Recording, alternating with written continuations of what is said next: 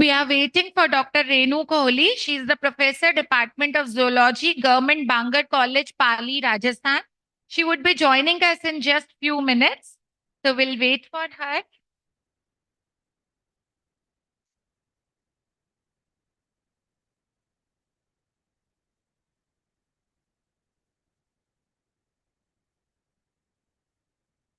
कोई offline presentation देने वाले हैं? ओके, तो पहले आप मैम का करा लीजिए, है ना? So ma'am will begin with the ma'am, are you ready with your presentation और shall we take online presentation first? You are ready ना? Okay then no problem. Okay ma'am. those who are there for the offline presentation, please come forward. Yeah, तो ma'am what is your topic name and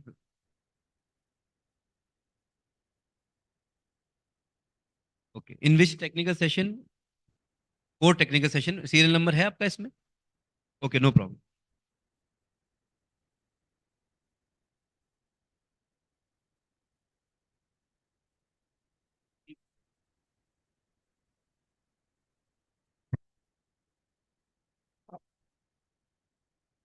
I request, of course, the time that we are allotting is quite, it's not educated enough. And since we are having a large number of papers, so I request all the paper presenters to kindly confine their presentation for just 3 minutes. What we are expecting here is just highlight your title of your paper, the major objectives, in very brief, the research methodology and the major findings. So we are expecting that you should be able to wind up your paper within 3 minutes at the most. Thank you. Bear with us. Thank you.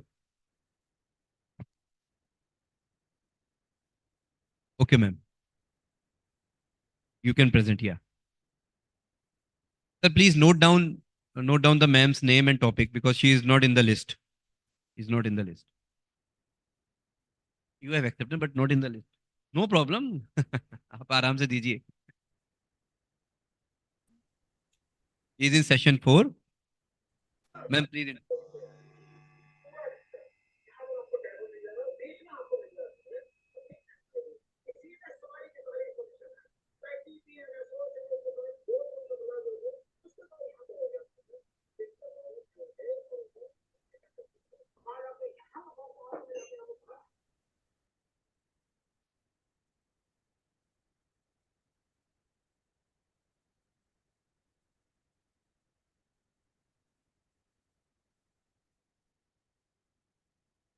Hello.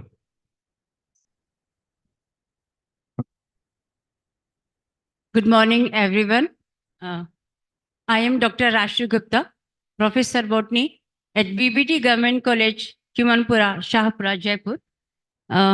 My topic is a comparative analysis on examining heavy metal effects on seedling growth, that is root length and shoot length, in Raphanus sativus cultivar Pusa Rashmi seedlings.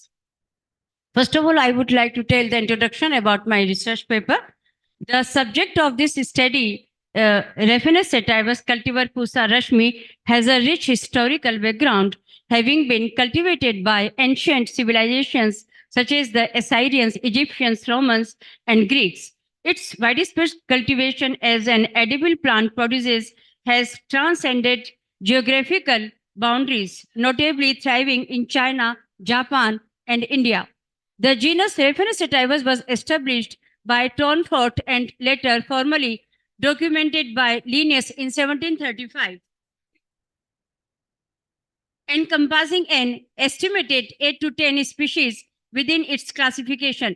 Raphanus sativus, belonging to the family Brassicaceae, is a very popular root crop grown throughout India and is commonly known as mooli. Raphanus sativus cultivar Pusa Rashmi was released by IRI New Delhi. It's a main season variety in ascetic group, suitable for growing from middle September to early October, that is early sowing in cooler months.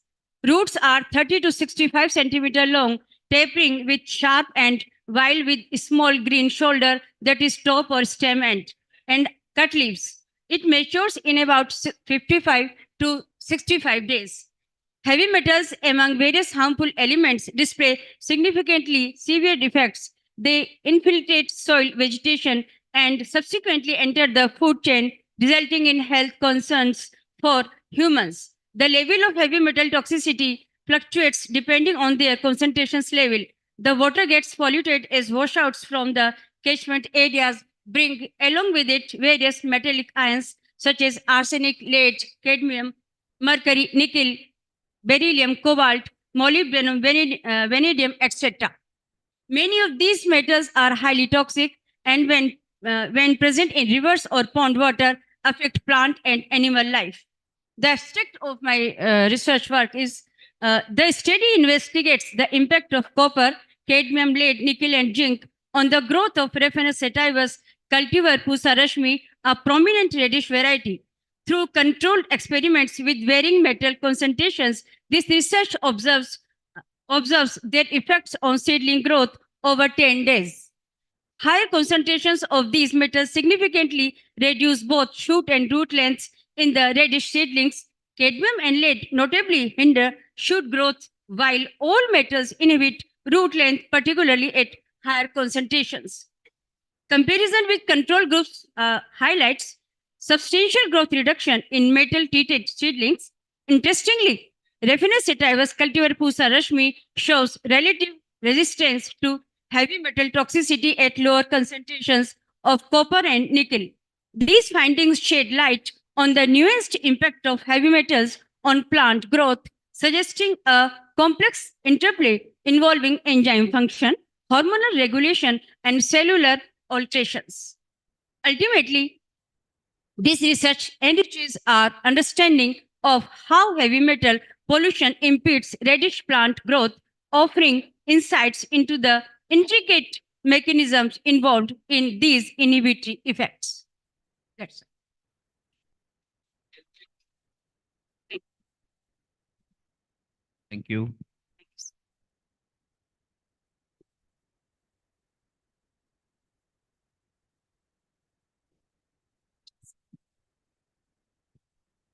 Thank you so much, ma'am.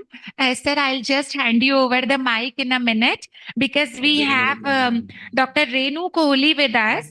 Professor Renu Kohli is the Professor, Department of Zoology, Government Bangar College, Pali. She is the additional chairperson for Technical Session 4, that is on Law, Engineering and Applied Sciences. We welcome Dr. Renu Kohli, ma'am, and I request Dr. Neelam Gupta to kindly come forward and felicitate Professor Renu Kohli, ma'am. I request Dr. Neelam Gupta, ma'am, to kindly come forward and felicitate Professor Renu Kohli, ma'am. She is the additional chairperson for Technical Session 4. Yeah.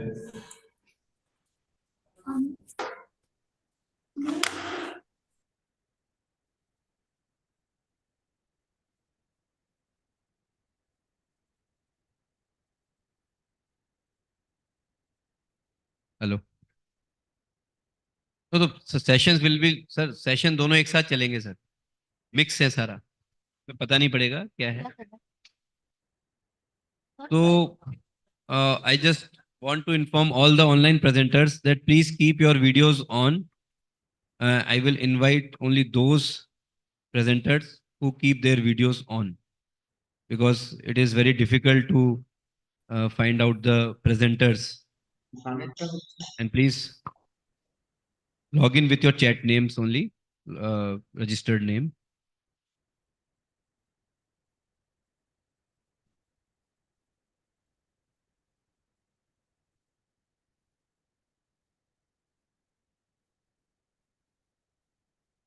Sir, can we Shall we move to the next presentation? Sir, can we invite the keynote speakers, online keynote speakers first, so that they can? I think. Because First, they we should have to invite, wait for the long time otherwise. What I suggest, Raviji, first we invite the keynote speakers of third session, and then since both the sessions are going No, sir, actually the simultaneously, thing, no, the so thing we is, can sir, have all the 4 presentations of the keynote we speakers have first. we have limited time, Yeah. and our first motive is to give the chance to the presenters rather than the keynote speakers. So with the request to keynote speakers that they can confine their presentation for Yes, 7 to 8 minutes at the most. So we can proceed with the first keynote presentation. Keynote presentation. Yeah. Online keynote presentation. Yeah. Okay, sir. I think Professor Vijay Krishna Bhattacharya.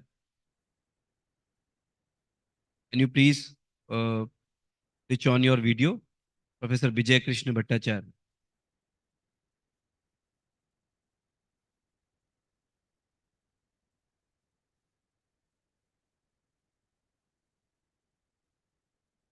Professor Vijay, please unmute. Yes, I have unmute. Yeah. So can I start, sir? Yeah, you can start, please. Proceed. Respected chairperson Hello. and additional chairperson of the session, other dignitaries, professors, researchers, students, paper presenters, ladies and gentlemen. Good morning. I am honored to discuss a topic that resonates deeply in our rapidly evolving world. Recent global innovations and challenges in information technology, environment, and women empowerment. In this respect, I am going to discuss gender equality and technology. What are the options of women entrepreneurs?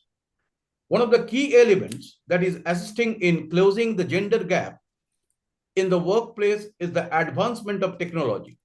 This method has searched for tactics and policies that offset the socio-economic disadvantages faced by women. Women can now access new avenues for economic empowerment thanks to the digital shift. This is a rare chance to broaden the definition of flexible work environment that benefits both genders. Digitalization has helped people to upskill in their own field. As we all know, that gender equality means equal rights and opportunities for both men and women to access resources. They now can work from home, take care of their family, and yet succeed in their careers. Technology has been a major factor in putting women on par with males in the modern era. Women are becoming more aware of digital platforms to educate and upskill themselves because of technological improvements and easier access to it. They can now participate in online knowledge sharing sessions and communicate with anyone in the world via digital platforms. Technological change now offers women new opportunities for economic empowerment and can support increased gender parity in the workplace. But because of gender biases in technology, there are not enough women in technical fields, and companies need to do more to close the gender gap. To create a more diverse and technologically sound world, organizations need to take advantage of advantage of this chance to give women access to knowledge and information. In an organization, they have implemented an initiative whereby they allow women employees who comprise approximately 90% of their workforce to work from home. 2023 will see some significant technological changes with the introduction of advanced AI software. And it is the perfect opportunity for women in the workforce to learn, grow, and outshine. According to the woman tech enthusiast and entrepreneur, technology will undoubtedly continue significantly to the advancement of gender equality in the years to come. Technology is enabling women to break through gender stereotypes and make it easier for them to establish business, acquire jobs, and pursue education. Technological advancement have the power to eliminate barriers that prevent women from participating fully in the economy, giving them access to healthcare, education, and the opportunity to attain financial and economic independence. One of the women entrepreneurs thinks that as digital technologies such as cloud computing, AI, and machine learning develop, women from all walks of life will have easier access to the networks, resources, and instruments they need to succeed as independent people or business owners. In today's world, technology is a potent instrument that can act as a catalyst to advance and actualize gender equality. It might provide women more access to jobs, education, and entrepreneurial prospects by creating new pathways and chances for them. Gender prejudices and biases that frequently restrict women potential can also be challenged Professor and Vijay. broken with the aid of technology. Professor Vijay, Ah, please, I request you to kindly conclude your. yes, I'm concluding. Just a minute, sir. Naturally, there cannot be any reason that women will be lagging entrepreneurial activities. All credit goes to technological innovation. It not only has removed the disparity of gender conflict, but it has also put disabled people in front of the workplace. Policymakers and government should provide more so to support women who start their own business. Thank you, and I wish a successful conference. Thank you, sir. Thank you so much. Thank you. Indeed, a nice address by you. Thank you. Thank you. Thank you Thank so you, sir. much, Thank you. Dr. Vijay Krishna Bhattacharya from Karnataka, Bangalore. He is the Associate Professor of Indus Business Academy, Bangalore. Thank you so much. Now we have another keynote speaker who has joined online, Professor Anita Jhajaria.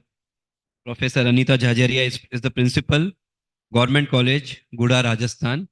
So I would like to invite Professor Anita Jhajaria to give her keynote speech. Please unmute Professor Anita, ma'am. Yes, ma'am. Welcome, ma'am. Good morning, sir, and good morning to all the dignitaries present in the conference. Good morning. Sir, could you please allow me to share my screen? Yeah, just a minute, ma'am. Just a minute. Just a minute. My topic for today is based on biodiversity. Now As you you can all- share. You Okay. can share now.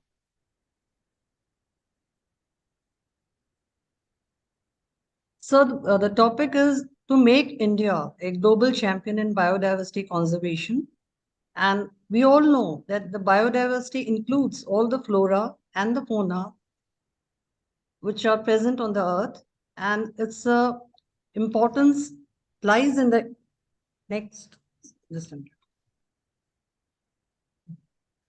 We are all aware that the biodiversity includes all the flora and fauna, and it has been started by the United Nations Biodiversity Conference held in Montreal about the importance of underscoring this biological wealth. And we have adopted to a 30-30 pledge, which means biodiversity loss has to be conserved, and also the world's ocean has to be conserved 30% by 2030. And on this occasion, we are also celebrating every year on May 22, the International Day for Biological Diversity.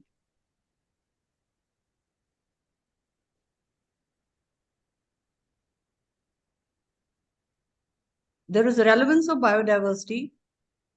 We have a scope of biodiversity, which is supporting our crucial ecosystems. And we also need to be more focused on global and ecosystem level exploration. Like in certain areas of Mexico and Madagascar, it boasts the high biodiversity. And it also supports the human benefits. And there is a lot more to the threats and conservation of important animals and plants, and also the human activities which are associated and which are responsible for eroding the biodiversity. There are basically three types of biodiversity: species diversity, genetic diversity, and ecological diversity.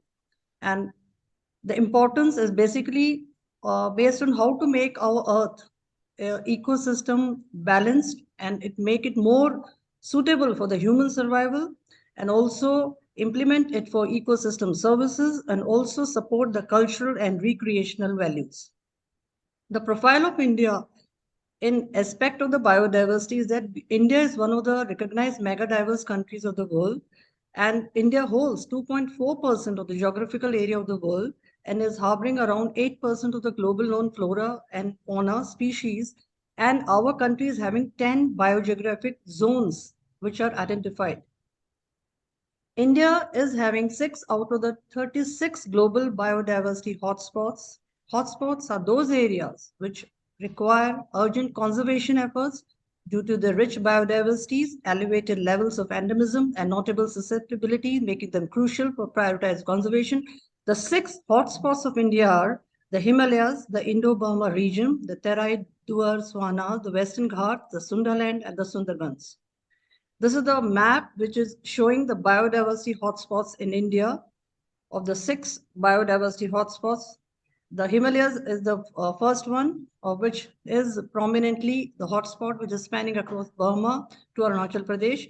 And this is having evergreen forest and specific species of white-winged wood ducks and Indian civet. It is also having a World Heritage Site, the Western Himalayan Template Forest, which is an important conservation area. And also the Floral Valley, which is the Nanda Devi National Park, is also in the Himalayas, which is a hotspot and which is Himalayas endemic bird area also. Then coming to the next hotspot, which is the Terai Duar Swana, which is stretching across the Indo-Gangetic Plain and is notable wildlife, includes the one-horned rhinos, Asian elephants, and various other captivating species. The World Heritage Site is the Kaziranga National Park, which is the world's major stronghold of the Indian one-horned rhino. And this also supports the endangered Ganges dolphin, which is also found in some of the lakes which are situated in the Kaziranga National Park. Also, Assam is also having the Manas Wildlife Sanctuary, which is a habitat for 22 of India's most threatened species of different species of mammals. And the next is the Indo-Burma region hotspot, which is one of the India's significant biodiversity hotspots. And this area is home to the various endangered species like the gray-crowned croziers and emphasizes the need for legislative protection to preserve its unique biodiversity. The next is the Sundarbans, which is also a UNESCO World Heritage Site and is having the iconic Royal Bengal tigers. And it is facing a significant threat from rising sea levels due to global warming. The Sundarbans, which is a World Heritage Site, is known for the Royal Bengal tiger, which is a flagship species, and the remarkable population, which is around 450 individuals. And this Sundarbans is unique. Kindly conclude, madam. Ecosystem. Yes, sir. The Sundalands, which is the next hotspot in India, which is followed by the Western Ghats, and the Western Ghats is one of the heritage sites of the world. We know the importance of biodiversity in different areas, like that we know we are actually facing the threats to the biodiversity because of the habitat loss, pollution, overexploitation, invasive species, climate change, poaching, and lack of conservation awareness. There's a need for agro-biodiversity and agro-ecosystem in the current situation also. And this is also supporting the 22 agro-biodiversity hotspots in India. We are also having very rich in the floral area also, the fungi, the lichens, they're also important biodiversity hotspots. We have ex situ, in situ conservation, in which one is the gene banks, which is India is famous for the NBPGR. And the citrus gene sanctuary India has set up in the hills of Assam. And there are various steps which are taken by the government, like the legal framework and the organizations and the research institutes. We are also taking the conservation program, the protected areas and the enforcement things. We have various laws to protect the Indian biodiversities also. The prominent one was the Wildlife Protection Act of 1972, followed by Environment Protection Act 1986, followed by the Biological Diversity Amendment Act this year, which was stipulated on 2023. Kindly conclude, madam. Yes, sir.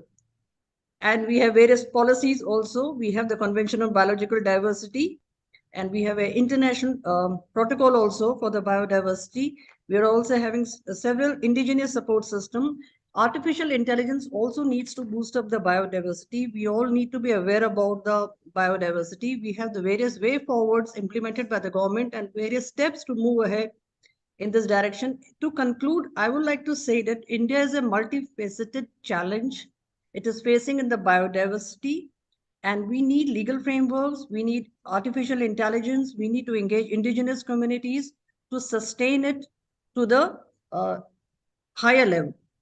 In the beautiful lines, as stated by Kofi Annan, the loss of biodiversity is not just an environmental issue, it is humanitarian, development, economic security, and moral issues. And thank you for very much. this Thank opportunity to speak on the biodiversity. Indeed, biodiversity is a very, very contemporary topic and a lot of scope in this area for further researches.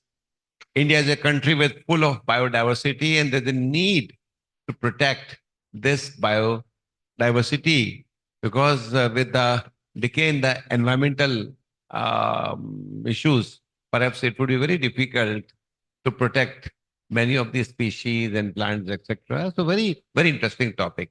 Thank you very much for your very comprehensive presentation. Thank you. Next presentation, please. Raviji, next keynote speaker. Yes, sir. Yeah. Thank you so much, Professor Anita Jhajaria.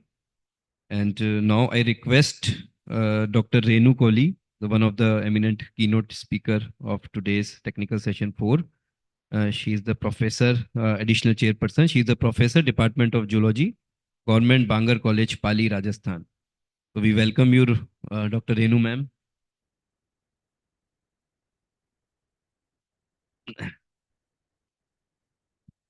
Please put on the slides.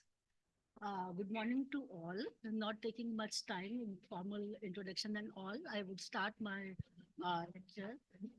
Thank you very much for inviting me. I am really honored. Whatever I'm presenting today is my original work, and all the photographs which I will be showing you in the presentation are clicked by me, except this first one, this elephant one. My topic is importance of wildlife photography. I think you must off some light so that you can see the one or no, not much, like एक जो ऊपर है वो तो, so that you can see the beauty of anyway importance. Okay, no problem. Importance. हाँ कुछ और बंद नहीं हो जाए तो कोई बात नहीं.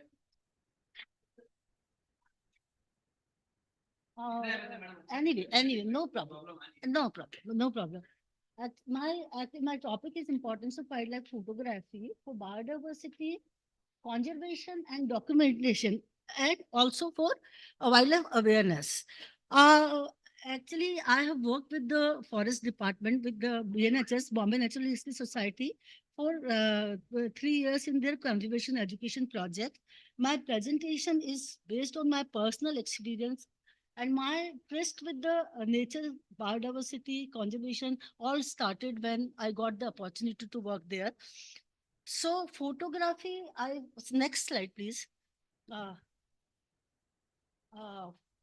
You cannot see the beauty. Actually, this is such a beautiful photograph otherwise. Anyway, this actually,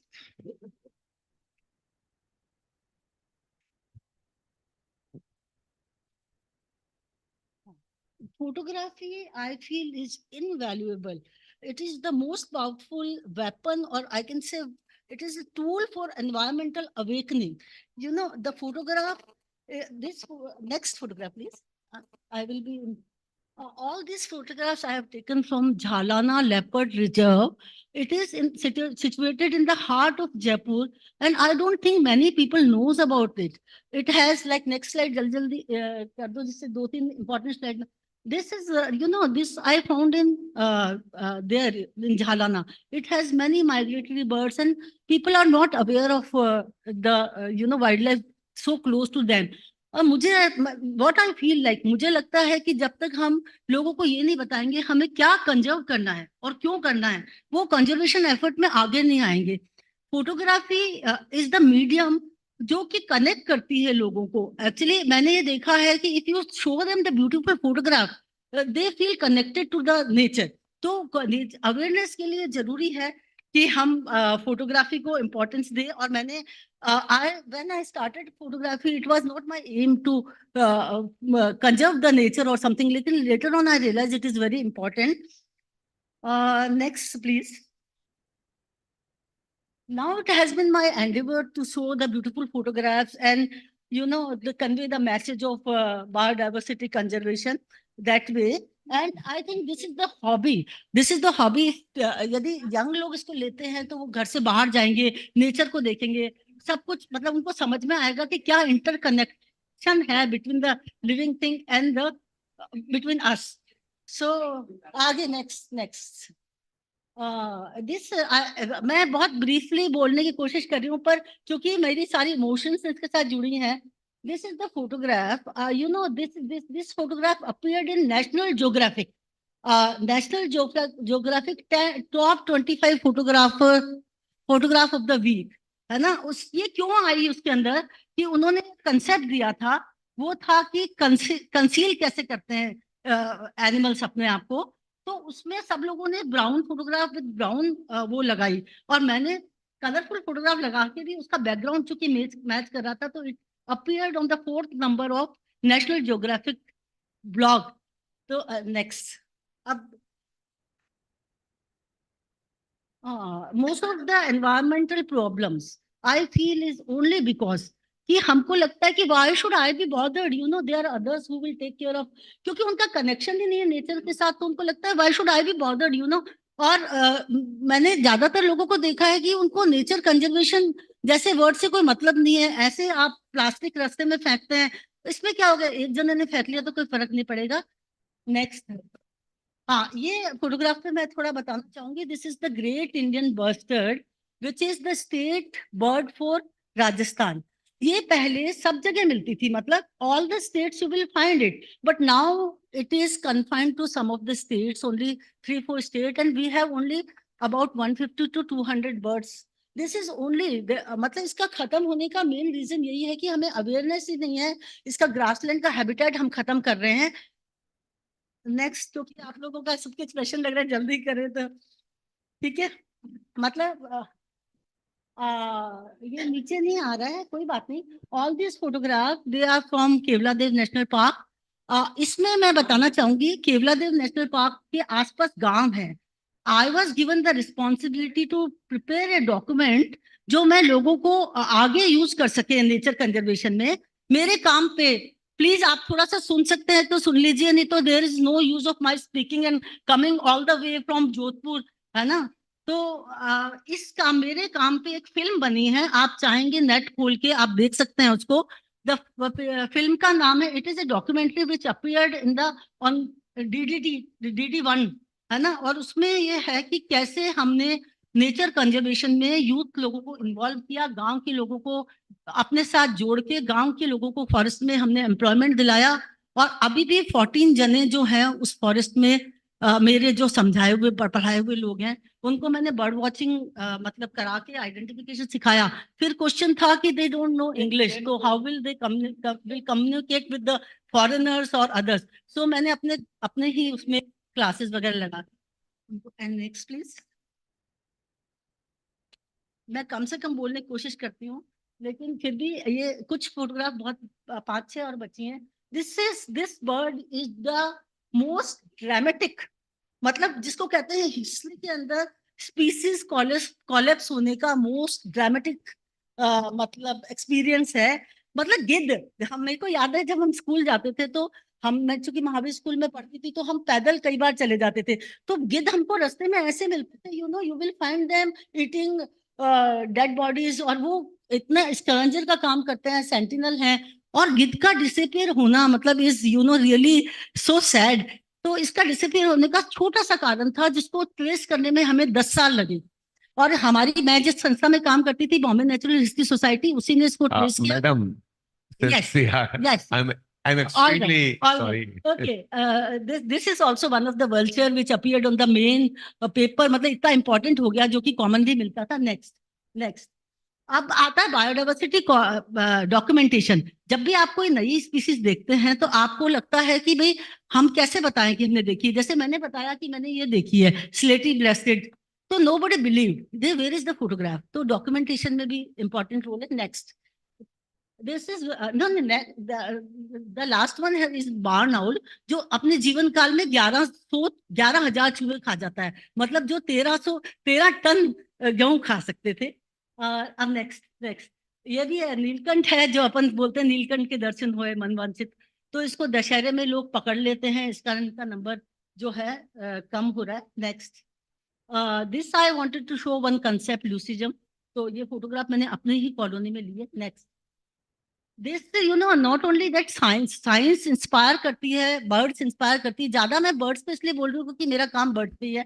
birds inspire करती हैं प्लेन को डिजाइन करने में, किंगफिशर का रोल है एक्चुअली, कैसे वो फ्लाई करता है। Next, Next. But no. Madam, I think Say next. it's a very lively and what's seeing This is- pictures. This shows But since we are running short of time, landscape. please. Chalo, that's those slide bachi. And Yeah. this is the landscape of desertscape. Next. This is like one of the area in Rajasthan, Churu, where you will find lot of this black buck. Next. This, I just want to show कि लोगों को उनके गांव में इतनी चिड़िया आती है, कोई ये पता नहीं होता. So if you don't conduct the awareness program, they will not know why to save this bird. Okay, next. I want to say nature जो है, आपका घर है तो हमारा घर है, उनका भी घर है. कोरोना ने सबको घर में बिठा दिया. तो stay at home is only because we are, चलिए next. Thank you Thank you so much, I'm ma'am. so Thank you. sorry, I cannot, I tried to be brief, but I cannot We be. wish you would have seen I cannot. this presentation more extensively, but time constraints are there. This is my own work, I. Thank you so बहुत much. बढ़िया. Wonderful. Thank you so much. Thank you so much, Dr. Renu Kohli, ma'am. Thank you so for the lovely, wonderful presentation. Lovely. Yeah.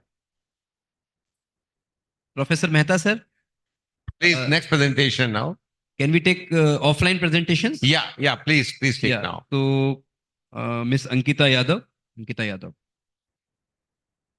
She is the assistant professor, Department of EFM.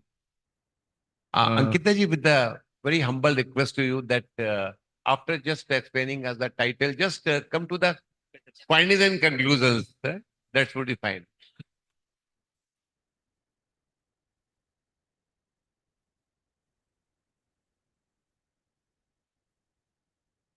Good morning, all of you. My name is Ankita Yadav. I am an assistant professor at BBD Government College, Chimanpura. And today's my topic is potential of organic agriculture in promoting green tourism. So green tourism is a form of tourism that promotes responsible travel to natural areas, providing environment-friendly tourism services and the well-being of local people. Organic farming, also known as an agricultural system that uses fertilizers of organic origin, such as compost, manure, green manure. The use of chemical substances in farming is causing occurrence of severe diseases, and due to this reason, currently awareness has arisen among people for organically produced farm products. So impact of green tourism has lower ecological impact, supports and empowers local communities, preserves cultural heritage, meaningful and learning experiences for travelers and tourists. Next is the objectives of this study: to understand the need for green tourism in India in the light of the experiences of other countries, to assess and evaluate the factors which may facilitate the adoption of organic farming for promoting green tourism in the country. Next is to analyze the constraints, both political and social, and above all economic, in the introduction of organic farming. And the conclusion of this paper concludes that organic agricultural tourism is more sustainable for environment and help to create more employment opportunities and more tourism destinations. Helps indirectly in diversification of products as well as provide markets to the farmers, thereby providing direct benefits to the farmers and not to the middlemen. And next is income is generated from entrance fees, food accommodation, sales of farm produce, farm activities, and attractions. Expansion of an agri-tourism sector, in particular organic farming, may be one alternative for improving the income and potential economic viability of small farms. Thank you so much. Thank you so much. Thank you. Next presentation, please. The next presenter is Mr. Ram Swaroop. What is your serial number, Ram Swaroop? 101. Technical session? 4th. 10. Technical session 4.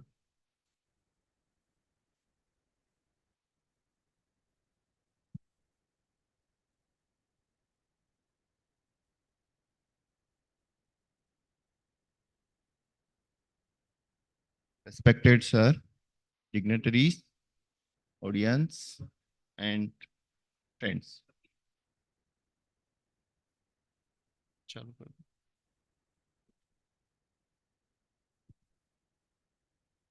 My presentation is based on conductometric study with few indole derivative.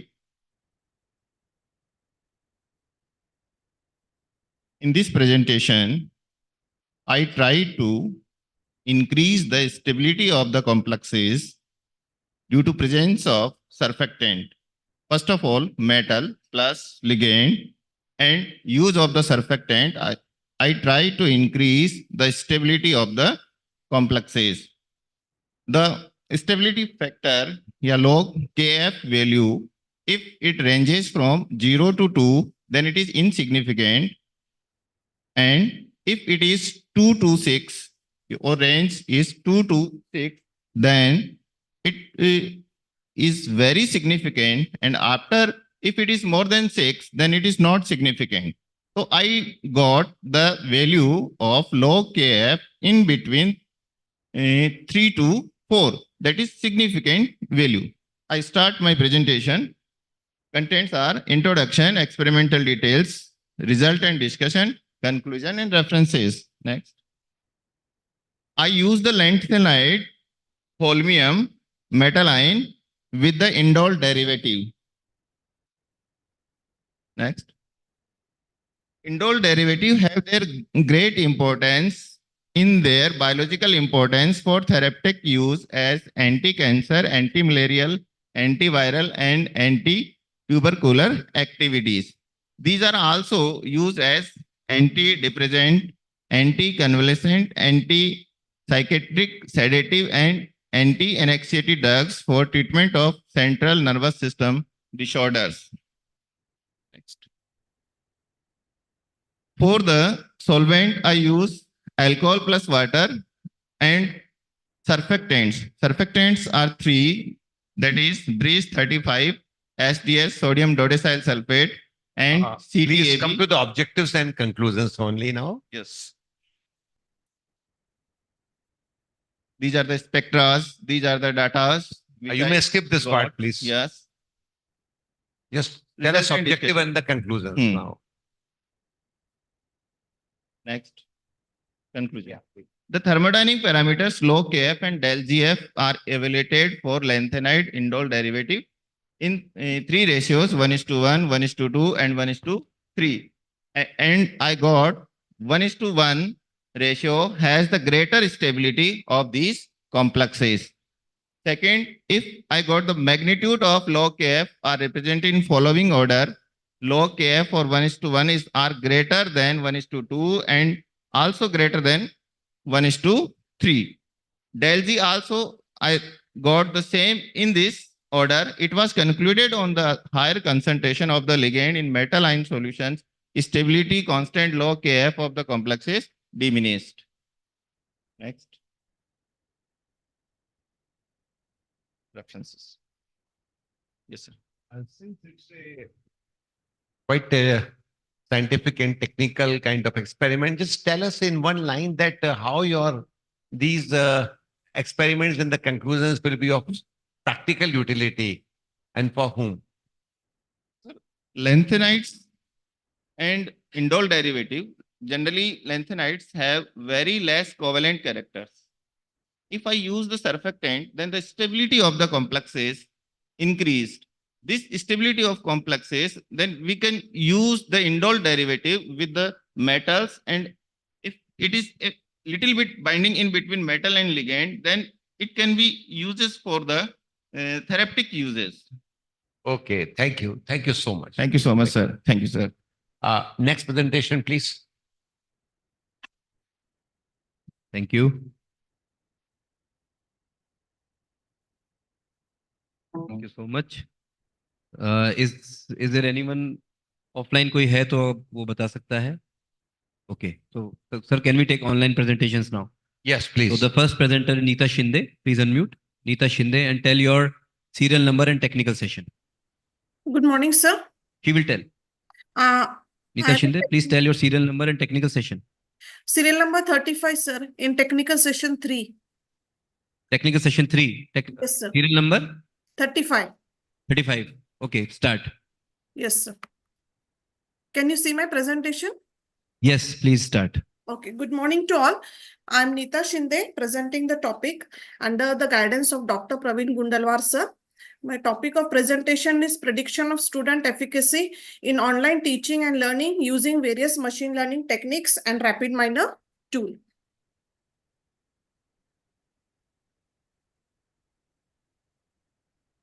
So to begin with, I'll be concluding, giving a very short presentation in 3 minutes. So Just 2 minutes, education- ma'am. Yes, education has played a very important role for development of mankind in ancient times. Human beings travel thousands of kilometers in search of knowledge. But due to global coronavirus, there was a sudden shift from face-to-face classroom teaching to online teaching and learning. This online teaching and learning had learning has many challenges where we need to see the student engagement and the assessment of the students. This study proposes a machine learning based predictive model which is designed to see the effectiveness of online teaching and learning on students. Also, this model aims to provide valuable insights to educators and the institutions. There are many challenges in online teaching and learning, which are the students need to be self-regulated, self-motivated. They need to adapt the new technology. Also, every student has different learning styles and different learning preferences. Moreover, the students in online teaching and learning also feel isolated because they cannot meet their friends and teachers face-to-face. And another challenging is the assessment of the students. My objective of this study is to understand various machine learning techniques to develop the predictive model, to collect and pre-process the data, develop a predictive model using machine learning algorithm, identify the key factors that influence the student performance that contribute to student success in online teaching and learning. Please come to the major findings now. Yes, sir. Yes, sir. Surely. So the proposed model, in this proposed model, what I've done is I've collected the data set of nearly 10,000 records from Kaggle. The data set was pre-processed by removing the noise and impurities. And now the data set is near about 3,000 records, 3,000 to 4,000 records. And my experiment was set up using rapid miner tool. The model was trained and evaluated. So in face-to-face classroom teaching, the teacher usually goes to the class, teaches the student, students submit the assignments, teacher take the test, and that is how the evaluation is done. Whereas in online teaching and learning, the students who online login information is only the information available for the teacher to evaluate, just like how much time the student has logged in, the number of clicks, whether he has submitted the assignments in within the stipulated time period. So these are the factors which will be considered for evaluating the student's performance. I have used these 5 algorithms in machine learning: naive-bayes classifier, random forest, decision stump. Please conclude now. Yes, I'll come to my, this is the data set I've used with the 14 attributes, and the target here classifier is to find whether the student will pass, fail, withdraw the course, or pass with distinction. This is the result of my experiment, where you can see the random forest classifier has given the best result among all the algorithms. This is the graphical representation and the conclusion. So I conclude here by saying that the prediction models which my prediction model gives the accuracy from 70, random forest gives the accuracy from 72 to 92%, and also the kappa value is from 0.55 to 0.87. So my study shows that the students' engagement, demographic, and performance attributes play a major role to find out the students' efficacy in online teaching and learning. This study will help the teachers and the institutions to identify the students who are weak performer, and accordingly the pedagogy will be set. Also, it will be helpful for the teachers to identify the students who can perform well and who are the weak learners. That's Thank it. you, I ma'am. think Thank within you the so much. time I could do it. Thank you so much. Thank you. Next It was too presentation. fast. Sorry. Thank you. Any questions, sir? No, no question. Thank you. Thank you, sir.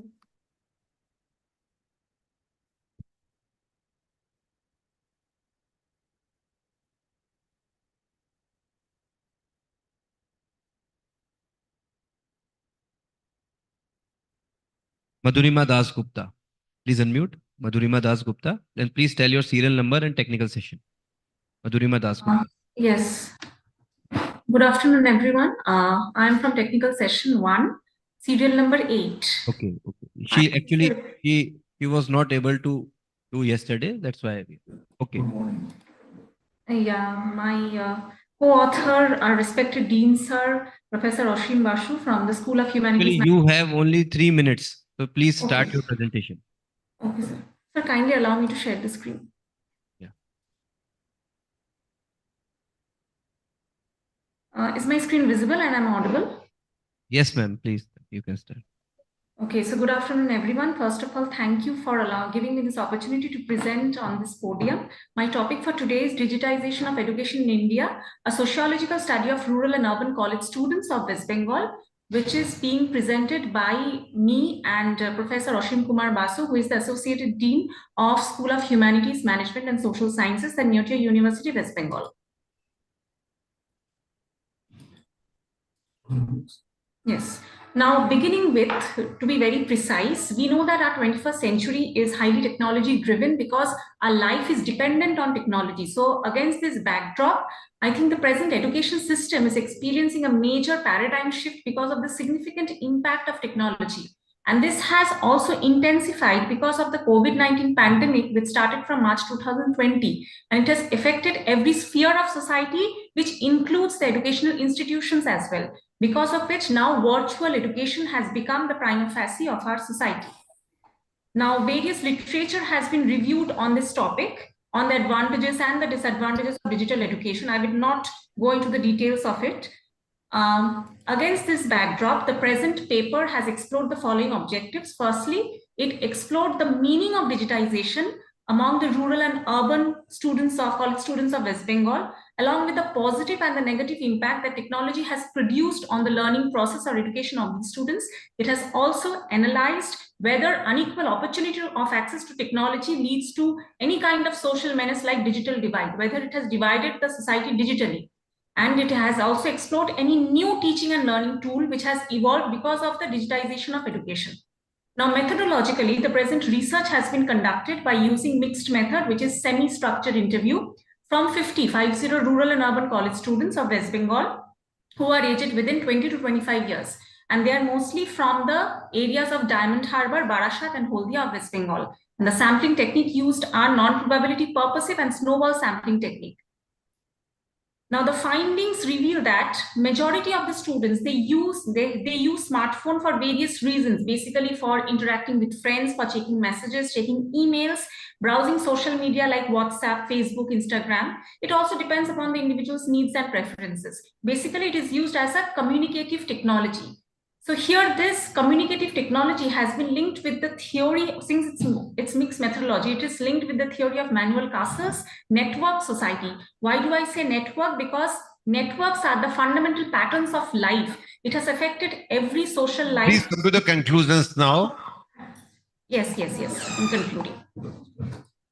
And also there are certain pros and cons of using social media. The pros mainly include free source of information, helps to use as an educational tool, and cons are like definitely it leads to addiction, cyberbullying, cyber harassment, and definitely other physical ailments as well.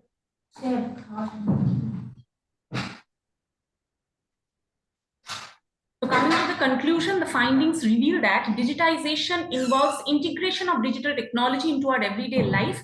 However, though it has produced a significant impact on the urban and the rural students, it has led to digital divide, which means division between the haves and the have-nots in terms of their access to technology, which we had seen during the COVID-19 pandemic, that basically students from the rural areas, they were unable to access the technology because of their poor socioeconomic background as compared to the urban areas. So I can conclude by saying that significant changes have come about since the inception of this virtual platform like Zoom, like Google Meet, etc.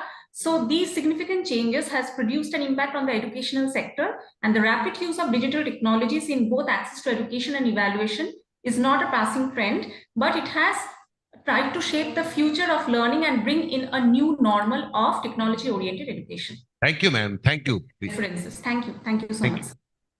Next presentation. Thank please. you. The next presenter, Ms. Shikha, please unmute. Shikha.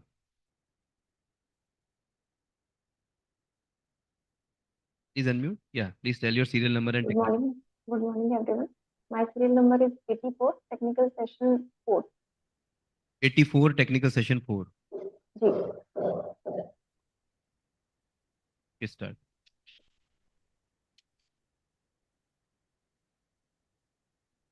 Can I share my screen?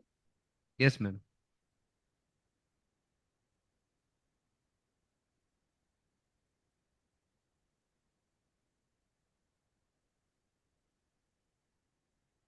Is my screen visible, sir? Yes, please continue.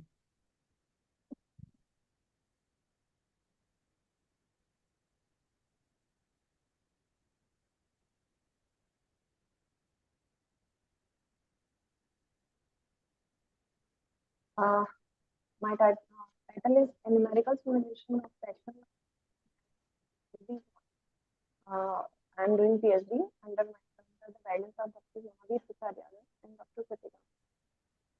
Department You are of not Mathematics. audible. Please speak loudly.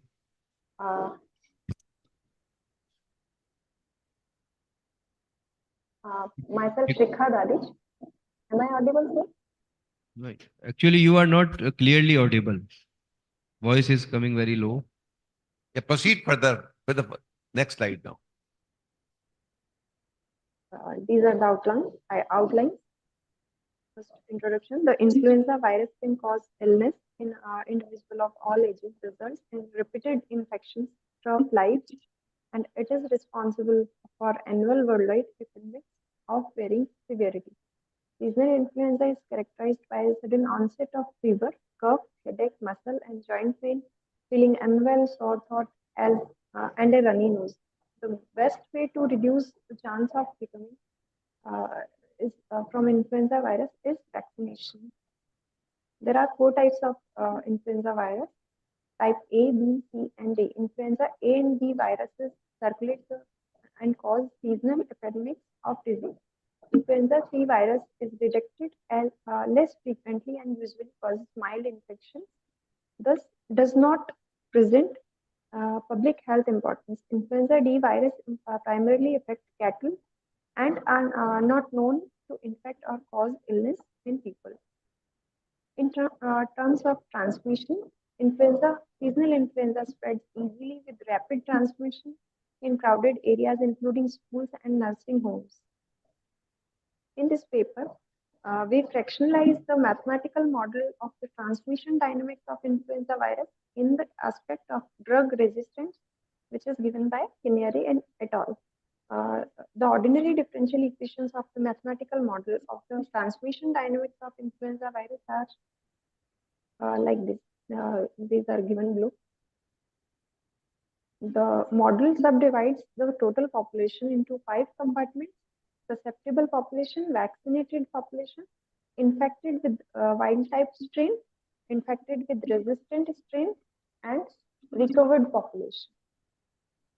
These are the fractional operators which we have used to fractionalize the equation. These are the definitions of Capito-Fabrizio fractional operator derivative.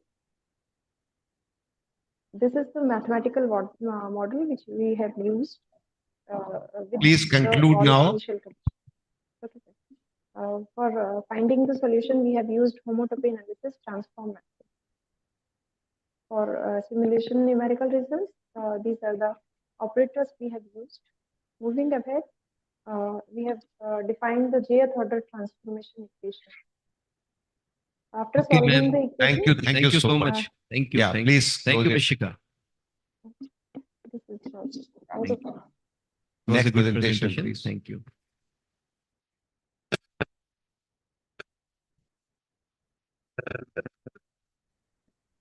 Hello. The next presenter is again offline presenter, Professor Kavita Jain. She is from BBD Government College, Chimanpura itself. Professor Kavita Jain. She is in technical session 4 because she is from mathematics stream. Ma'am, you can introduce your topic. We'll start.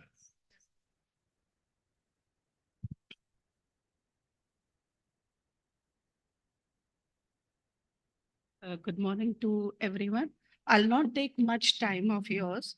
I just wanted to, because I got motivated from all these presentations and I thought कि थोड़ा सा mathematics के बारे में भी आप लोगों से चर्चा हो जाए तो ज़्यादा अच्छा है, क्योंकि अदरवाइज तो बोरिंग सब्जेक्ट लगता है सबको.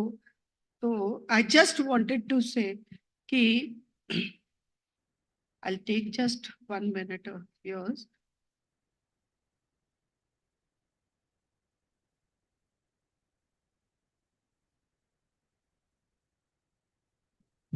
My topic is role of mathematics in scientific research methodology. You all know the mathematics is the backbone of all branches of scientific research. Without mathematics, no scientific research can be concluded. It has a vital role to play in with manifold diversities. Mathematics is the real life crystal ball and is often considered as the queen of all sciences. So that is the reason which made me to stand before you all. Mathematics is the fundamental to every field of science and research, especially science. When we come to research, without mathematics, no calculation, no predictions can be made. It is the most powerful tool for all researchers, especially in the field of science. Although some subjects like your economics and arts background also, they have widely used mathematics in their research methodologies. And especially when we come to the recent development and advances in research with biotechnology, AI technology, and IT sector, mathematics has a wide role, be it trigonometry, be it graph theory, number theory, etc.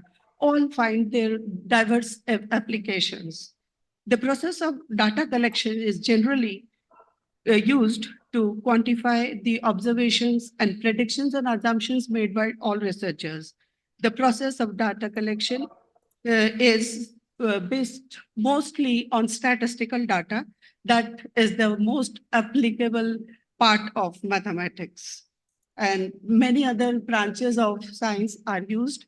I just want to say we all have life also full of mathematics, and best wishes to a mathematical life for everyone where Thank you, ma'am. Thank you happiness so much. Thank adds and love multiplies. Thank you. Thank you. Well done, ma'am. Next Thank you. presentation. Thank you so much. Thank Can we take next presenter? Next presenter. Actually, your name is not mentioned. Brainware University is mentioned. I don't know about what is the name. Please unmute and tell your name and tell your serial number and technical session. Brainware. I don't know what is the name. I already told every presenter, please log in with your registered name so that we can identify you. Ma'am, can you please tell me your name? Yes, sir. My name is Dr. Paramita Bhattacharya. You are login with two. Yeah. Please tell me. Sir. Tell your name, technical session, and serial number. So my serial number is 79. If you allow me, I can give my presentation now. 79 technical session. 3 or 4? 4. Okay. Yes, please start. You can share. Okay, sir. Could I share my screen? Please Yes, allow yes, me, please sir. share. It is allowed to everyone. Sir, is it visible? Yes, start. So my topic is analyzing the impact of land acquisition in India. It has a focus on eminent domain and its consequences on the affected people. The thing is that recently India has witnessed a high rate of land acquisition incident and government is exercising huge discretionary power, excessive interference over the land acquisition process, and for that the affected people are victimized on various issues.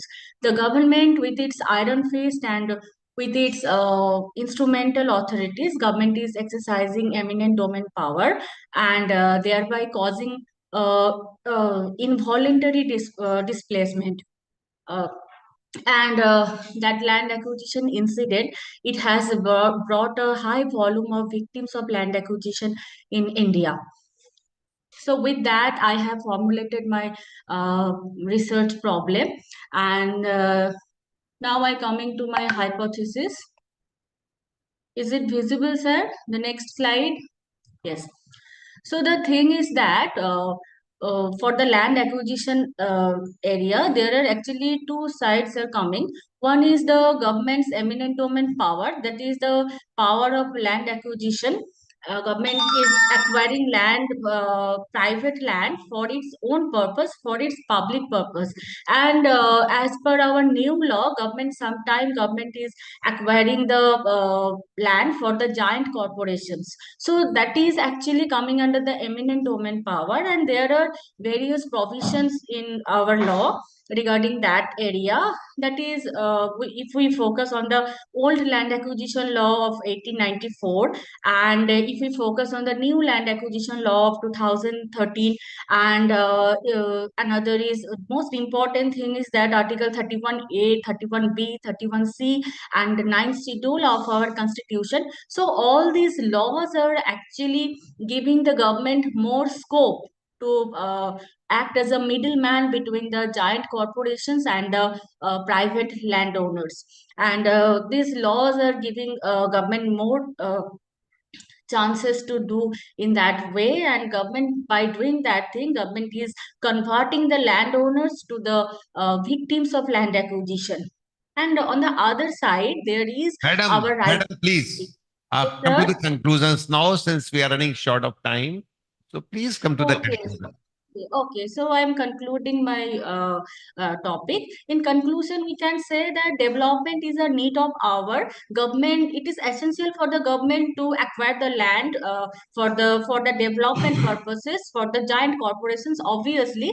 But a balancing approach is also necessary. On the other side, government should look after the right to property of an individual people. So both the things, the eminent domain power as well as the right to property, both the things are should be in a balancing way. Okay, sir. Thank you. Thank you, everybody. Thank you. Next presentation, Dr. Ravi.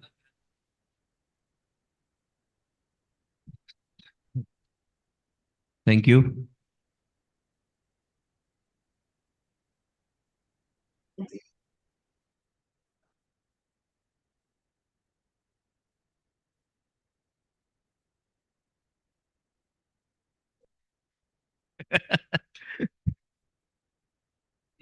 No problem, sir. No problem. The next presenter, Dr. Meenakshi Sharma. Please unmute. Dr. Meenakshi Sharma. Dr. Meenakshi Sharma. Okay. Anamika. Please unmute. Anamika. Yes, sir. Good morning, sir. Please, yeah, tell your serial number and technical session. Serial number 5, technical session 3. Serial number 5, technical session 3. Yes, sir. Okay, please start. So my topic is a study on wellness and happiness quotient in Indian women. According to World Health Organization, wellness is a state of complete physical, mental, and social well-being, and not merely the absence of disease or infirmity. Whereas happiness is an emotional state which is characterized by the feelings like joy, satisfaction, contentment, and fulfillment. My study is based on secondary data collected from various journals, review based papers, websites, and magazines. With the help of these secondary data, I have formulated 3 objectives.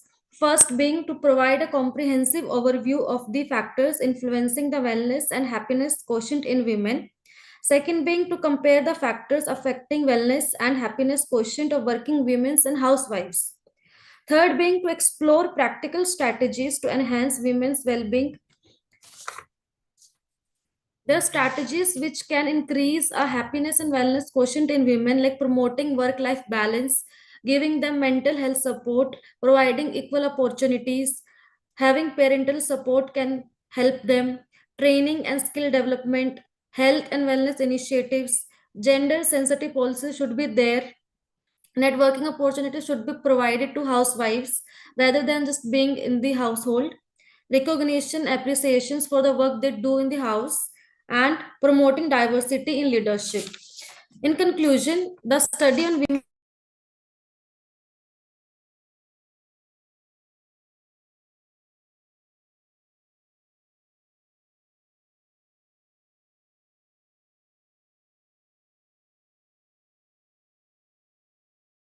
Thank you, Anamika ji. Thank you so much. And the next presenter, Sandeepan Chakrabarti. Please unmute. Mr. Sandeepan Chakrabarti, please tell your serial number and technical session. Yeah, good morning, everyone. This is Sandeepan. My serial number is 29 and it is technical session 3. Let me share my screen, please. Yes, please.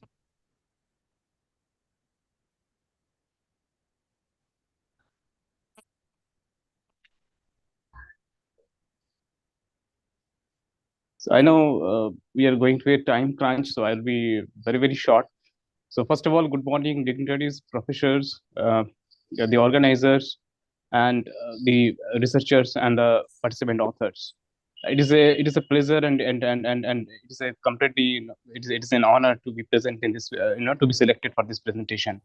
Now my presentation topic is role of Paytm to build a cashless economy in India, and at the same time I would like to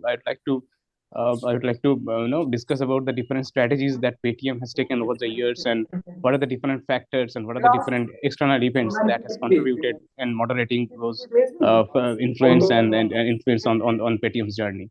So just to summarize, I will go very quickly. This is the agenda for today I had in mind. So Paytm started in 2010 by Vijay Shekhar Sharma, and it has a very humble beginning. It began only as a mobile recharge company, and it was a platform for utility bill payment. But from there on, Paytm has started growing, and it has become a financial ecosystem. It has completely revolutionized the way people do their transaction, making plans for their finances and making transactions over the internet. And they had multiple products over the years: Paytm Wallet, Paytm Payments Bank, Paytm Money, Paytm Insurance, credit cards are some of the examples.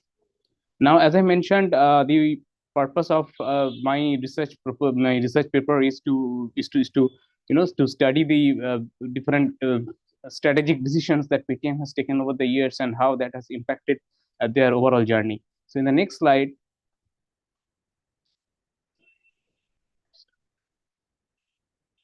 sorry, just get stuck.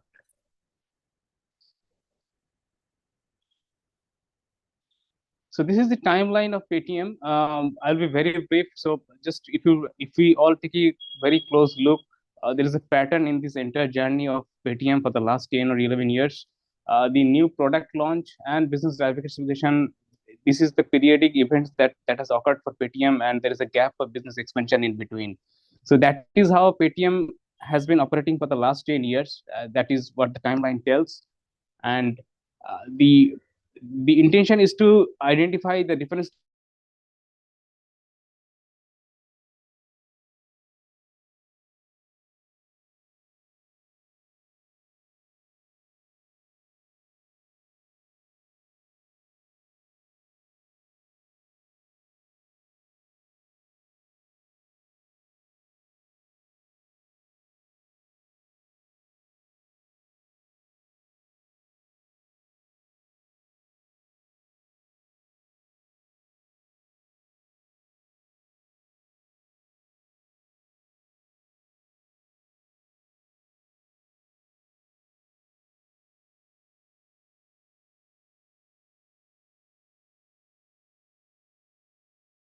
Surbhi Sharma, please unmute. Surbhi Sharma. Surbhi Sharma, please unmute. Yeah, please tell your serial number and technical session. You are not audible again. Your voice is not coming. your voice is coming very slow. It's cashless economy. I think, sir, there is something problem, voice problem from our side. Okay. Can we take next presenter? Yeah, please take Yeah. the next. Ankita Singh. Hello, can you hear me? We can hear, but your time is over now. We have no option. Thank you, Mr. Sandeep. Thank you very much. Your presentation will be deemed as done. Yes. Yes, Ankita Singh, please unmute. You are not audible. Please unmute. Voice is not coming, na? Ankita Singh, you will try again after some time, okay? Next one. Rishita Lakhotia. Please unmute. Rishita Lakhotia. Please unmute. Please unmute. Tell your serial number and technical session. Please unmute yourself. Yes, please tell.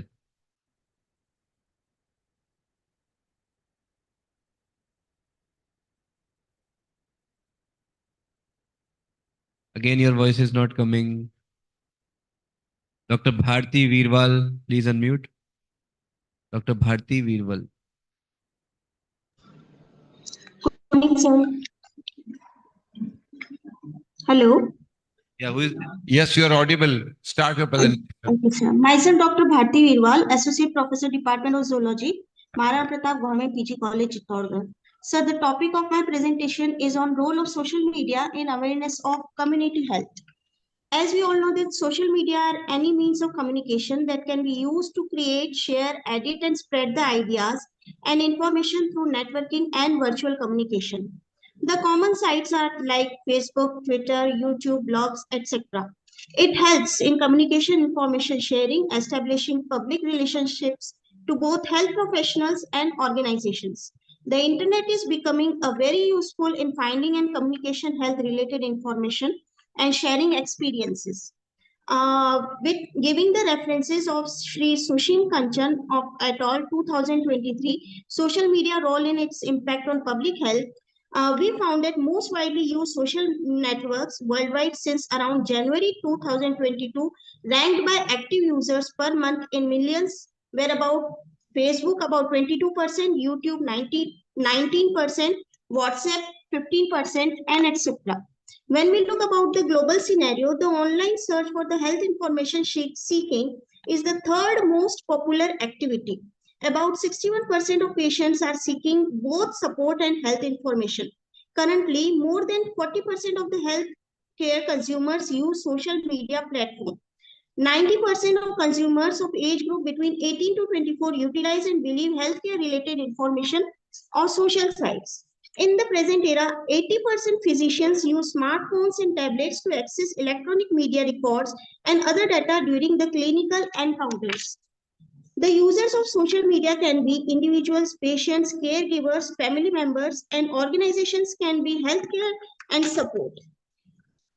I again give the reference of Sushil Kanchan 2023, according to whom social media can be divided into social media platforms and social media and health. When we discuss about social media and health, it can be divided into two parts: role of social media in public health and challenges to use social media for health purposes. Role of social media in public health can be disease surveillance and public health surveillance, health researches, enhance professional development, influence policy. Yes, ma'am. Please conclude. Thank you. Please conclude now. So we can say that by social media, we can use it for the community health programs. Thank you so much.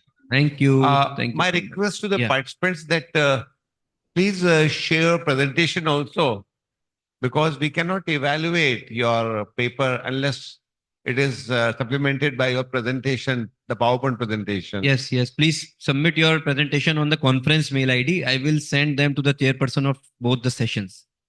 Right, sir? Yeah. So the next presenter, Surbhi Sharma. Please unmute. 64. Good afternoon, sir. Am I audible? 64 कहाँ है? Offline है क्या? Online. Good afternoon, everyone. After this. Okay, ma'am. Please. Am I audible this time, sir? आपकी आवाज हमेशा slow आ रही है, आप वहां चेक करिए प्लीज आपके mic volume. So can I use my mobile phone for the same? अब आ रही है आपकी आवाज, आप करिए प्लीज, बोलिए Okay, okay. थोड़ा Good तेज afternoon, बोलिए। everyone. My serial number is 85 technical session 4. 85 technical session 4। Okay, start करिए अब आप। Sir, is my PPT available? Sorry. नहीं, पीपीटी तो नहीं आ रही है, आप ओरल प्रेजेंटेशन दे सकती हैं, नो प्रॉब्लम, विदाउट पीपीटी। हाँ अब आ रही है coming. So my topic is design. My name is Surbhi Sharma and I'm a research scholar from University of Technology under the guidance of Dr. S.K. Gupta.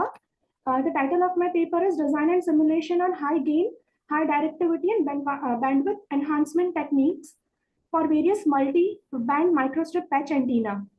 Actually, the idea of microstrip patch antenna arose from utilizing printed circuit technology, not only for the circuit components, but also for the transmission lines. This came into fame in late 1970s.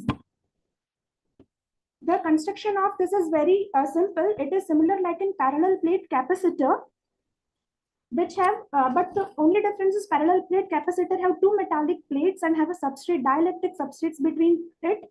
But microstrip patch antenna has a substrate made up of metal, and one of its side is ground, and it stretches to the infinity, and the other on the other side there is a radiating patch which is made up of metals like copper, gold, etc.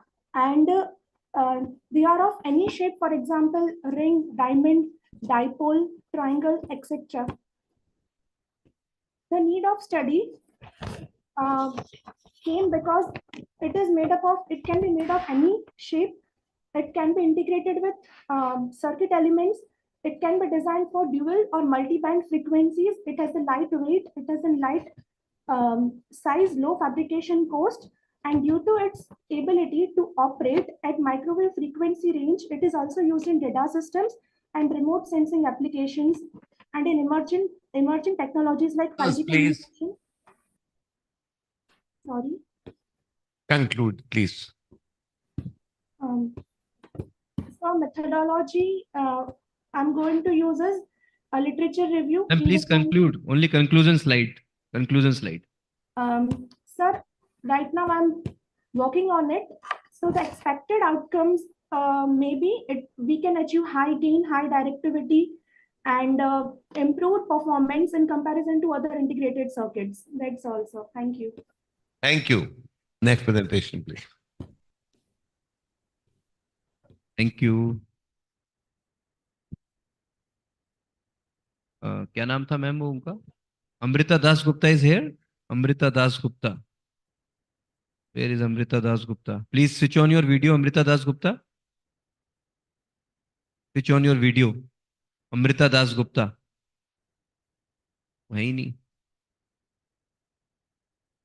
Amrita Das Gupta है? अमृता दास गुप्ता आप हैं क्या?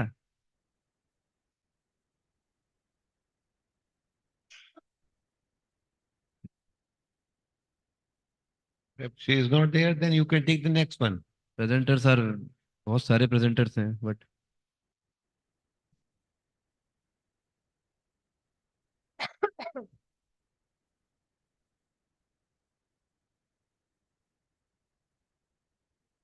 नहीं मिल नहीं रहे sir.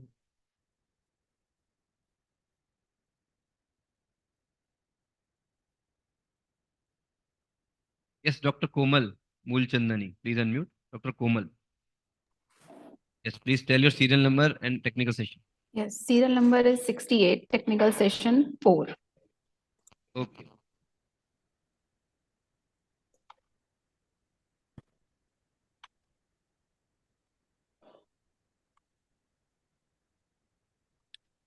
My slides are visible?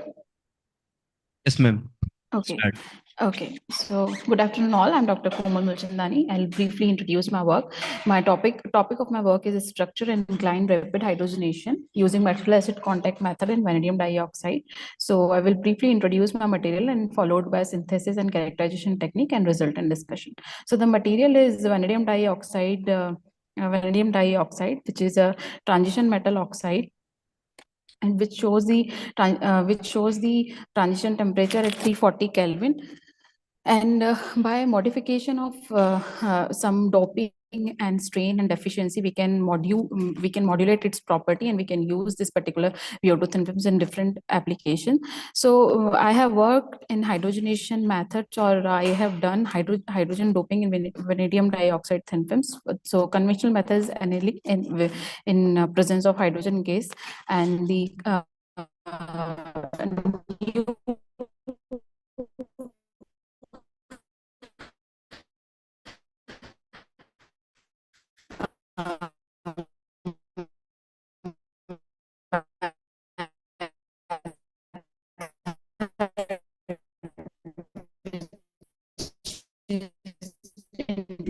you please come to the conclusion, ma'am? Dr. Komal, These please are come the to the techniques for conclusion. solid pulse laser deposition. Dr. Komal, Conclusions are, please come to the yes, conclusion. yes, I'm To the saying conclusion. so. Crystallographically oriented VO2 thin films on sapphire substrate were successfully grown by PLD technique. So by the modification in the metal acid contact method, we were able to achieve the 2-order decrement in the room temperature resistivity, and that modified metal acid contact method was highly rapid and sustainable. Thank you.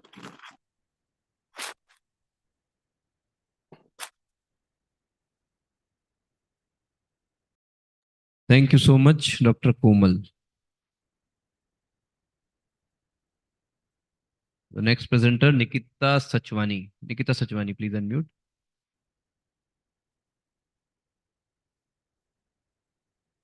Please unmute. Nikita Sachwani. Yes. Sir, am I Those who audible? have presented, please, they can switch off of the video. Yes, Nikita ji, please unmute. Tell your serial number and technical session. Sir, my serial number is 12, technical section 3. Serial number 12, technical session 3. Yes, sir. Please share your screen again. Please share your PPT again.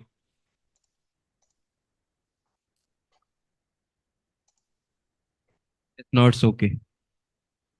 Okay, sir. So please give me a minute. Yes.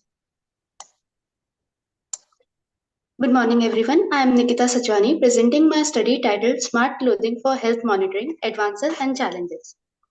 Introduction. Smart clothing is an emerging field of wearable technology which integrates advanced electronics like sensors, actuators, microcontrollers, and communication modules with textile and garments to offer innovative functionality beyond the traditional limits. Objective: to study the advances and challenges with the use of smart clothing for health monitoring. Methodology: their study is based on secondary data, and sources of data collection have been research papers, online news articles, Google Scholar, and conference proceedings. I'm coming on to the advances with smart clothing in health monitoring. Smart wearables are considered particularly efficient because they can be worn constantly. They are non-invasive. They provide data support for accurate diagnosis and assessment of health condition. Not only for medical professionals, data collected is beneficial for wearer also for better understanding and management of their condition. Continuous monitoring of vitals, risk assessment, generation of early warnings is possible. Monitoring is a promising application of wearables as a result of the ability of constant and personal data collection. Challenges with smart clothing in health monitoring are data quality concerns, developing flexible, durable, and washable electronic components, overestimation and over-prediction, which leads to unnecessary stress, variability in terms of location of placement of sensor makes it difficult to have common standards to assess data quality, data privacy issues, power dependence, lack of knowledge among users,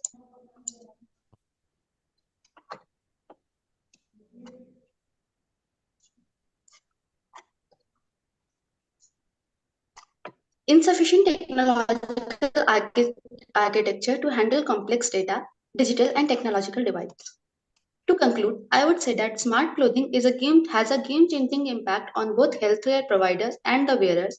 Considering the advances and new possibilities which have opened up through smart clothing, challenges can be overcome with advancements in technology and research. Cross-industry collaborations may open up new horizons in this regard. Thank you. I really appreciate particularly your topic because it's quite new and it is quite important that it is quite innovative topic. Yeah. You should carry some further researches on this topic. Thank Full you. compliment. Thank you. Thank you. Thank you. Yeah. Sujita John. Please unmute Sujita John. They are waiting for since long time. Sujita John. After that, Ishika Saha. Get ready. Sujita John, please unmute. Yes. Please tell your serial number and technical session. Technical session 3, serial number 52, Sujita John Your and voice Pauline is again. echoing. Your voice is echoing. Just log in with only one laptop. Otherwise, it will echo. Hello, can you hear me, sir? Sir, are we? Ask her to shut. Yes, please start. Start.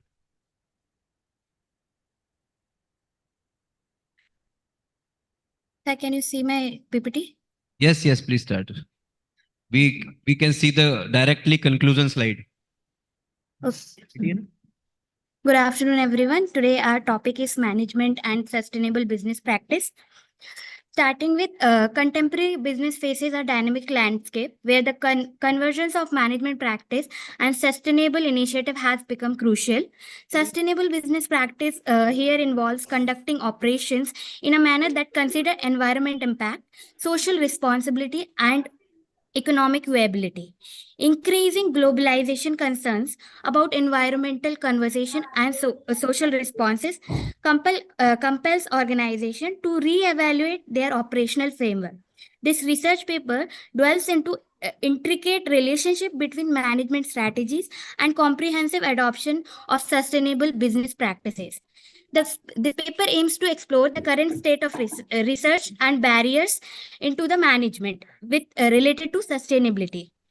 Objective of this paper is to investigate a relationship between current management practices and comprehensive understanding and implementation of sustainable business practices in organizations. Now I'm going to talk about the primary data that we have taken. We have taken a sample size which is limited to only 50. It only involved corporate employees, management students, and the Google forms were circulated. So the findings included that out of the survey, we found that 32 people found that emerging tech play a role in advancing the sustainability goals. It reveals a balanced gender discrimination with 29 female and 21 male respondents, which included diversity in perspectives.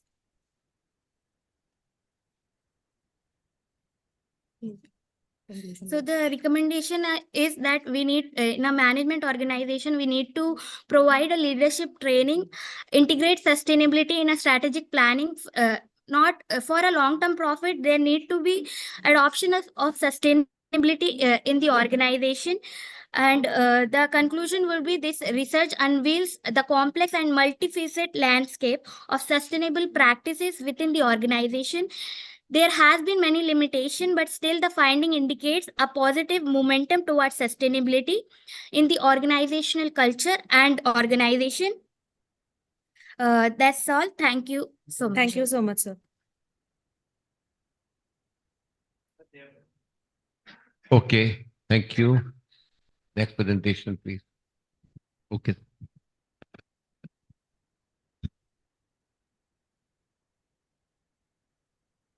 Presenter Ishika Saha. Ishika Saha is there. Ankita Singh, you have tried so many times. SK Aminur. Please unmute. Yeah, SK Aminur. Please tell your serial Hello. number. Serial number and Audible, sir? Yeah. So my serial number is 98, technical session 4. Okay, start. The screen is visible.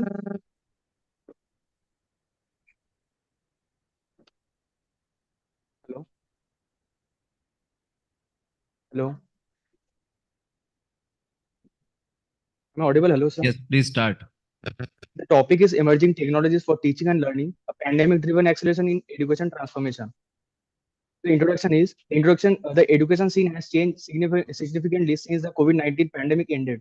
Following the 2020 proclamation of a global pandemic, some countries throughout the world put lockdowns and social distancing measures in place. to slow the virus spread. As a result, many institutions and schools had to close, which pushed the delivery of education online. Sub-Saharan Africa had many obstacles when adjusting to online learning, but Western countries did so quite easily. But the online issue is faced by rural people in India who are not able to purchase the resources during the pandemic. So the objective for my study is evaluate the impact of emerging technologies on teaching methods and student engagement. And the second is the impact of COVID-19 on underprivileged students online learning in India. So the source of data collection is quantitative research. The primary source are teachers and students through the survey, and the secondary were research papers and journal articles. Sampling frame was which is conducted in Bangalore itself. Sample size is 57. So the limitation of the research is the study was conducted in a specific geographic location, and the result may not be generalized to other regions or countries. Response bias: the research is susceptible to response bias by Come to the participants. conclusions now. Yes, sir. The conclusion is students in impoverished rural communities have been severely affected by the issues surrounding the pandemic emergency, switch to online learning and remote teaching. Poor internet connectivity has been a major problem that affects academic staff and students alike. The measures agrees that the pandemic has accelerated the issue of these technologies, but opinion on their effective vary. Thank you, sir. Thank you very much. Thank you. Thank you, sir. Next presentation. Next presenter, Rishita Lakhotia. Please unmute. Rishita Lakhotia. Tell your serial number and technical session. Rishita Lakhotia. So, technical number 4 and serial number 54. Okay, start.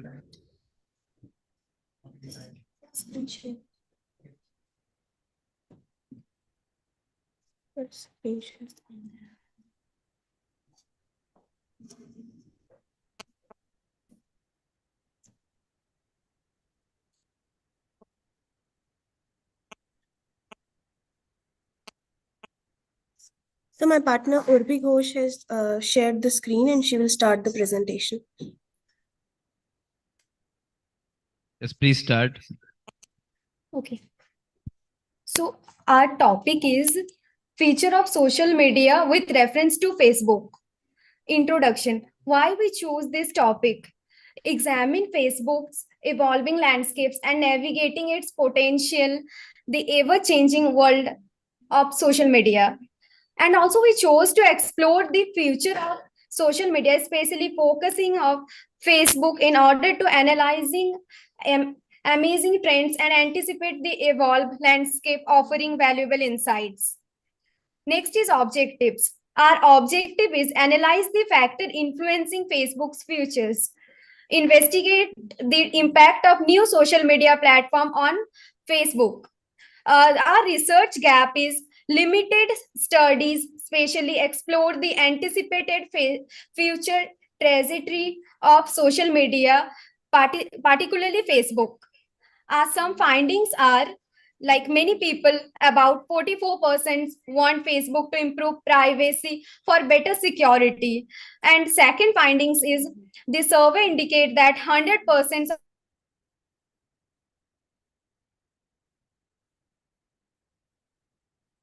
Not audible now. Please unmute your mic. Not audible. Okay, there is some problem. We can go to the next presentation now. Hello. Yes, sir. Please conclude now. Please conclude. Okay. Conclude, Kariya. Over to Rishita. So there are trends shaping the future of social media. Social media and the virtual reality, we have VR and AR, which offers user immersive experience that go beyond traditional two-dimensional content. Also, the live streaming, which is actually changing the real-time experience of the people. Next slide. So during the research, we found that India has emerged as the largest Facebook user country. And for the future, Facebook's role in the future, it will be like Facebook's initiative and strategies for the future, how it can convert more people, more youngsters towards it. Facebook is adapting the trends like meta rebranding, virtual reality endeavors, and also there has to be some predictions for future, how Facebook might evolve and remain relevant in the changing landscape. Thank you, sir. Thank you.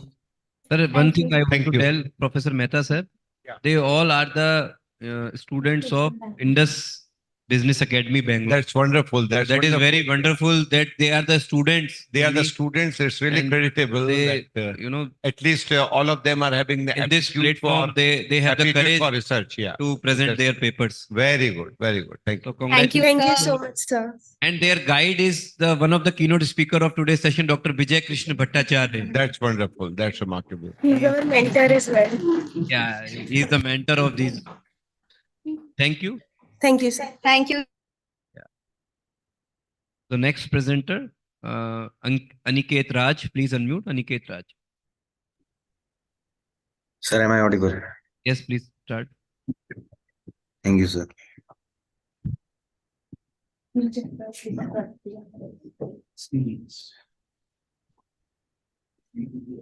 Sir, is the PPT visible? No, it's not visible. You can start your oral presentation. No problem. Because we don't have time. We'll start with the oral presentation. It is visible, but it is visible very minimized. Small screen is visible only. You have to. So now? No, it is showing very small.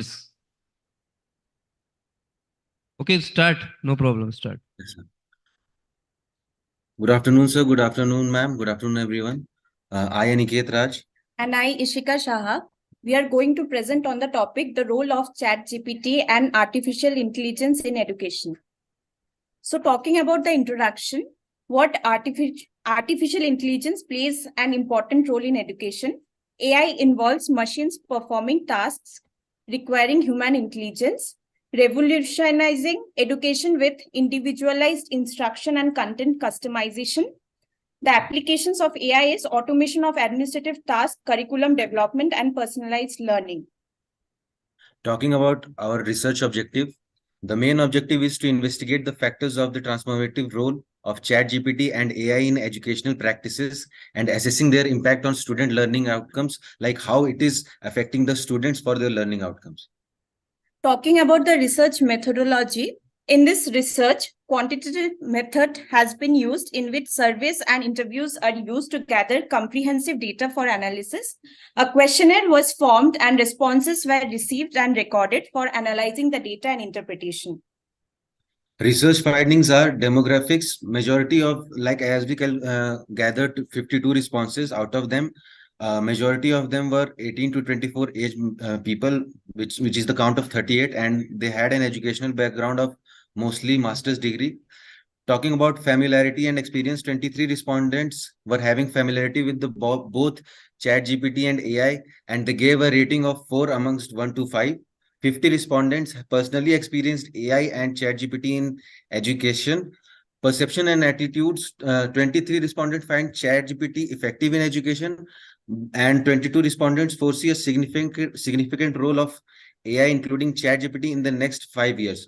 Potential benefits are that the 22 respondents identified time and resource efficiency as a key benefit of AI in education. Comparing all the other norms, the times and resource efficiency got the highest vote.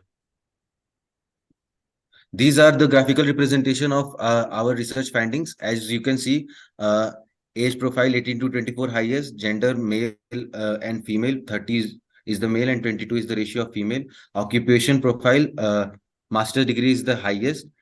Talking about the familiarity, effectiveness, 23 respondent rated 4, and personally experienced, there were 50 respondents who experienced more. Effectiveness in education. Please conclude, Mr. Aniket. Please conclude.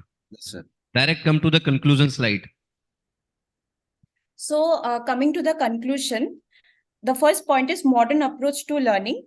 AI addresses teacher deficiencies and content accessibility. Second is smart learning, tutoring systems, social robots, and virtual facilitators are key examples of application of AI into the education system.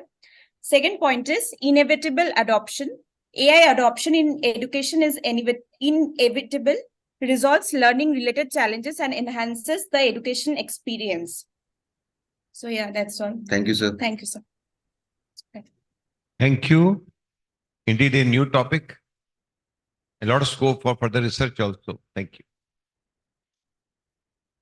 Next Thank topic, you. please. Thank you so much, Mr. Aniket.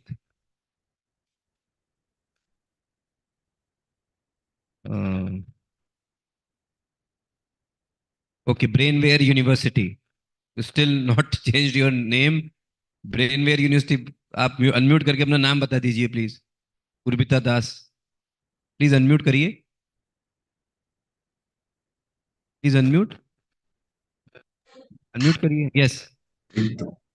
What is your name?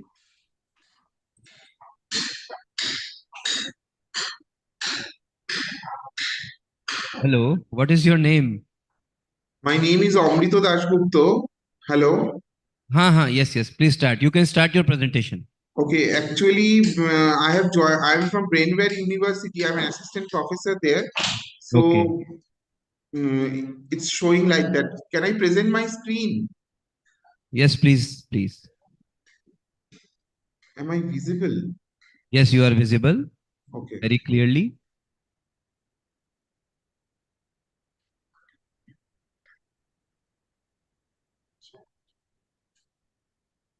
Is the screen visible? Yes, it's visible. Start. Okay. So, good afternoon. Myself, Amrito Dashgupta. I am going to present the paper on artificial intelligence, a newer technology in protection of customer rights in banking sectors. It is a step towards scientific development and enshrined in the Constitution of India.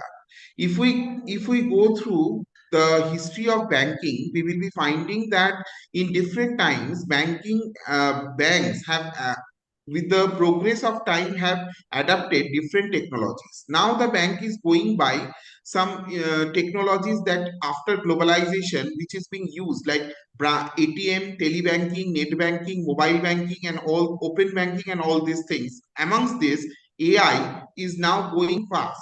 So my problem is that how this AI is helping how to detect the cyber frauds than other manual avenues, how they are detecting these cyber frauds. So I have studied the literature review and find the research gap that there are certain articles or there are the legislations and the laws which are not proper to cope with the AI. So my suggestion relating to it, that first of all, my research question was how far these are meeting the international standards and as well as how far they are catering the problem relating to cyber frauds.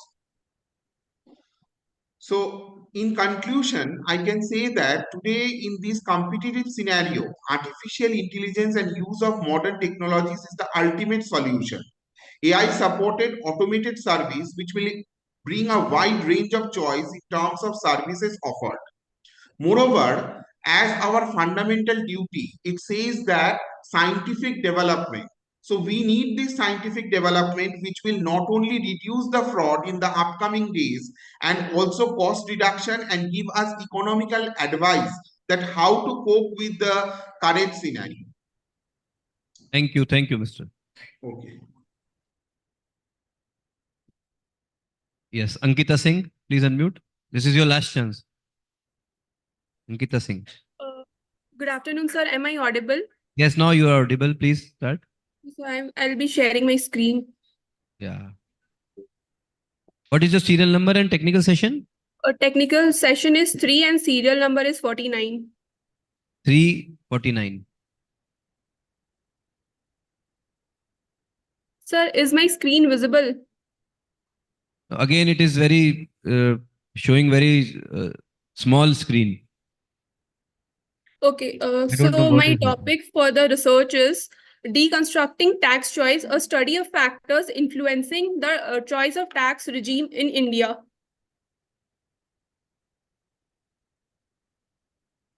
So the taxation plays a crucial role in smooth functioning of any nation, as in every individual is liable to pay tax if he or she is falling under the tax slab rate and the tax slab bracket. So in India, there are two types of tax regime, that is the old tax regime as well as the new tax regime. So the objective of the study was to find out the factors, like what are the factors which the individuals prefer in order to file and pay the tax regime, as in what are the factors which they focus for old tax regime as well as new tax regime. So the research methodology, it includes both primary collection of data as well as secondary collection of data. So primary collection of data was basically done through the questionnaire, and secondary was done through collecting information from various sources such as Tax Guru and ClearTax. So this is the data analysis which I have collected. So majority of the respondents were male, which accounts for 83%. And regarding the awareness of different tax regimes available in India, we see that 83% of the respondents are aware of the two tax regimes which the government has came up with in the union budget. Also, the occupation, most of the taxpayers are salaried people who pay tax under the heads of income from salary.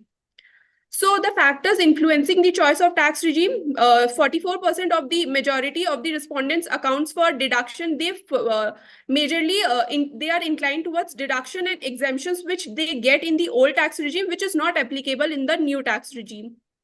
So the limitation is that the sample size which I have chosen is according to the convenience, and it can be biased because it depends on the perception and needs of the people. So as we can see that the research findings, 44% of the respondents were impacted because of the deductions and exemptions which the old tax regime is allowing, whereas the new tax regime is not allowing.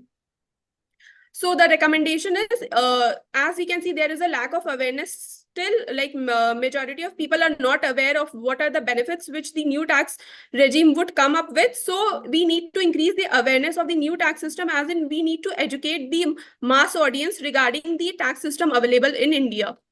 So the conclusion is that through this research finding, it has been seen and observed that majority of the taxpayers are still inclined toward the old tax regime and not the new tax regime, because they have this perception that they will get deductions under Chapter 6A and also standard deduction of 50,000, which we get in the old tax regime as income from salary when we account or file for tax under the heads of income from salary. So because of this perception, they choose old tax regime apart from the new tax regime.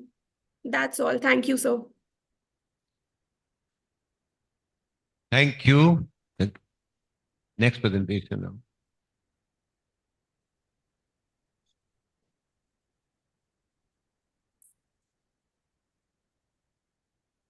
Sir? Yes. Can we take the presentations after breakfast? Yeah. Can we take some break? 15 to 20 we minutes? can have a short break of around 15 minutes, 20 minutes, and then we come back. Just give the time to the online participants that at what time will be We will reassembling. come here 1 o'clock? 1 o'clock? Okay. So we'll join at 1. So you can also take a break. So we will come. We can have a short again. break now. Thank you. Good. Yes. So, Unmute. Ankita. Unmute.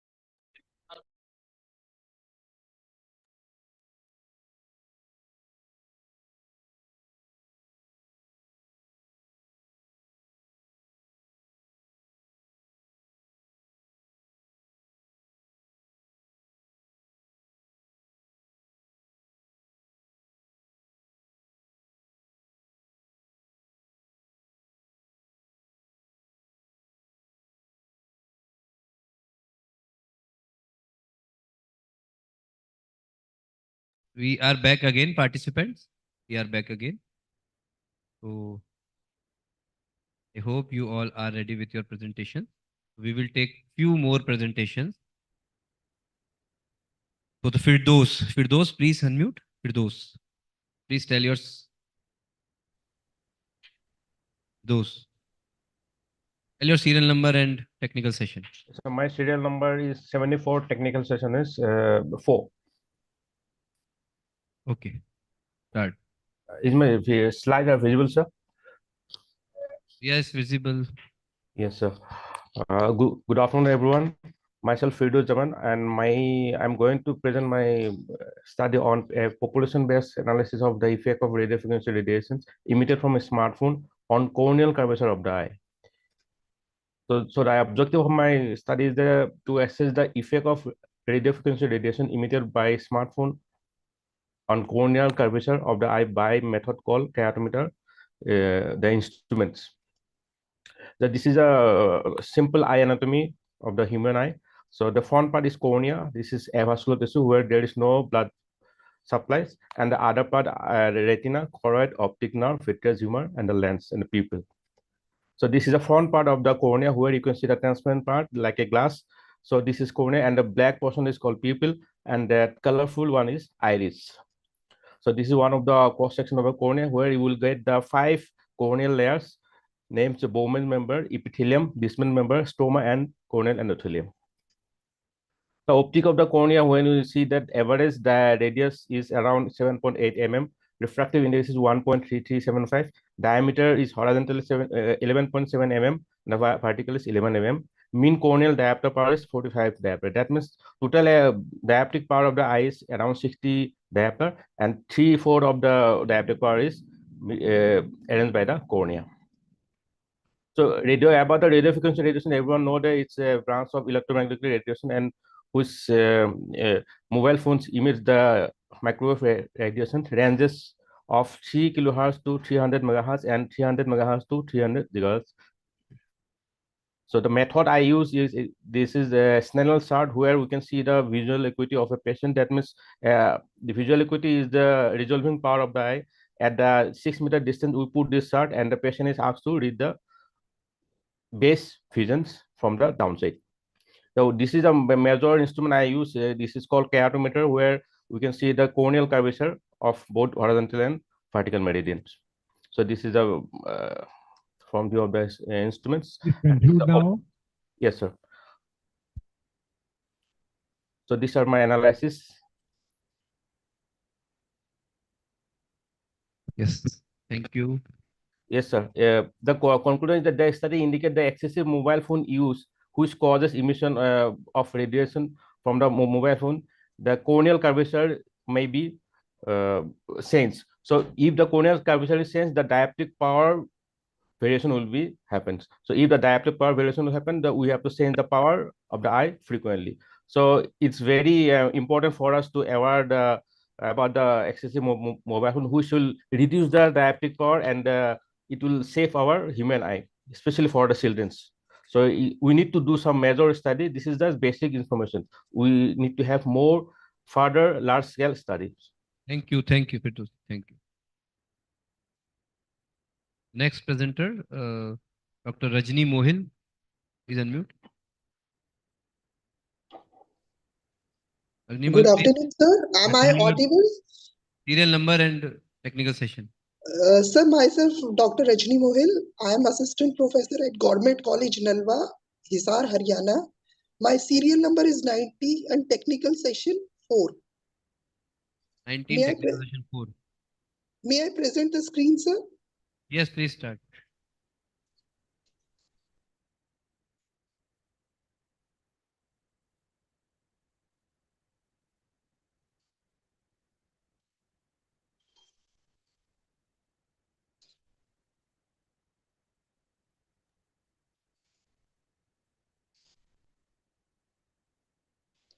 Sir, is screen visible?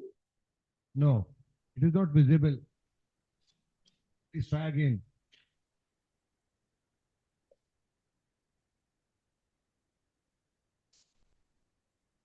It's not visible. You can just speak. Ma'am, you Yes, can sir. give your oral presentation because we don't have time. Okay, sir. Sir, my title of presentation is an overview of principle and application of green chemistry in chemical compound synthesis. The main purpose of green chemistry is to minimize the waste, use of catalyst in place of reagents, use non-toxic reagents, use of renewable sources instead of non-renewable sources, and to improve the efficiency of the reaction, use of solvents which are environment friendly. Chemistry is very important part of our daily life. Chemistry development also brings about new environmental problem, and harmful unexpected side effects also occur with them, which results in the need for greener chemical products. Hundreds of tons of hazardous waste materials are released in the air, water, and land by industry every hour of every day. The chemical industry is the biggest source of such waste. Then the basic 12 principles of green chemistry.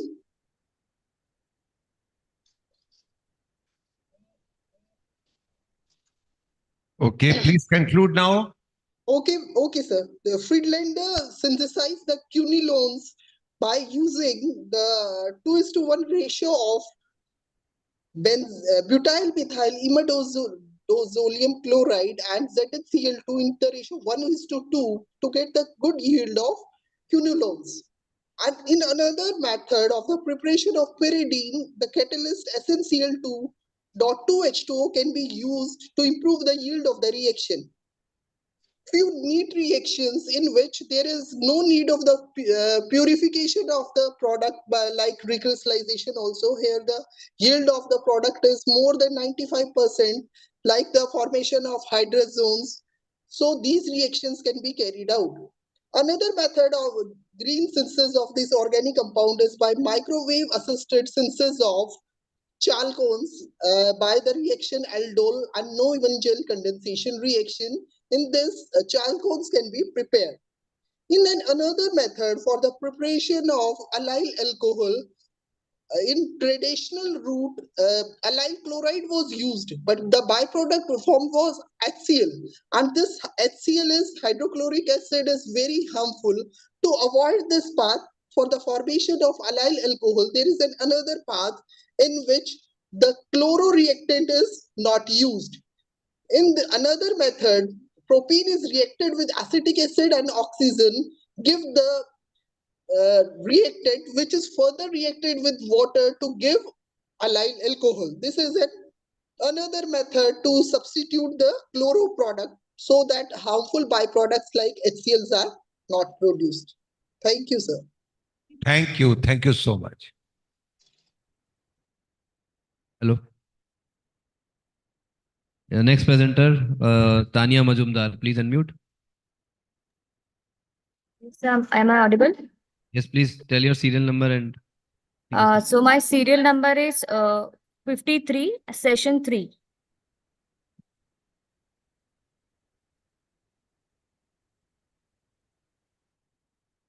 Is the PPT visible?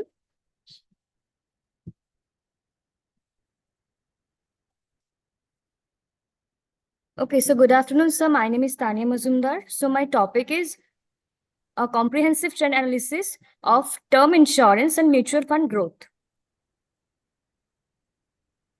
The research objective is to understanding the trends in term insurance and mutual funds in different age and income group of investors. Research methodology, the sample size is 100. Primary data, the data is collected through on-field survey and face-to-face interview of employees, shipping employees. Instrument used for research, responses were taken face-to-face, and methods of data collection. This research will actually includes in primary as well as the secondary data.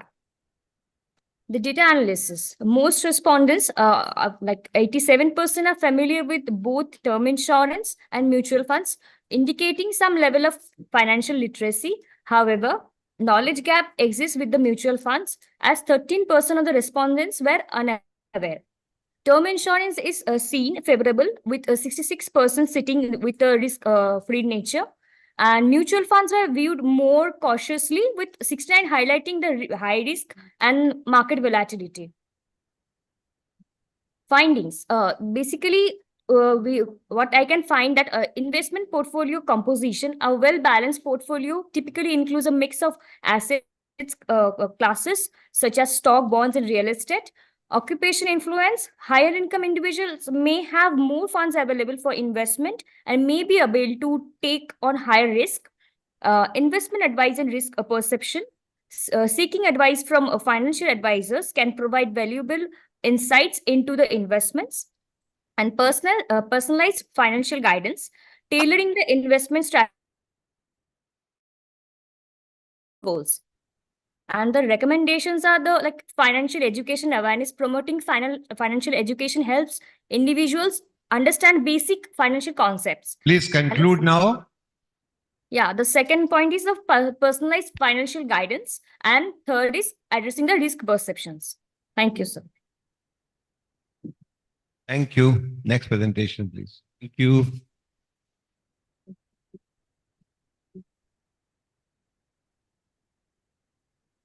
Nemika, please unmute. Nemika. Yes. Tell your serial number and technical session. Sir, I am audible. Yeah, आपका serial number क्या है? Serial number technical session. Sir, my serial number is 14, technical session 4. Okay, start करिए आप.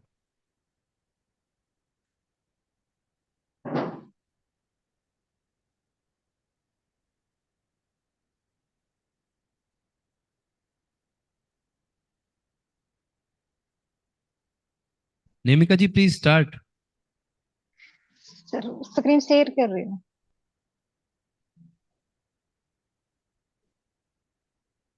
Sir screen share हो रही है. नहीं, आप बिना स्क्रीन के कर दीजिए oral presentation. There is no problem. Okay sir.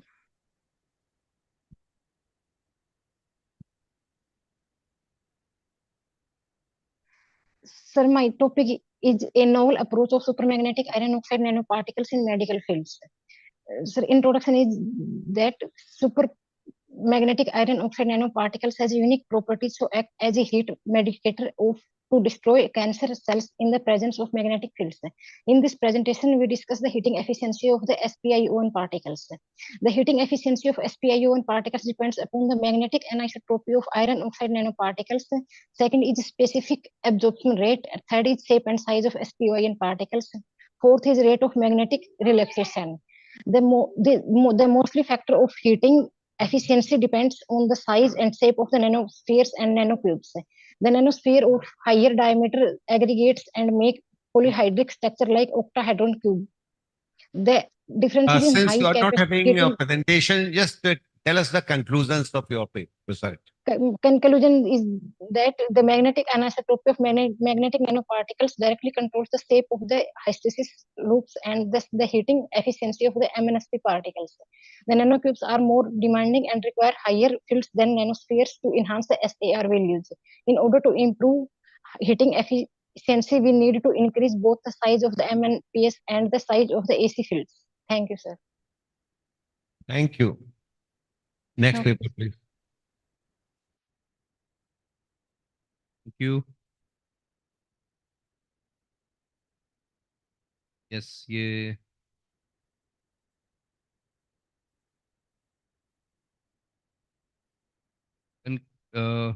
Kankana Karan, please unmute.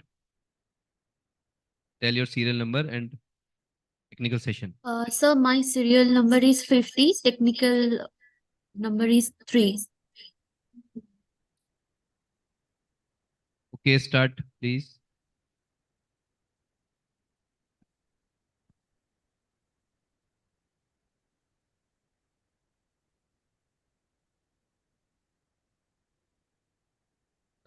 Good afternoon, sir.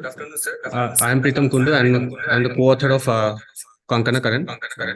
So our topic is the impact of Amazon's neuromarketing tactics on their recommendation system towards its effect on customer satisfaction. So neuromarketing is a new branch in the field of marketing. It breaks a new ground in the marketing research by blurring the lines between psychology, neuroscience, economics, and the marketing.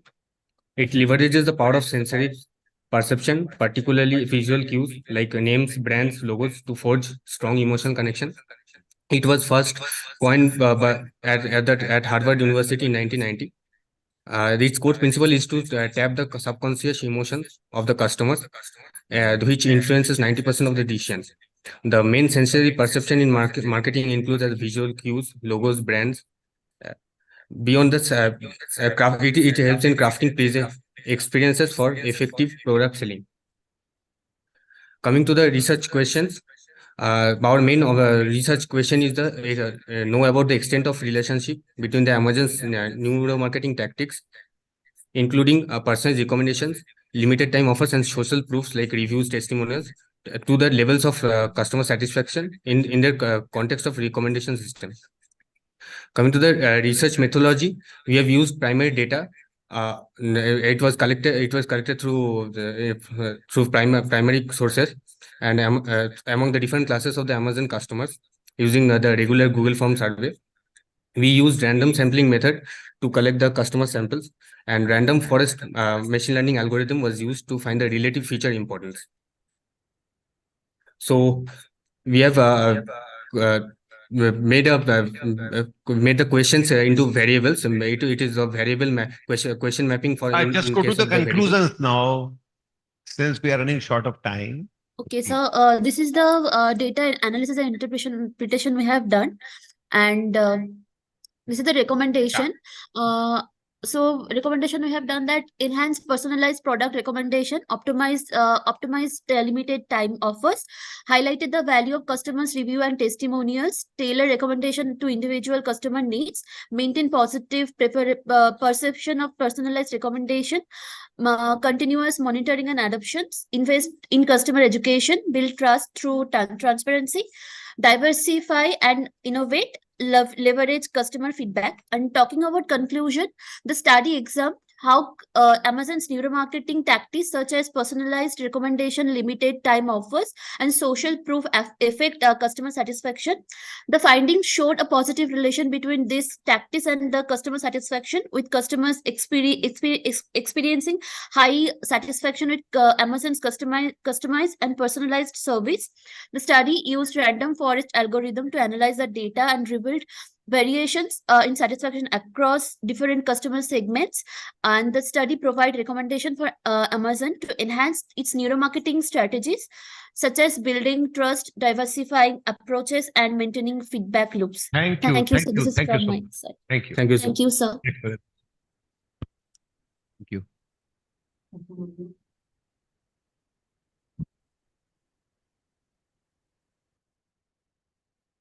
The next presenter.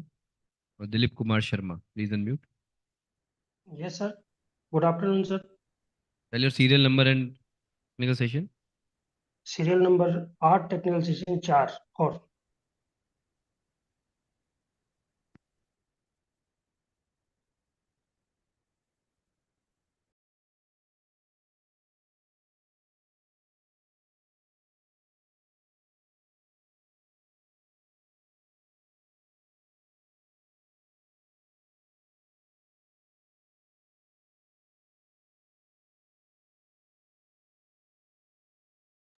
Okay, Diksha Barrett, please unmute. Diksha Barrett. Yes, sir. I'm audible. Yes, you are audible. Yeah. Tell your serial number and technical session. Sir, it's my serial number 62, technical session 4. Okay, start.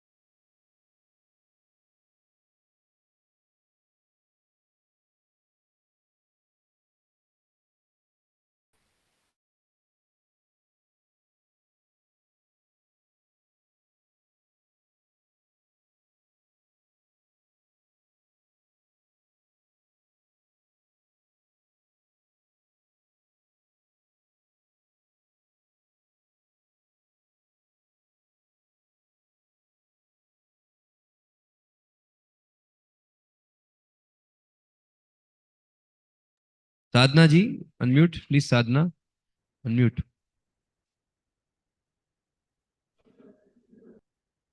Please unmute, unmute again. Yes, please start. Tell your serial number and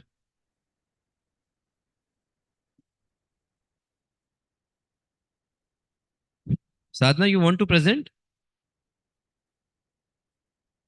Please unmute.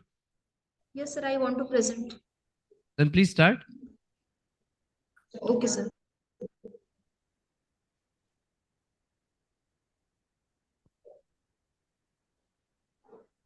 Start. Says my screen is visible.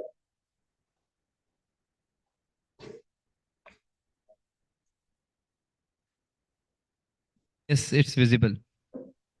Okay, sir. So, good afternoon, all of you. Myself, Sadhna Rai, PhD scholar from NIMS University, Rajasthan, Jaipur, and my work is going under the supervision of Dr. Jayanwada, Assistant Professor. So, the title of today's presentation is Seasonal Variation in Endophytic Fungus Population Associated with Leptidemia reticulata, which is medicinal plants, and its incomprehensive analysis. This is the abstract which are accepted, and in this abstract here, right, then four endophytic fungus were isolated from this plant: Aspergillus single, Aspergillus ruenti, Candida tropicalis, Candida albicans, and Trichodermata viridi. So the firstly, right, introduction, what is endophytes? Endophytes are a group of microorganisms that represent an abundant and independable sources of bioactive and chemically novel compounds. The term endophytes was introduced by Anton de Bary, 1866, German botanist. So here's some role of endophytic fungus. It has some role in biodiversity, plant health and control, promotion, biological control, pharmaceutical, discovery and environmental conservation.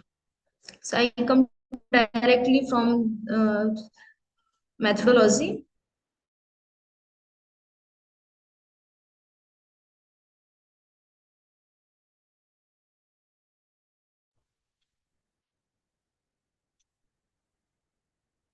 Okay, Sarinka, I think she has done. Yes. Divya, please unmute. Divya, please tell your serial Yes, sir. number. My serial number is 58 and technical session is 3. Okay, start. Can I present my screen? Yes, start.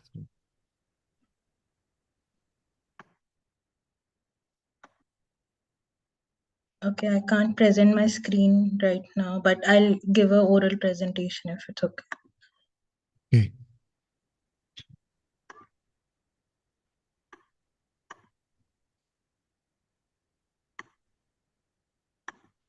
Is my screen visible? Yes. So I would like to thank for giving me an opportunity to speak. My topic is artificial intelligence in education, and the main aim of my paper is to examine closely what are the advantages and disadvantages of artificial intelligence in education, especially on children. There are several uses of artificial intelligence which we can now see. First of all, is artificial intelligence helps to check OMR, and the chatbots where children can ask questions. The virtual reality, which is very new right now, but it allows for interactive learning.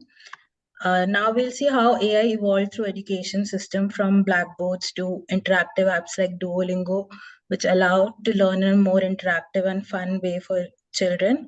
Another is from teachers checking paper manually in a very lethargic and vast task. So now they can check it through AI, like OneDrive, Word apps, where they can comment, and they can comment personalized comment for children. Another is for throughout the previous decades, the computer was considered as a luxury, whereas now it's a necessity today in every field. So let's see the advantages and disadvantages. For advantages is grading papers, it has become very easy, and to add personalized comments, as well as now AI can mark out the plagiarized content if the child has written something plagiarized, whereas in previous decades in manual testing it was not very relevant. AI Please grades conclude paper now. faster. Yes, sir. So there are many advantages and disadvantages, which has created a high gap between haves and haves not. But the conclusion is its undeniable contribution to AI has an undeniable contribution, and it has allowed lecturers and students to relax and just concentrate on the learning rather than doing all the stuff. But it's still has a lot to do. Thank you.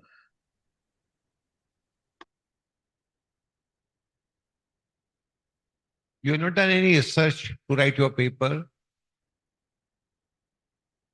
You have not shown the research part of your paper. Anyway, next paper. Okay. Urbi Ghosh, please unmute. Urbi Ghosh. You done? You done your presentation?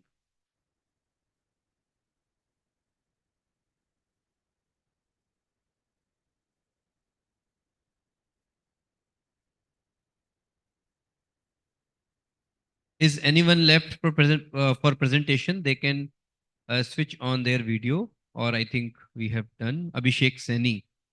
Okay, please start your video, Abhishek Seni. Yeah, Bhavna Saroha, please. Bhavna Saroha. Please unmute. Bhavna Saroha. Yes, please tell your serial number and technical session. Serial numbers are 9, technical session 4. Okay. Can I share my screen, sir? Yes, yes.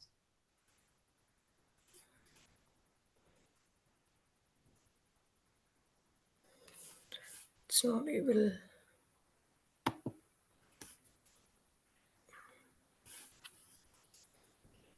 I'm not able to share it, sir. Can I present it at oral, sir? For next 1 or 2 minutes. Yes, please, please give oral presentation. Is my screen visible, sir? No, your PPT is not coming. You can. Okay. Okay. Good afternoon, respected dignitaries. I am Bhavna, research scholar from Raffles University under guidance of Dr. Meenakshi Sharma. Today, my topic for presentation is chemical analysis of cosmetic products, some parameters of public health concern. Now, as we know, chemistry plays a vital role in development of and production of cosmetics, making it an indispensable science in cosmetic industry. Cosmetics are products that are used for personal care and beautification, ranging from skin care and hair care to makeup and fragrances. Chemistry plays a vital role in development and production of cosmetics. That's why we have to manipulate its use for creating safe, effective, and appealing products. Now, the need for the study is in cosmetic, it is necessary for several reasons. It is crucial for ensuring the safety of cosmetic products.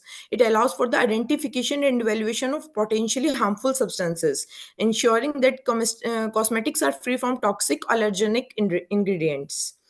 Now, for the objectives of the study, we can study the formulation and composition of cosmetic products to understand the role of chemistry in their development. Second, investigate the chemical reactions involved in production of cosmetics, such as emulsification or oxidation and polymerization. Third, we want to analyze the interactions between cosmetic ingredients and the human skin or hair Please to conclude determine the. now. Okay. As all turning upon my sample details, and let I come to the conclusion point. Application of chemistry is of utmost importance for development, production, and safety of cosmetic products. Chemistry ensures the stability and compatibility of formulations, enhancing the performance and shelf life of cosmetic products. It is essential for ensuring safety of cosmetic products through the evaluation of potential risk and identification of toxic allergenic substances. It contributes to the safe cosmetics that consumers can trust. From the conclusion, I apply to the drives innovation within the cosmetic industry. It enables exploration of new ingredients. It compiles with the regulations and standards, is facilitated by the study of chemistry in cosmetics, or whether or not. Thank you.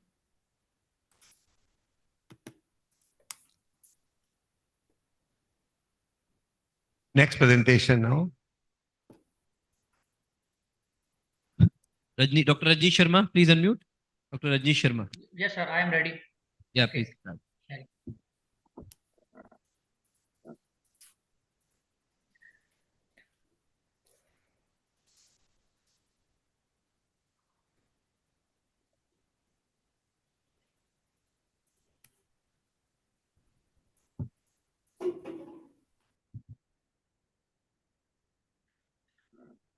Slides are visible, sir? Yes, visible.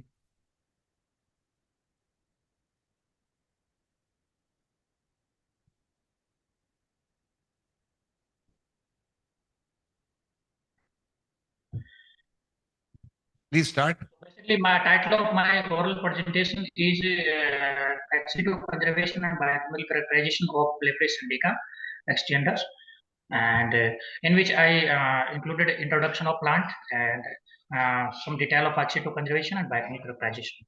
This is my plant of thesis, that is Leprous indica. Here I introduce my plant that this plant is of desert nature. From its have localization in desert areas of Rajasthan, including some of districts Sikar, Churu, and Bikaner and Jodhpur. This plant have typical desert adaptation, and this plant included in vulnerable category of IUCN Red List.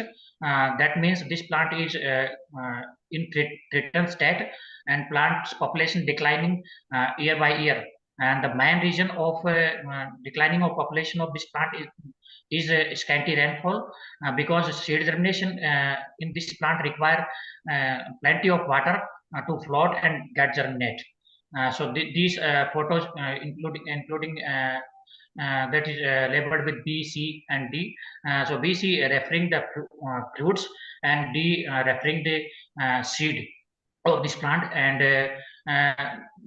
photo E, that is labeled with E and F, both showing the flower characteristic of this plant.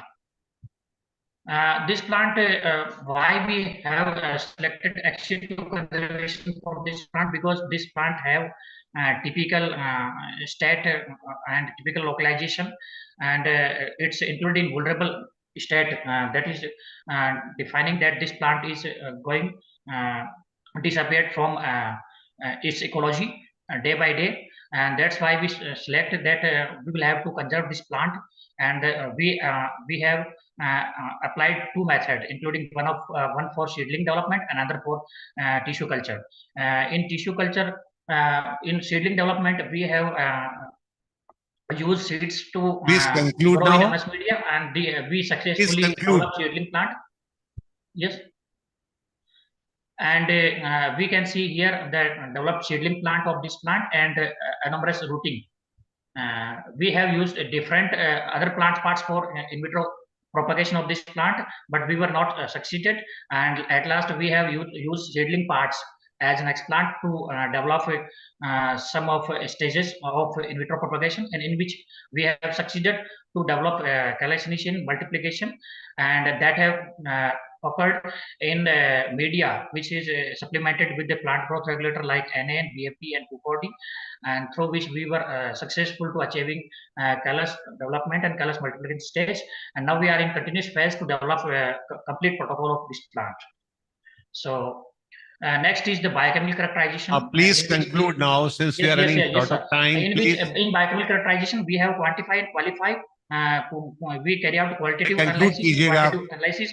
In quantitative analysis, we ever found through HPLC that this plant have anti-cancer properties with presence of compound acetocyte in its both fruit and leaf extract. That is near to standard percentage. Thank you, sir. Thank you, sir. Sorry, but we Okay. are running short of time. Sorry. Thank you, sir.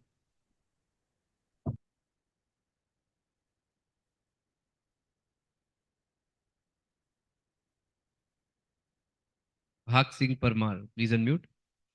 Bhag Singh Parmar. Yes, please start. Namaskar, sir. हाँ जी. Myself, Dr. B.S. Parmar. Serial number 59 or session number 4, sir. I am audible, sir? Yes, please start करिए, sir. I am here, Dr. B.S. Parmar, SNDB Government College, Noor. I am audible, sir? आप बिल्कुल सुनाई दे रहे हैं. आप इसी में time waste हो जाएगा सारा. आप प्लीज स्टार्ट करिए. We have research target fire plant industries in Western Rajasthan. We have beneficiation of fine size coal lignite by Euclid's oil agglomeration technique from deposit West Rajasthan. We have target to reduce pollution and increase calorific value by using hydrophobic oil that is known as eucalyptus oil. In this technique, we have take a 10% salaries in which only 2 drops of oil is used as agglomeration technique. In this technique, the separation is take well going by hydrophobic nature. In experiment, finally, at least 2 drops can use for at industrial level. In this measurement, we have retention weight, we have calorific value, and we have carbonic recovery. In this, we find out at last approximation analysis. In this, we can find out higher calorific value in this technique. Thank you, sir. Thank you. Next minute.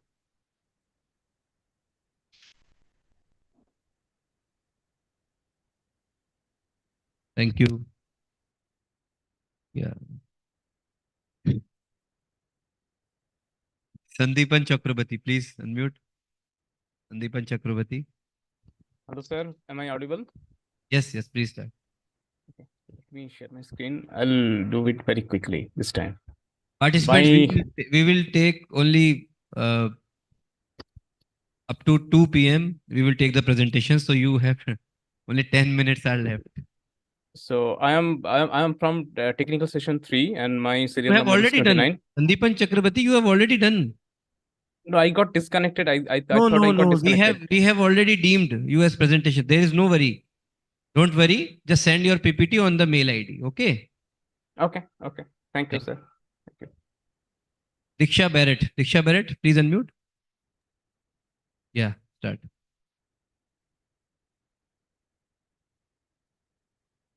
Your voice is not audible. Just send your PPT on the conference mail ID. Okay, but Shri Madhav Vadula, please unmute. Madhav Vadula. Yes, sir. Am I audible? Yes, please start. Okay, just give me a moment. I'll just share the screen. We can't give the movement now. Okay, okay. Okay, sir, is my screen visible? Yes, start please. Okay, so myself, Sai Madhav from FDD Hyderabad, and my co-author is my faculty, Ram Babu Mupari sir. And my topic is a study on vulnerability of consumers to deceptive sustainability claims in fashion and lifestyle accessory. Okay, moving to the next slide.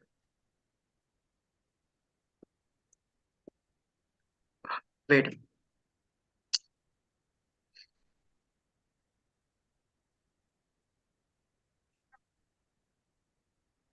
There's one issue. Just give me a minute, sir. Sai Madhula. Yes, sir, just give me a minute. Just directly come to your objectives Okay. and conclusion. Please don't read Okay, the paper. just I will read the abstract and I'll go to the conclusion. Okay. No, So no, in the we have already have your topic. Just come to your come to the conclusion. okay. Yes. So as per the conclusions, the training consumers through education, awareness programs, and public policies on how to identify the validity of the claims made by companies will enable a safer market. India needs a greater number of people who needs to switch their buying patterns to more sustainable alternatives. This ecosystem will ensure that the markets do not exploit resources and consumers. Laws and public policies need to be updated to ensure that the companies mandatorily choose sustainable methods of production. So, thank you, sir. Thank you. Thank you. Okay, sir.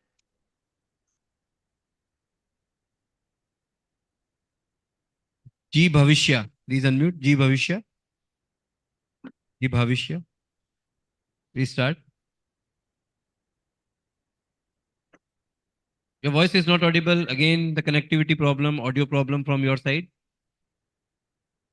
We are not able to listen your voice. Okay. Send your presentation on the mail ID. Okay. Rahul Kumar, please unmute. Yes, sir. Rahul ji, please start. Yes, sir. Sir, I'm sharing the PPT.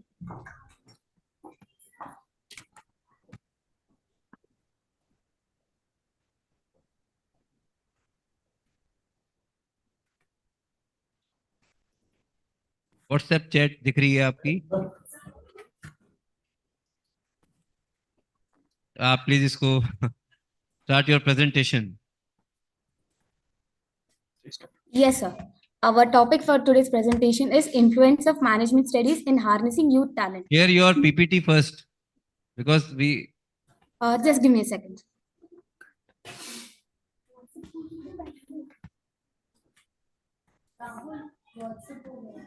Or you can give oral presentation. Don't worry. Start your presentation. Okay, sir. I'll start orally. Till then, the presentation will get done.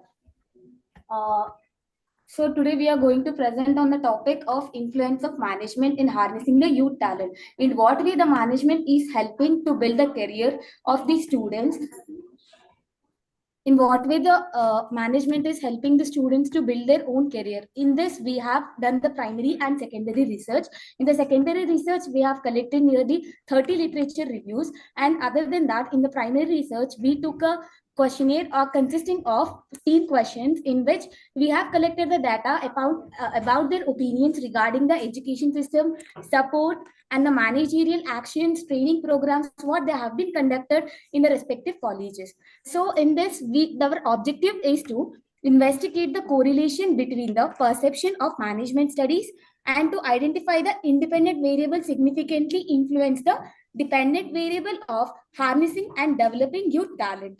Other than that, there is one more objective, which is we have used random forecast algorithm method for getting the features important.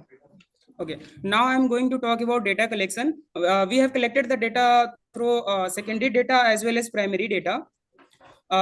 Here is univariant data analysis. First, we have... you can skip data analysis, come to the conclusion straight away.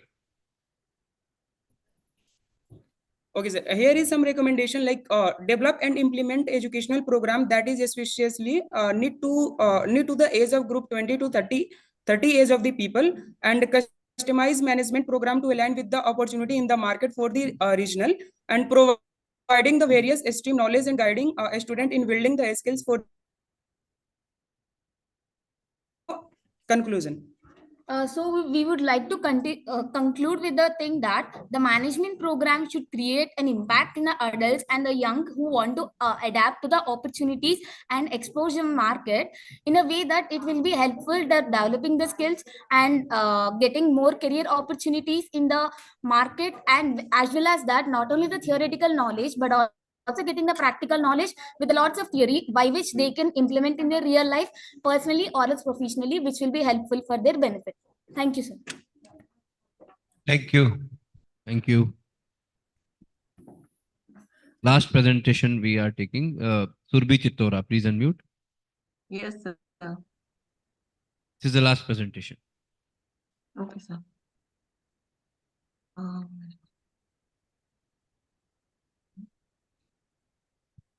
Good morning to all of you. My name is Surbhi Chittora, and I'm a research scholar from Career Point University. And my supervisor name is Dr. Smriti Johari. My topic is a comparative study of variations in adult life of Aedes albopictus from Kota and Barmer region of Rajasthan. Here is the content. The Aedes albopictus is an aggressive, anthropophilic, and day-eating vector species. This tiger mosquito is considered as the potential vector species for chikungunya, dengue, and Zika virus. Methodology for our study, we collected a mosquito from different regions, Kota and Barmer region of Rajasthan, and reared in the standard laboratory conditions in Career Point University.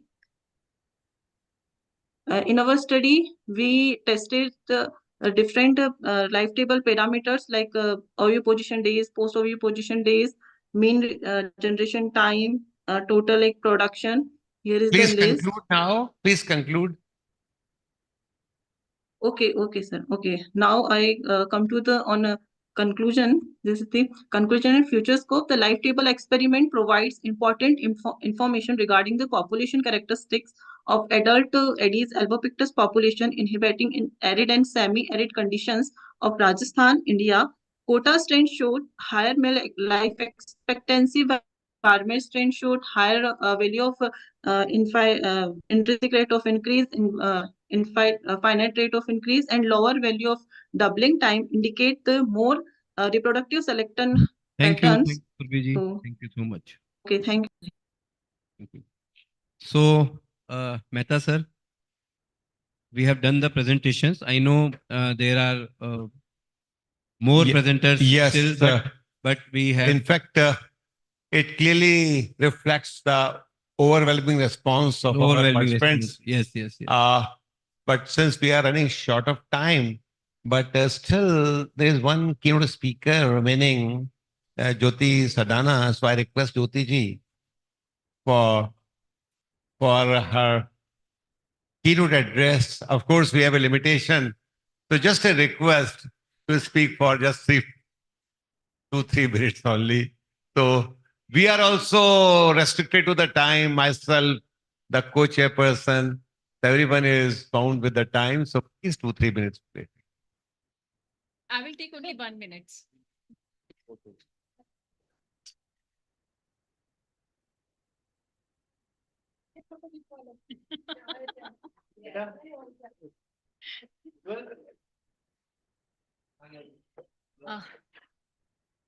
Respected chairperson, co-chairperson, my senior colleagues, and my dear friend Chanchan. I am very grateful today in the galaxy of intellectuals. It's a great opportunity to me. मैं जैसे मैंने sir को promise किया कि मैं सिर्फ 1 minute लूंगी, तो मैं सिर्फ 1 मिनट में बोलूंगी। आर्टिफिशियल इंटेलिजेंस पे यहाँ बहुत सारे स्टूडेंट्स ने प्रेजेंट किया।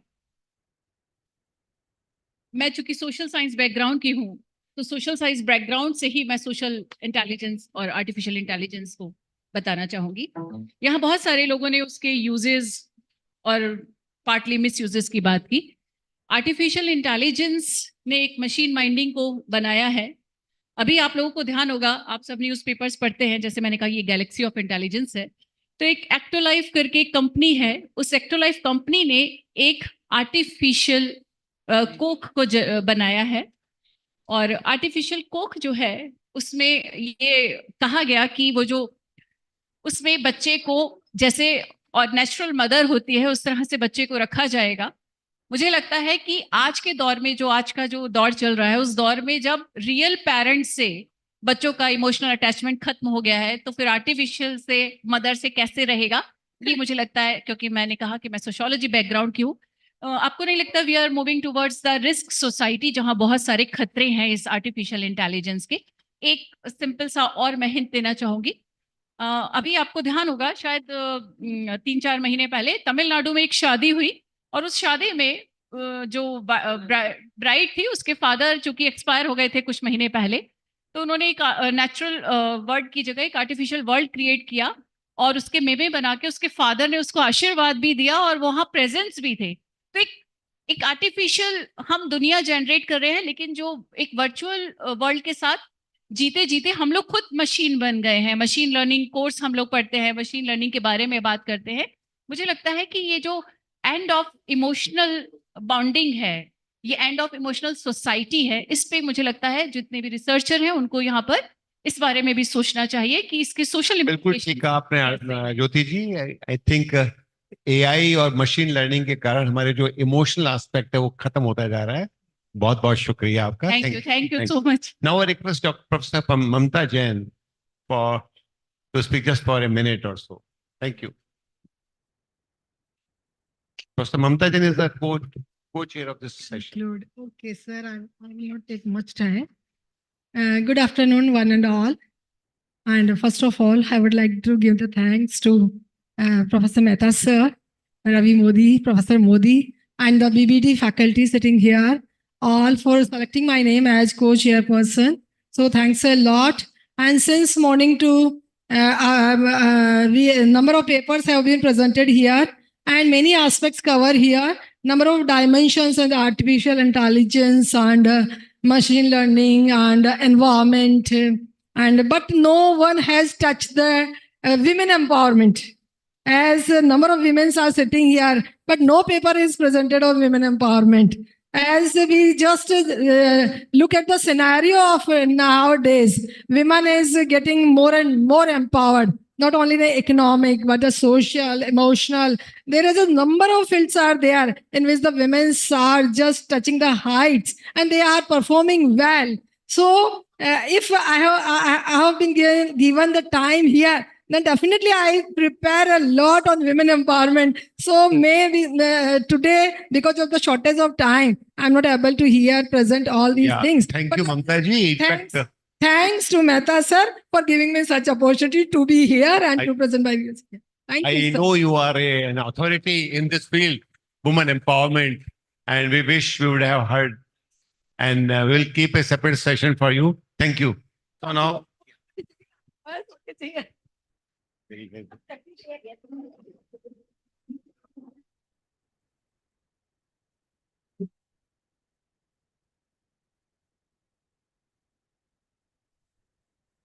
So I'm the last person to speak. And of course,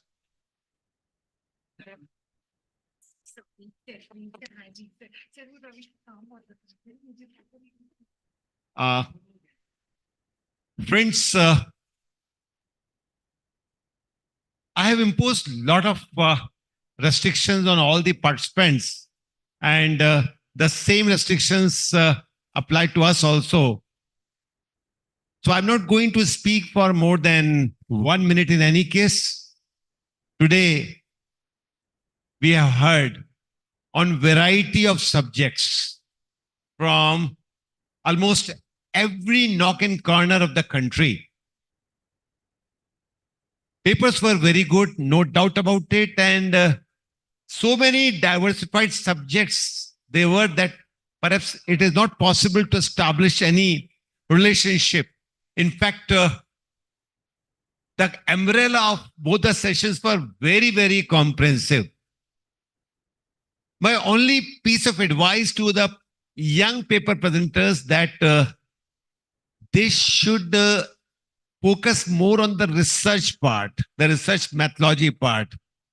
And moreover, since the papers were being evaluated on the basis of the best paper presentation, so we considered all the three aspects, that is the content part, the quality of slides, and moreover, the communication skills. So on that basis, we have tried our best to evaluate each paper. Forgive me, dear participants, that I have restricted you, and I am very well aware that 1 or 2 minutes are very, very less time for any presenter. But you all have worked really hard. At this moment, I cannot speak much because I already consumed my time. So once again, I'm thankful to all the paper presenters for their presentation. They all have really worked hard. I'm thankful to my keynote speakers for their short presentations, and my co-chairpersons also, who also were quite self-managed and imposed the time restrictions for them. Once again, thank you very much, Professor Ravi Kant Modi, who has really helped to coordinate the session. Thank you. Thank you very much.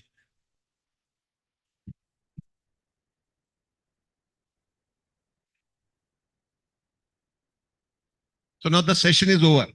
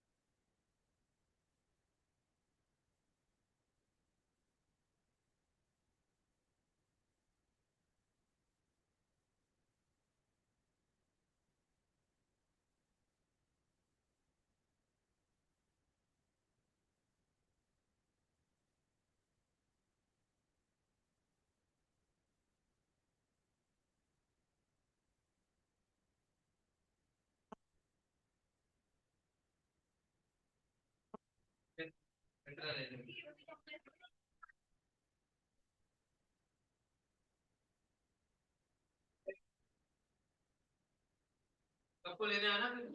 अरे 5 minute के अंदर। अरे यार सुनो, ये तो काटो, नीचे लो, ये वाला पकड़ पकड़ काम किया। ठीक है।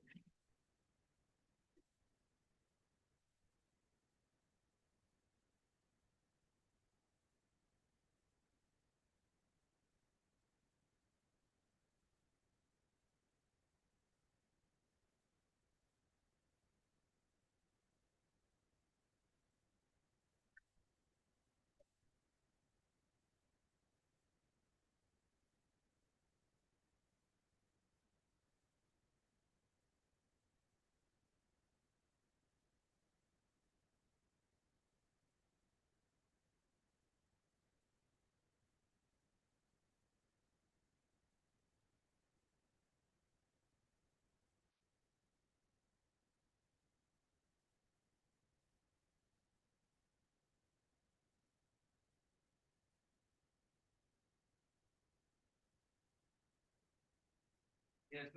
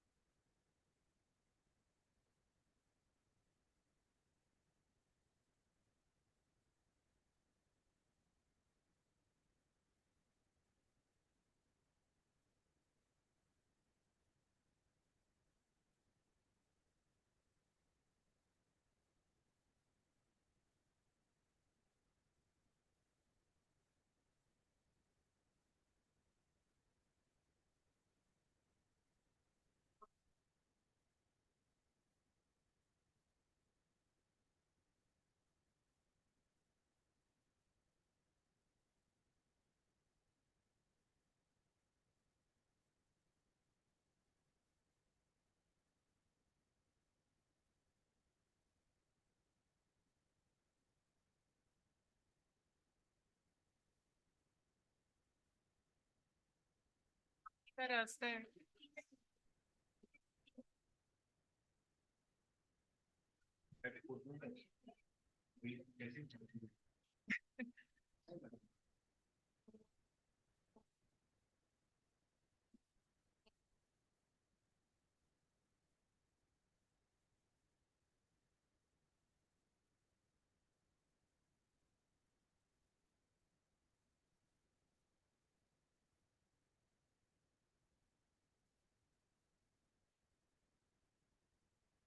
तो बंद भी कर दीजिएगा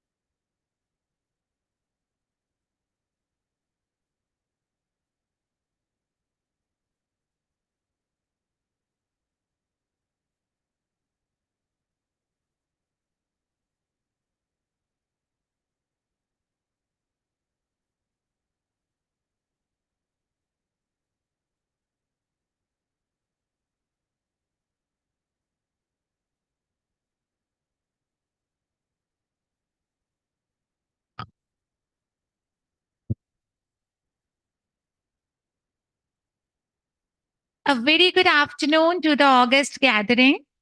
I would like to extend a warm welcome at the Valedictory program of this 2 days long international conference on recent global innovations, challenges, and trends in multidisciplinary research being organized by BBT Government College Chimanpura in collaboration with Inspira Research Association. For the Valedictory program, we have our chief guest for today's program, Professor Arvind Agrawal. We have our chief guest with us. Kindly give a big round of applause for the chief guest. We have our chief guest, Professor Arvind Agrawal, Vice Chancellor, Nirvan University, Jaipur. Our special guest, Professor Bhagirath Singh, former Vice Chancellor, Pandit Deen Dayal Upadhyay, Shekhawati University, Sikar. Professor Bhagirath Singh, sir. Welcome, sir. We have our special guest, Professor M.K. Pandit, sir, former Professor, Department of Geology, University of Rajasthan, Jaipur. We have Professor Padmakali Banerjee from Udaipur, who has joined us online. We have our guest of honor, Professor Ankit Katrodia, who has also joined us online. We have Professor S.S. Modi on the stage, who is the president of Inspira Research Association. We have Professor S.T. Yadav, principal, BBT Government College, Chimanpura. We have Professor B.L. Jat, Dr. R.C. Meena, and Dr. Chanchal. We invite you to please take your seats on the dais.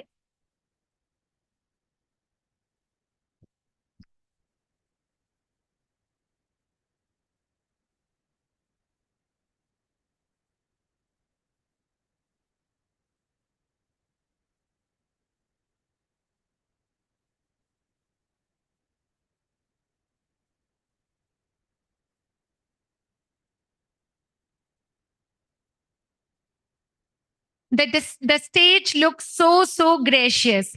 As we reach the conclusion of this 2 days long conference, I hope that our efforts may have added value to all the participants of the conference. हमारी एक छोटी सी कोशिश थी और कहते हैं ना कि मंजिल मिले ना मिले मुकद्दर की बात है, मंजिल मिले ना मिले मुकद्दर की बात है, पर हम कोशिश भी ना करें ये तो गलत बात है. तो हमने बिल्कुल गलत बात नहीं की है और हमने कोशिश की है. For the very first time, Inspira Research Association has joined hands with a government college, and we are so fortunate that BBT Government College Chimanpura also accepted it, and they actually collaborated in a worthy way. Thank you so much to all of you. Every good thing comes to an end, and actually it is not the end, but it is the transition of a learning process which goes on for whole life. A famous quote says that the intellectual growth should commence at birth and cease only at death. So, as we reach the valedictory program of this conference, we congratulate each one of you who has been a part of us throughout this conference. As our custom, I would like to request our guest to accept our humble welcome. In this series, I would like to request Professor Ravikant Modi, Dean and Professor, School of Commerce and Management, Nirvan University, Jaipur, to kindly present a shawl to our chief guest, Professor Arvind Kumar Agrawal. I would request Professor Ravikant Modi to kindly come forward and present a shawl to our chief guest, Professor Arvind Kumar Agrawal. We welcome you, sir. जोरदार तालियों से sir का स्वागत हो जाए. Thank you, sir. I would also like to request Dr. Suman Kacholia. Ma'am, please come forward and present a bouquet to our chief guest, Professor Arvind Kumar Agrawal. Dr. Suman Kacholia. Okay, so I would request again Professor Ravikant Modi, sir, to kindly present a bouquet to our chief guest. I would also request Professor S.D. Yadav, sir, Principal, BBT Government College, Chimanpura, to kindly present a memento to our chief guest, Professor Arvind Kumar Agrawal. Professor S.D. Yadav to kindly present a memento to our chief guest.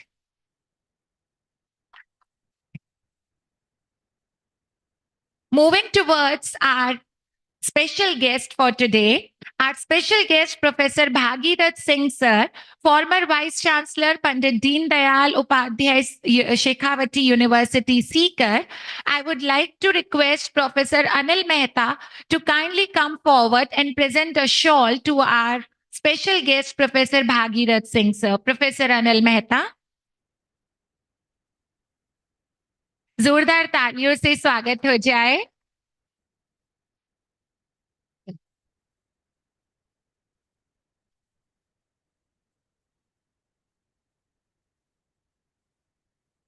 Next, I would request Dr. Neelam Gupta to kindly come forward and present a bouquet to our special guest, Professor Bhagirath Singh Sir. So, Professor Neelam Gupta from BBT Government College to kindly present a bouquet to Professor Bhagirath Singh Sir.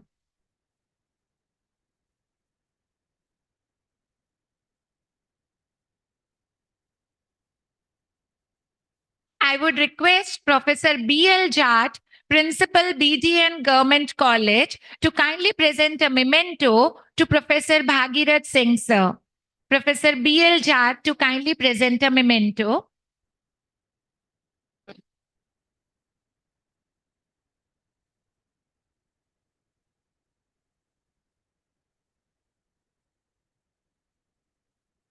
We are fortunate to have one more special guest with us, very renowned professor, very renowned academician, geoscientist, geologist, M.K. Pandit sir.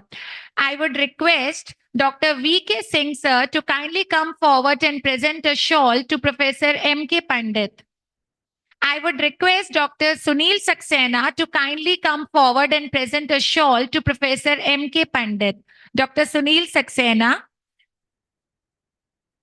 would present a shawl to Professor M.K. Pandit. I would also request Dr. Anita Prashant to please present a bouquet to Professor M.K. Pandit. I would request Professor Dr. Chanchal. Dr. Chanchal, please come forward and present a bouquet. Please present a bouquet to our special guest, Professor M.K. Pandit. I would request Dr. Sunita Yadav. Dr. Sunita Yadav, kindly come forward and present a memento to our special guest, Professor M.K. Pandit.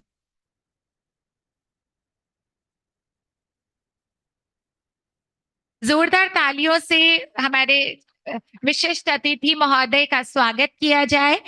I would request Dr. Rajshri Gupta to kindly come forward and felicitate our President of Inspira Research Association, Professor S.S. Modi. Dr. Rajshri Gupta, please felicitate Professor S.S. Modi.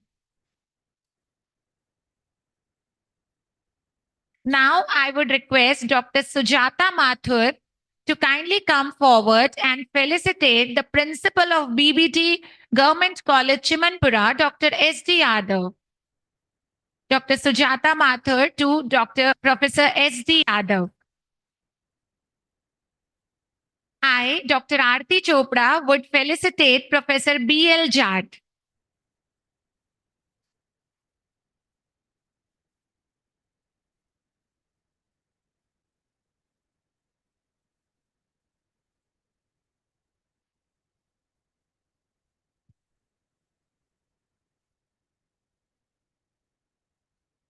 I would request Madam Hema Giara, Dr. Hema Giara, to please come forward and felicitate Dr. Chanchal Karadia, the conference convener. So I would request Professor Ravikant Modi sir to kindly felicitate Dr. Chanchal Karadia, who is the conference convener. And at the end, I would request Dr. Anil Chandolia to please come forward and present a bouquet to Dr. R.C. Meena. I would request Gajendra sir to kindly come forward and felicitate Dr. R.C. Meena.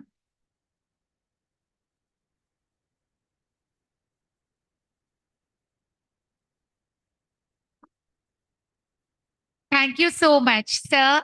Once again, I would like to welcome all of you to this valedictory program. Thank you. Now, I would like to request our guest of honor, Professor Ankit Katrodia, who must have joined us online, who is the Associate Professor, Northwest University, School of Management Sciences, South Africa, to give his address through online intervention. Do we have Professor Ankit Katrodia with us? Okay, so the Professor Ankit Katrodia from South Africa has not joined us yet. So, okay, okay. So, sir, we can wait for him. Otherwise, we can continue with the program. Okay. So we shall continue with the program. And once Professor Ankit Katrodia will join us, we would definitely would like to listen to his address. Now, I would like to request our special guest, Professor Bhagirath Singh sir, former Vice Chancellor, Pandit Deen Dayal Upadhyay Shekhawati University, Sikar, former Vice Chancellor, Maharaja Ganga Singh University, Bikaner, Maharshi Dayanand Saraswati University, Ajmer, to kindly address the August gathering. Sir has rich 38 years of experience and 24 candidates have already been awarded doctorate under him. Professor Bhagirath Singh, sir. Please, sir.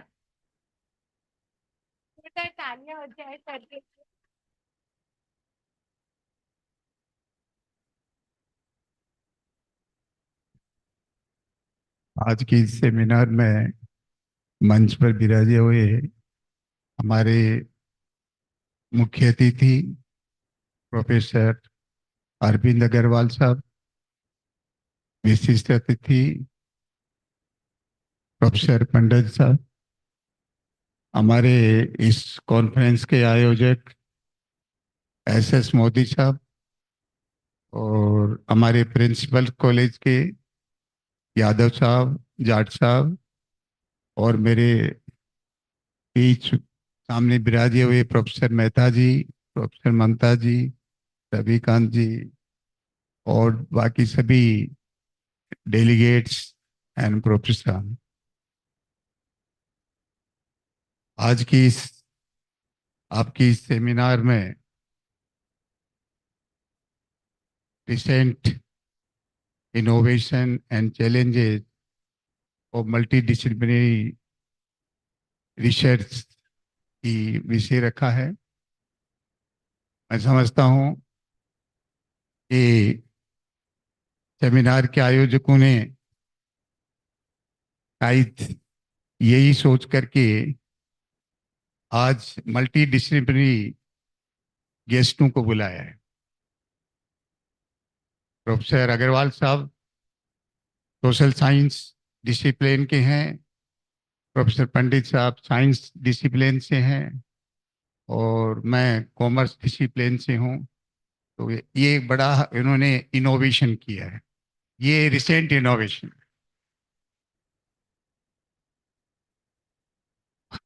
और दूसरा, क्योंकि recent innovation क्या हो सकते हैं, दूसरा ये है कि इस सेमिनार को हाइब्रिड मोड से कर रहे हैं, ये भी रिसेंट इनोवेशंस। और चैलेंजेस ये है कि सेमिनार को इतनी दूर गवर्नमेंट कॉलेज में कर रहे हैं, ये इस सेमिनार का चैलेंज है। तो मैं समझता हूँ कि हाँ, तो ये आपका कहना भी है कि ये सबसे पहली कॉन्फ्रेंस है जो हमने गवर्नमेंट कॉलेज में और जयपुर शहर के बाहर करवाया है। तो इस सेमिनार की क्या चैलेंज है, तो मैं समझता हूँ कि सेमिनार का जो टॉपिक है रिसेंट इनोवेशन एंड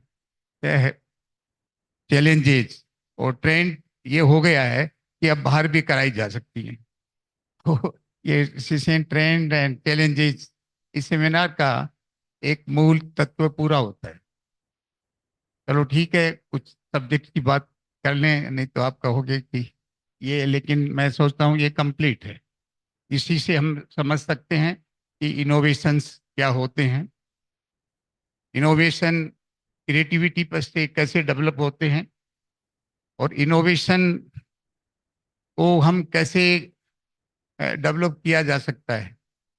आज की दौड़ में इनोवेशन शब्द का यूज किया जाता है। प्राचीन काल से ही हम वेदों से, उपनिषदों से वहाँ देखते हैं कि इनोवेशंस हुए हैं, और इनोवेशन में क्यूरियोसिटी सबसे बड़ी चीज होती है कि आपकी क्या क्यूरियोसिटी है, क्या जिज्ञासा है, और आपके क्वेश्चंस क्या है, आस्क द क्वेश्चंस।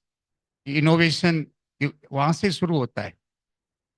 जैसे क्यूरियोसिटी डेवलप हुई अर्जुन में, तो गीता का इनोवेशन हुआ। क्यूरियोसिटी उपनिषद प्रश्न और उत्तर से बना हुआ है सारा उपनिषद। उसमें जैसे जैसे सवाल किए जाते हैं और वैसे वैसे उसके जवाब मिलते हैं, और उससे नई नई चीजें की जानकारी होती है। ये इनोवेशन का पार्ट है। तो इस तरह से इनोवेशन डेवलप हुआ।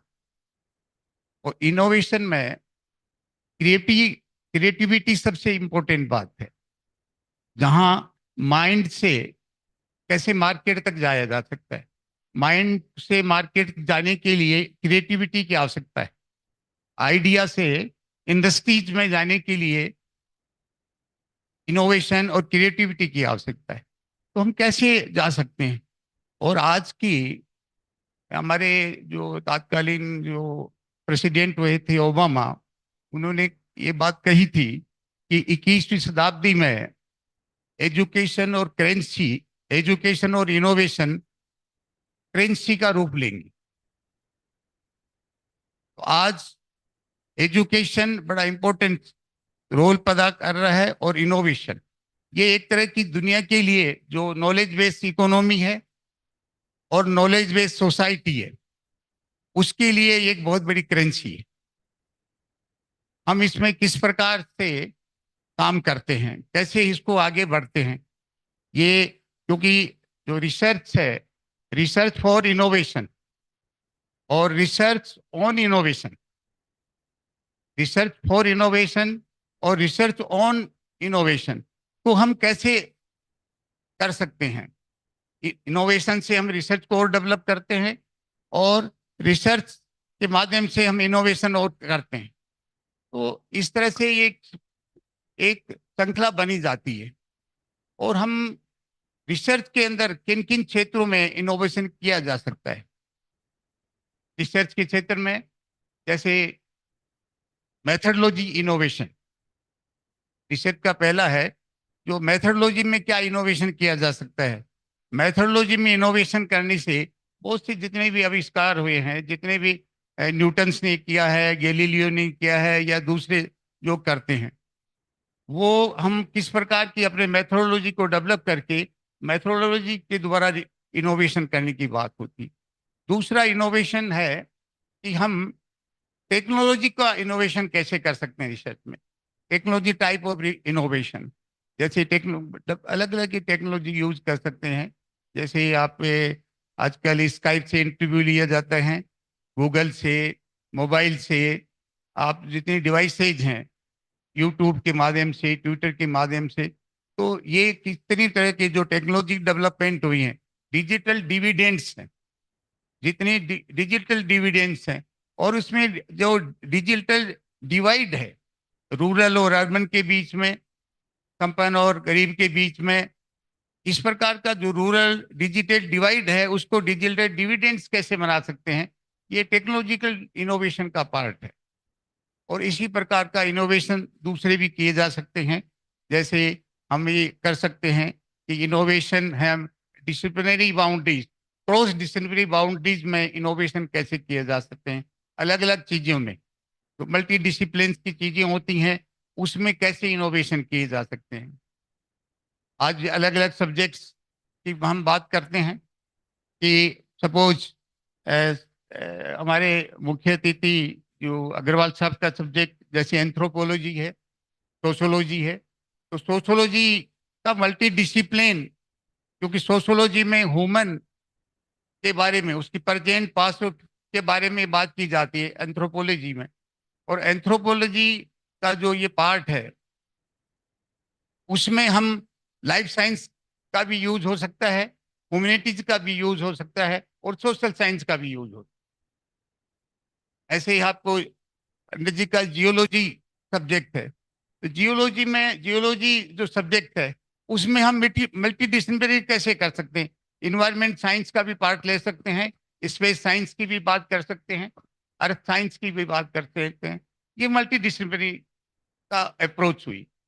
लेकिन इस मल्टी डिसिप्लिनरी को किस तरह से कब आया गया था, क्योंकि मल्टी डिसिप्लिनरी में जितने भी सब्जेक्ट हैं सब सब्जेक्ट में फिलोसफी होती है, हर सब्जेक्ट की अपनी एक फिलोसफी होती है और सब्जेक्ट बाद में बने हैं और उस सब्जेक्ट हर सब्जेक्ट से आगे बढ़े। पहले जो सब्जेक्ट्स थे, साइंस बहुत देर से आया है, सोशल साइंस का जो पार्ट है वो फिलोसफी का पार्ट था। हर सब्जेक्ट की, जैसे इकोनॉमिक फिलोसफी क्या है, पॉलिटिकल साइंस फिलोसफी क्या है, तो सारे सब्जेक्ट की फिलोसफी पर बेस्ड थी। उसके बाद 18वीं शताब्दी में साइंस आया।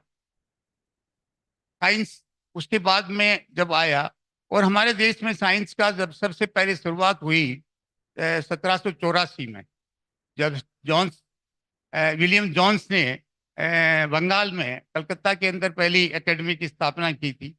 उसके बाद 1876 में महादेव सरकार ने की। उसके बाद बाकी जैसे हम भाभा था, उसने आपका बम्बई के अंदर टाटा का साइंस के अंदर स्थापित की। और इस प्रकार धीरे धीरे जो साइंस में जगदीश चंद्र बोस हुए और रमन हुए, रमन इफेक्ट हुआ, तो ये सब साइंस में हुई। और ऐसे ही दूसरी जो कॉमर्स है, कॉमर्स स्ट्रीम की जो शुरुआत हुई वो सबसे पहले 1880 में कलकत्ता में हुई। उसके बाद 1903 में मद्रास में हुई, 13 में फिर बम्बई में हुई और 26 में बैंकिंग सेक्टर में कॉमर्स का यूज हुआ। तो ये बहुत देर से आई। और जहाँ मैनेजमेंट जो स्ट्रीम की बात है, और मैनेजमेंट स्ट्रीम तो बहुत लेट आई। और सबसे पहले मैनेजमेंट स्ट्रीम 1955 में हमारे देश में आई। 1955 में मैनेजमेंट स्ट्रीम भी कलकत्ता से शुरू हुई और उसके बाद में 1955 में दिल्ली में भी हुआ, मद्रास में भी हुआ, बम्बई में भी हुई। तो ये सारे डिसिप्लिन उस समय शुरू हुए। हमारे यहाँ राजस्थान में तो मैनेजमेंट स्ट्रीम 70s के बाद आया है, 72-73 के अंदर, और कॉमर्स 60s में आया। तो सारे जो डिसिप्लिन है उनमें आपस में रिसर्च में क्या है, क्या क्या प्रॉब्लम है, क्या चैलेंजेज हैं, क्या उसके लिए उसकी ट्रेन क्या है। मैं मोटे रूप से मानता हूँ कि उसमें ज़्यादा मैं थोड़ी देर की बात करते करते पूरी करता हूँ कि उसमें क्वालिटी एक चैलेंज है, इक्विटी एक चैलेंज है कि किस इक्विटी का क्या होना चाहिए, असेसेबल क्या है उसकी वो चैलेंज है, क्वालिटी किस तरह की होनी चाहिए ये उसका चैलेंज है, और रिलेवेंस, रिसर्च का क्या रिलेवेंस है ये इसका एक चैलेंज है, और नेटवर्किंग ऑफ ये एक चैलेंज। इस प्रकार अलग अलग चैलेंज हैं और उस चैलेंज को हम किस प्रकार से करते हैं, क्योंकि इनोवेटिव जो हमारे पॉलिसीज नहीं है, ये हम बहुत बड़ा चैलेंज है। और हमारे जो रिसर्च के लिए इंफ्रास्ट्रक्चर जो बेस है वो प्रॉपर नहीं है। और रिसर्च के लिए सबसे जो बड़ी चीज है जो स्किल ह्यूमन कैपिटल, जिसको हम ह्यूमन कैपिटल को अट्रैक्ट कर सकते हैं, रिटेन कर सकते हैं, तो कैसे कर सकते हैं, कैसे उसको अटैक करें और कैसे उसको रिक्रूट करें, कैसे रिटेन करें। तो ये एक बहुत बड़ी मटेरियल रिसर्च में एक बड़ी चैलेंज। इन चैलेंजों को हम देखना पड़ता है कि किस प्रकार से इन चैलेंजों को हम कैसे ठीक करें, क्या कौन से मिसिंग लिंक्स हैं, कौन से ऐसे लिंक्स हैं जो मिसिंग हैं। और हमारे पास में सबसे बड़ा जो मिसिंग लिंक्स हैं वो फंडिंग सबसे बड़ी चीज है कि हमारे देश में रिसर्च की जो फंडिंग्स हैं वो बहुत कम है। हमारे जीडीपी का 1% से भी कम है, जबकि हमारे से छोटे देश जो south Africa south Korea, Israel जैसे छोटे छोटे देशों में इस प्रकार का रिसर्च बेस पर सबसे ज्यादा खर्चा होता है जीडीपी का। अमेरिका और चाइना में तो वैसे बहुत होता है, लेकिन इनमें भी बहुत होता है। तो फंडिंग से एक बड़ा प्रॉब्लम है। इस प्रकार से हमारी फंडिंग है वो बहुत छोटी होती है, और हमारी पॉलिसीज नहीं है। स्ट्रेटेजी सिस्टम, जो स्ट्रेटेजी सिस्टम होना और पॉलिसी होना, इनोवेशन पॉलिसी बनना, रिसर्च पॉलिसी बनना, रिसर्च रेगुलेटरी बॉडी सही तरह से काम करना, रिसर्च रूल्स नॉर्म्स सही तरह से फॉलो करना, ये चीजें हैं। तो इन सब चीजों से रिसर्च के लिए बड़ी दिक्कत पैदा होती है कि किस प्रकार से रिसर्च को किया जाए। दूसरा, हमारा एक्सपेरिमेंट स्पेस है वो बहुत कम है, तो एक्सपेरिमेंट स्पेस की एक बड़ी प्रॉब्लम है। और इस प्रकार के कुछ और चैलेंजेज हैं, जैसे इनोवेटिव जो चीजें हैं वो अल्टरनेट में नहीं है और किफायती नहीं है। जितनी इनोवेशन किए जा सकते हैं वो बड़ी किफायती में नहीं है। इस प्रकार को मैं मूल रूप से इन बात करता हूँ कि इस प्रकार के कई मल्टी डिसिप्लिनरी चैलेंजेज हैं, और कई हमारे जो डिजिटल सिस्टम डेवलप हुआ है और इंडिया के लिए खास तौर से जो डिविडेंड है, और दुनिया में सबसे ज्यादा ये एक बहुत बढ़िया ट्रेंड है। और इस बात को मैं अपनी वाणी से समाप्त करता हूँ। जय हिंद, जय।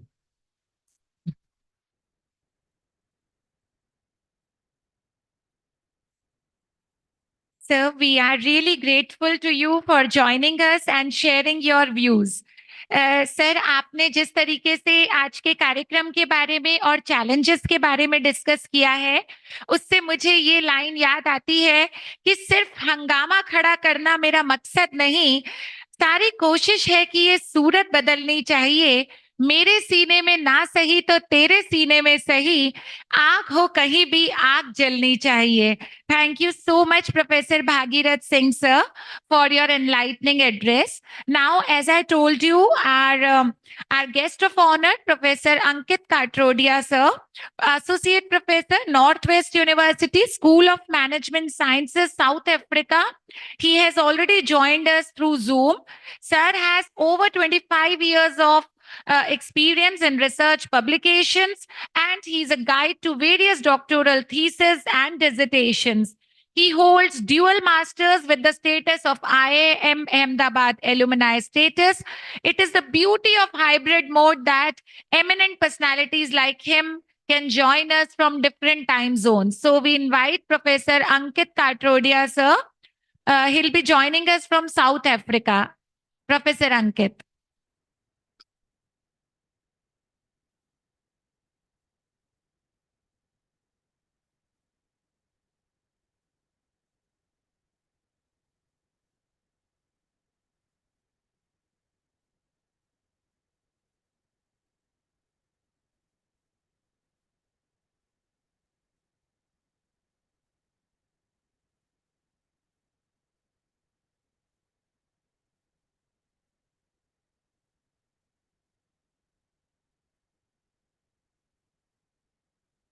Professor Ankit, you will have to unmute yourself. Kindly unmute yourself. Yes, now it's fine. Yes, sir. Yes, sir. Now we are able to hear you. Good afternoon, ladies and gentlemen, researcher, academician, and all the guests who are gathered today in this 2 days international conference on recent global innovation challenges and trend in multidisciplinary research.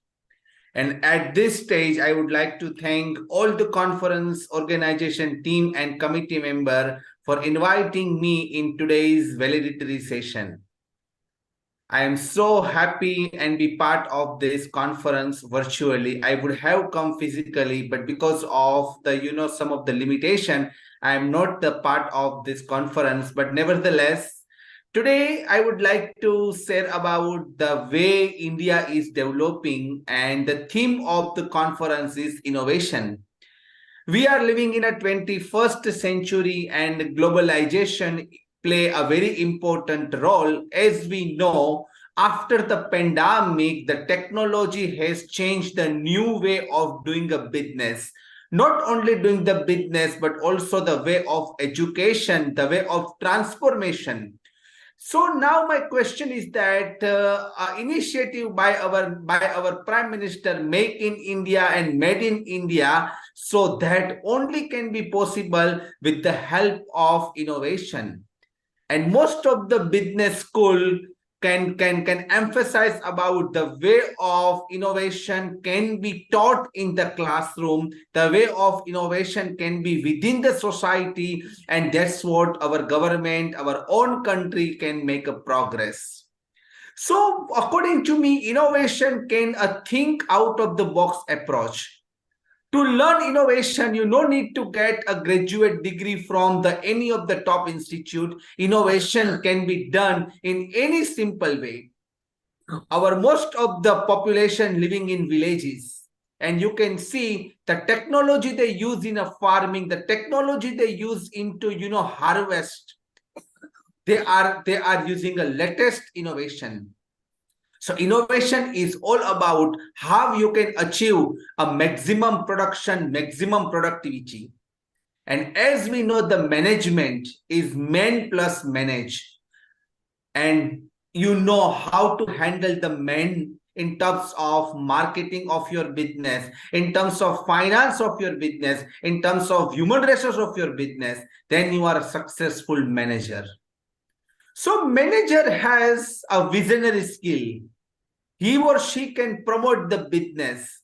He can also look after for the entire activities of the business.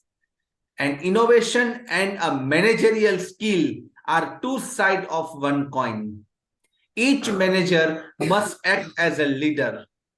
A leader has a visionary skill. He works as a team member. He is the part of the team. He look after for the other people in the society, in the organization. Now at this stage, also I would like to touch upon some element of the entrepreneurship.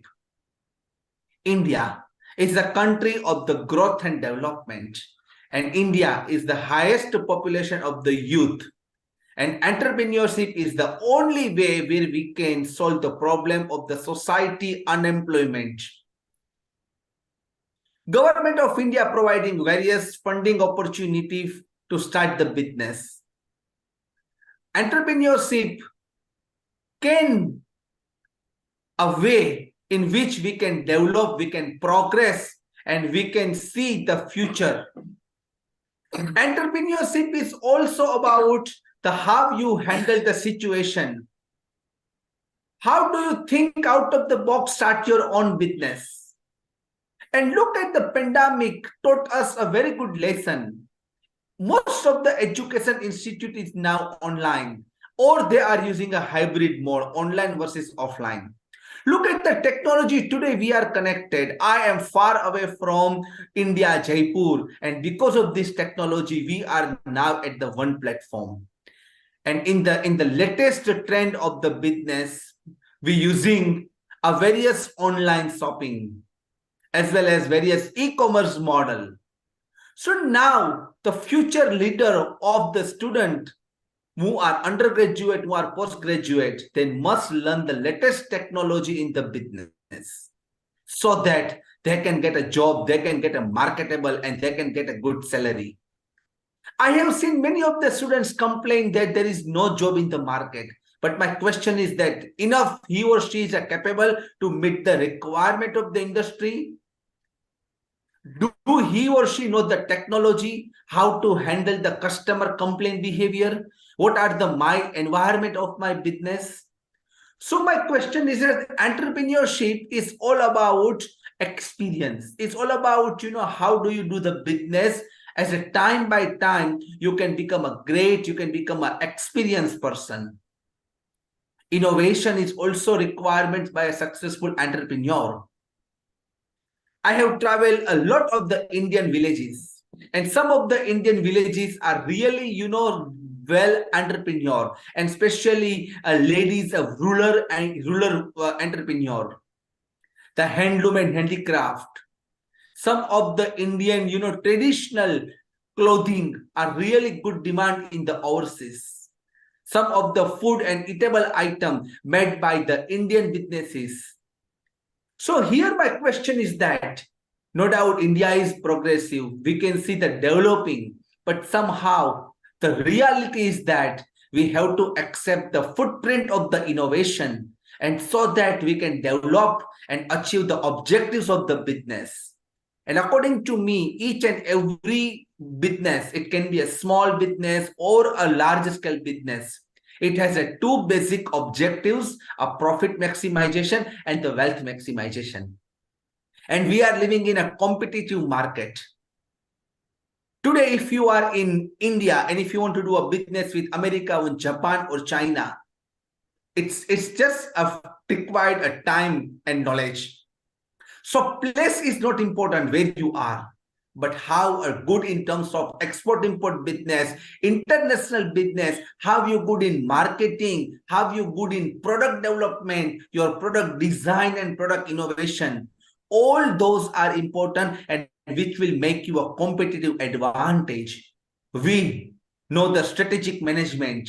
The strategy is all about doing a thing differently. Now we need an innovation. We need an invention also. Innovation and invention are work together. Innovation is all about differentiate your product and services in front of the target consumer. And we know the consumer are the king of the market. And all your business activities, the central point is about your customer. And that's what Philip Kotler, who known as a marketing guru, he truly mentioned that, customer are the king of the market. They are the reason for your survival. So each of your business activity has to be a central point of your target consumer. And in the marketing, we know about segment your product, target your product, and positioning of your product. So every game of the business start with the idea about your product, then product development, then product modification, and meet the requirement of your target audience. This model is already, we learning into the business as well as the graduate school. But today, at this point, we also need to think strategically how I am good in customer service. Because market is full of competition. And if you can't handle the customer properly, he will go to the next door. And next door, the competitors are providing the better product and services. Maybe the price is different. And the reason is that you lose your customer day by day. So now we need to know how I can retain my customer so that I can, provide a best facility and services to my customer. So at this stage, instead of taking a more time, I like to only conclude is that, nothing is impossible. Everything is, according to the situation, you need to work as per the local environment, economical environment, socio-cultural environment. And India is definitely a superpower global economy. And thank you so much for conference team for inviting me. I really appreciate the effort taken by you. Jai Hind. Thank you so much. Thank you so much. Thank you, Professor Ankit Katrodia, for joining us from South Africa. And we really apologize you had to wait for so long. But in the offline mode, the programs tend to get late most of the time. So thank you so much, Professor Ankit. Moving forward, I now request our next special guest, Professor M.K. Pandit, former Professor, Department of Geology, University of Jaipur. Sir is one of the very few persons, or I must say very few geologists, geoscientists, to visit the coldest continent, Antarctica. I have been fortunate to witness Sir's adventurous expedition through some of the pictures and videos during my orientation. I would request Professor M.K. Pandit, sir, to kindly enlighten us. Thank you, sir. Thank you so much. Good afternoon. Chief guest of this function, Professor Agrawal. Special guest, Professor Bijania Sahab. The force behind this event, Rathi Sahab, the principal of this dynamic college, Yadav Sahab, other colleagues of the dais. I see some very important faces in the audience. Professor Anil, Anil ji, Professor Mamta ji, faculty members, delegates, probably some students. I'm personally very happy to be here. I never imagined that I'll be coming to this college again within a week. That was my first visit last week, and I came again. And I'm so thankful to you for giving me the opportunity and putting me in an elite company. I don't know if I deserve or not. Professor Bijani has said a lot about this conference, and or another speaker has also enlightened us. I was trying to understand the concept. And since we are all innovative, we have to be innovative, otherwise we can't survive. And the simple example here is that the challenge was how to make this conference successful. And the organizers have been innovative in making it in a hybrid mode.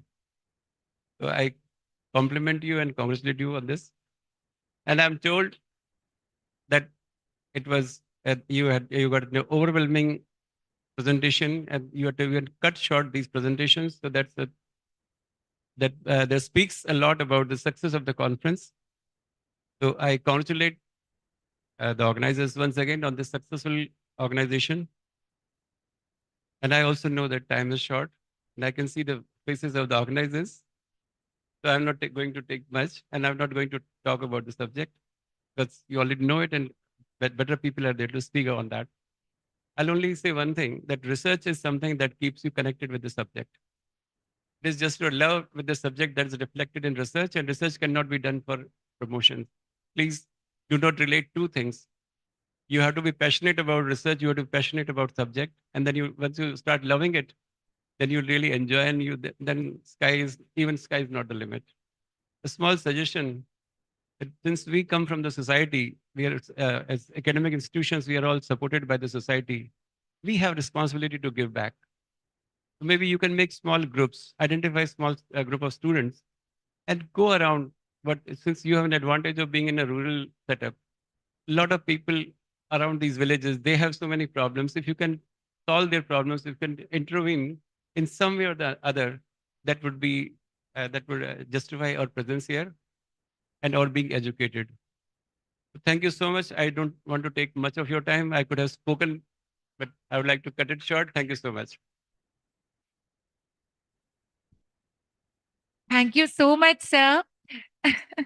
जब sir ने कहा कि I don't know whether I deserve it और not, तो मेरे मन में तुरंत सर ये सेंटेंस मेरे मन में आया कि if not you then who. क्योंकि सर आप इतने ग्राउंडेड हैं, you are so humble, so grounded. हम सब जो यहाँ बैठे हैं, हम तो बहुत ज्यादा संख्या में नहीं है, बहुत ज्यादा भी होते जैसे कल की तरह तो भी मैं पूछ सकती थी कि क्या हम में से किसी ने पेंगुइन देखा है? सिर्फ तस्वीरों में देखा है, असल में नहीं। लेकिन सर ने देखा है असल में पेंगुइन, क्योंकि सर ने एंटार्क्टिका हमने सिर्फ इमेजिन ही कर सकते हैं तस्वीरों के माध्यम से, लेकिन सर ने वहां विजिट किया है। और कभी हम चाहेंगे सर ऐसा हमें अवसर मिले कि हम और हमारे स्टूडेंट्स आपके उस एक्सपीडिशन के बारे में एक बार फिर हम जाने सुने। Thank you so much sir. और प्रोफेसर एम के पंडित सर के लिए भी स्पेसिफिकली मैंने सोचा कि मैं ये कहूंगी कि काम ऐसा करो कि पहचान बन जाए, काम ऐसा करो कि पहचान बन जाए, कदम ऐसे रखो कि निशान बन जाए। जिंदगी तो यहाँ सभी जीते हैं, पर जिंदगी ऐसी जियो कि पहचान बन जाए। और सर ने ऐसी ही जिंदगी जी है, अपनी एक पहचान बनाई है। We are so grateful to Professor M.K. Pandit sir for accepting our invitation and coming so far from Jaipur to here, accepted our invitation. Thank you so much, sir. Now, moving forward, I would request Professor Ravikant Modi to kindly check whether we have Professor Padmakali Banerjee, Vice Chancellor from Padampat Singhania University, Udaipur, if she is there with us. Professor Padmakali Banerjee. Okay. So, sir, since Professor Padmakali ma'am is not there with us on Zoom, I would like to take your permission. Sir, I have the permission to go for the master report. Modi sir, shall I go for the? Okay. So now I shall go for the master report. Then we'll go for the award. And then we'll be fortunate enough to listen to our chief guest. So now the whole purpose of education is to turn mirrors into windows. With these words, I am presenting the master report for all the 4 sessions. Sir, I would like to tell you that on the first day, that is 18th of December, we had 2 technical sessions, technical session 1 and 2. Technical session 1 was on commerce, management, and economics. And technical session 2 was on humanities, education, and social sciences. Technical session 1, the theme of the session, as I said, was commerce, economics, and management. The session was chaired by Professor N.T. Mathur, Dean JECRC University, Jaipur. The additional chairpersons of the session, Professor N.M. Sharma, Principal SFT PG College. The keynote speakers of the session was Professor Nada Redkovic from Split, Croatia, who focused on the smart cities and smart villages. Total of 20 papers were presented in the session, where the participants talked about small-scale industries, tourism, digitalization, GDP and stock returns, tax evasions, greenwashing, etc.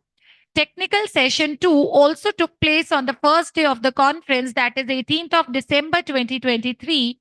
The theme of the conference was education, social sciences, and humanities. The session was chaired by Professor Ravi Sharma, Principal Shri Ratanlal Kavarlal Patni Girls College, Kishangarh. The keynote speakers of the session were Professor Jugal Prajapat, Department of Mathematics, Central University of Rajasthan, Kishangarh, who focused on mathematical challenges in various fields. Total 18 papers were presented in the session, where the participants talked about child education, sustainability practices in Indian railways, etc. Today, on 19th of December 2023, that was the second and the last day of the conference, we had 2 more technical sessions, technical session 3 and 4. The technical session 3 was chaired by Professor Anil Mehta. The theme of the session was information technology, environment, and women empowerment. The additional chairperson for the session is Professor Mamta Jain, Vice Principal, University Commerce College, Jaipur. The keynote speakers of the session were Dr. Bijay Krishna Bhattacharya from Bangalore and Dr. Jyoti Sidana, Government Girls Arts College, Kota, who focused on technological advancements. Total of 30 papers were presented in this session. The participants talked about online learning and teaching, role of Paytm to build cashless economy in India, role of Chat GPT in education, and many more. Technical session 4 also took place today. The theme of the session was Law, Engineering, and Applied Sciences. The session was chaired by Professor Sunita Meena, Government College, Chaksu. The additional chairperson of the session was Professor Renu Kohli, Government Bangar College, Pali. The keynote speaker of the session were Professor Anita Jhajaria, Principal, Government College, Guda, and Professor Neena could not join because of the technological problems. And they talked about scientific researches. Total of 16 papers were presented, in which the participants talked about biodiversity conservation, green tourism, mathematical models of influenza, and land acquisitions. Now, moving towards the most exciting and the most awaited part of the program is award announcement.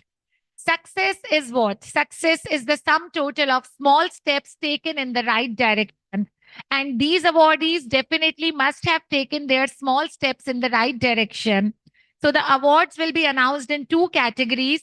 The first category is the Best Paper Presenter Awards for all the 4 sessions. And the second category is Inspira Excellence Awards. So please allow me to go ahead with the Best Paper Awards. So, first session was based on the studies of commerce, economics, and management. In this session, the third prize is grabbed by Dr. Tapashi Das Gupta, Assistant Professor, Department of Commerce, ICFI University, Nagaland. and her topic was Unmasking the Phenomenon, a comprehensive examination of greenwashing in India. Dr. Tapasi from Nagaland. She joined us through online platform. The second award goes to Pragati Singh, research scholar, Jivaji University, Gwalior, and her topic was GDP and crude oil prices effects on stock returns in India and China. Congratulations, Madam Pragati. I would like to request if any of the awardee, if any of the paper presenter winner is present here, they can just switch on their video so that we get to know that the awardee is present here right now. Dr. Tapashi or Dr. Pragati. Now moving towards the first award, the first prize goes to Dr. Nimisha. Dr. Nimisha is assistant professor at Kanodia PG Mahila Mahavidyalay, Jaipur. और इनका विषय था डिजिटलीकरण से बदलता ग्रामीण Bharat. Moving towards session 2, technical session 2, if anyone or any of the awardees present, they can switch on their videos. In technical session 2, the third award is given to Arushi Malhotra. Arushi Malhotra is the research scholar in Department of Commerce, University of Delhi, and her topic was analysis of India's integration in global value chains. Congratulations, Miss Arushi Malhotra. Third prize for her. Second prize goes to Omangi B. Patel. She's the research scholar, Department of Home Science, Saurashtra University, Rajkot, Gujarat.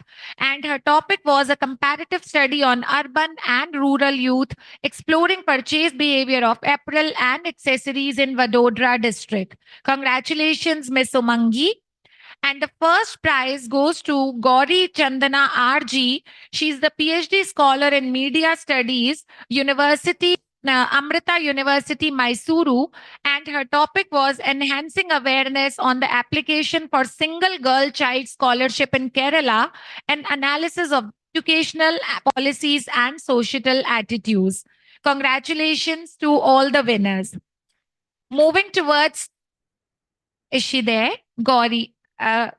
Miss Gauri, congratulations to you. You have got first prize. If you want to speak just a few words. Thank you, ma'am. It was a great opportunity for me too. And ma'am, there is a mistake that I am doing my PhD in Alliance University, Bangalore. I have finished my master's in Amrita University. Okay. So what's the name of your university? Alliance University, Bangalore. Gauri ma'am, I would request you to kindly send it to the official mail ID of Inspira or to Professor Ravikant Modi because we'll have to update in our records. Okay, ma'am. Okay, ma'am. Thank you, ma'am. Congratulations to you. Thank you so much. Thank you. So moving towards today's technical session 3. In today's technical session 3, the third prize, we have two winners on the third position. The first is Preetam Kundu and Kankana Karan. They are the students of Indus Business Academy, Bangalore, and their topic was the impact of Amazon's neuromarketing tactics on their recommendation system towards its effect on customer satisfaction. Preetam Kundu and Kankana Karan, they are the students of Indus Business Academy, Bangalore.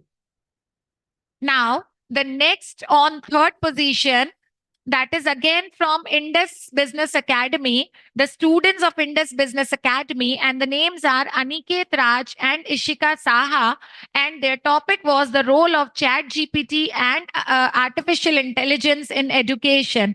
Congratulations, Aniket Raj and Ishika Saha. Preetam, Kankana, Aniket, and Ishika. All these four students are from Indus Business Academy, Bangalore. Moving towards the second position, the second position is grabbed by Professor Bindu Chaturvedi, Head GPM Department, Government Arts College, Kota, and Nikita Sachwani, Research Scholar, GPEM Department, Government Arts Girls College, Kota. And their topic was Smart Clothing for Health Monitoring, Advances and Challenges. If we have any of the awardee online, they can just switch on their videos. Now, the first position is grabbed by Dr. Ankita Yadav. Dr. Ankita Yadav is Assistant Professor, BBT Government College, Chimanpura. Ma'am, please come forward. And her topic was potential of organic agriculture in promoting tourism. Dr. Ankita Yadav.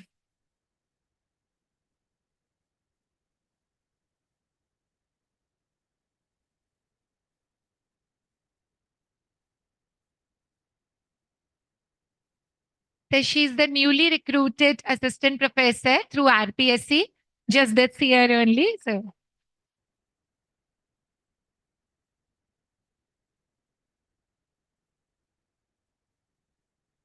congratulations. Congratulations, Dr. Ankita. Moving towards the last and fourth session, I would apologize due to some technical problems because the list was being taken by the chairperson of the fourth session. So the second and third awards are still to be decided. We have the first award in the fourth technical session. The first prize in fourth technical session is being grabbed by Dr. Rajshri Gupta, Professor Botany, BBT Government College, Chimanpura. Professor Rajshri Gupta. Ma'am, please come forward. Congratulations, ma'am.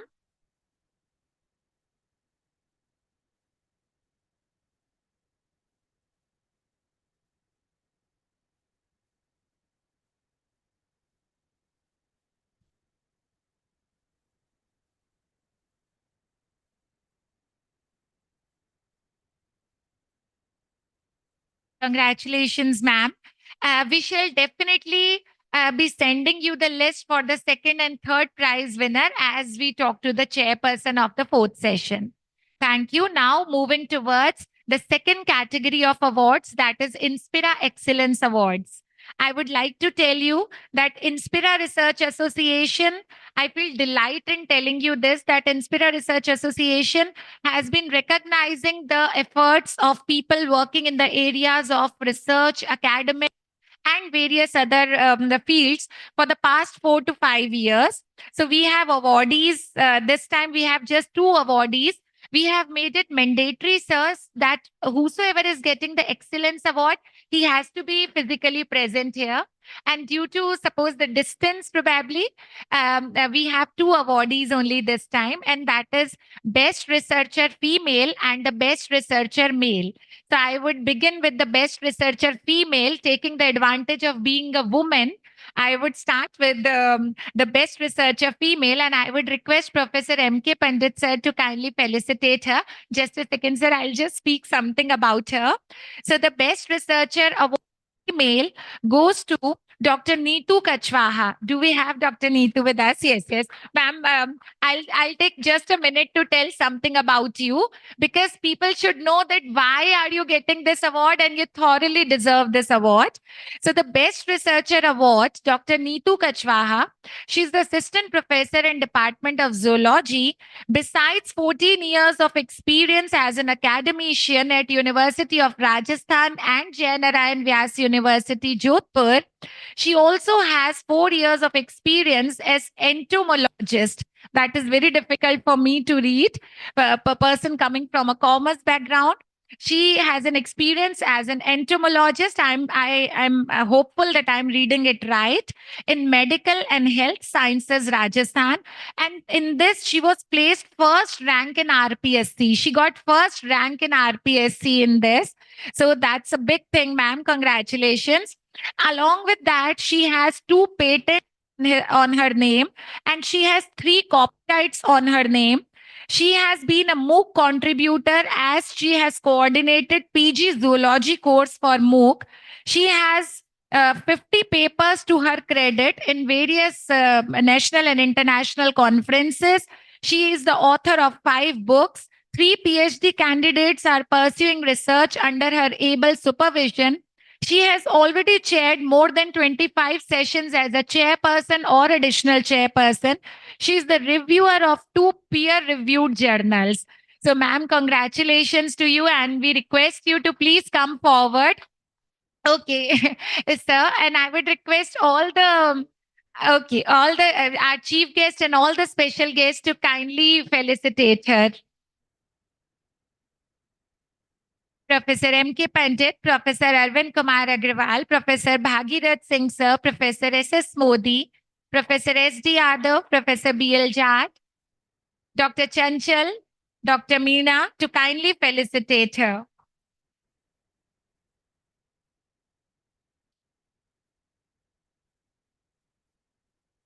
Yes, please, ma'am, please.